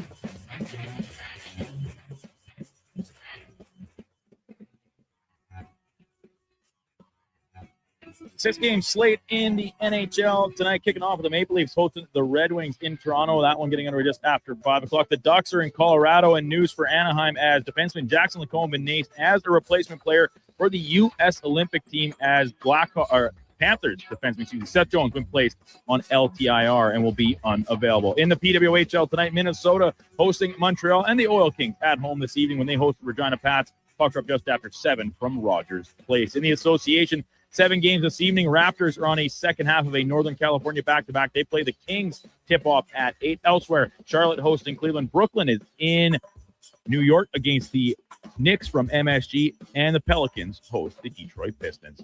Coming up on Sports 1440, it is Fantasy Frenzy with Hallie and Douglas. I'm Brandon Douglas at your Sports 1440 update. Sports 1440 in West Edmonton Mall.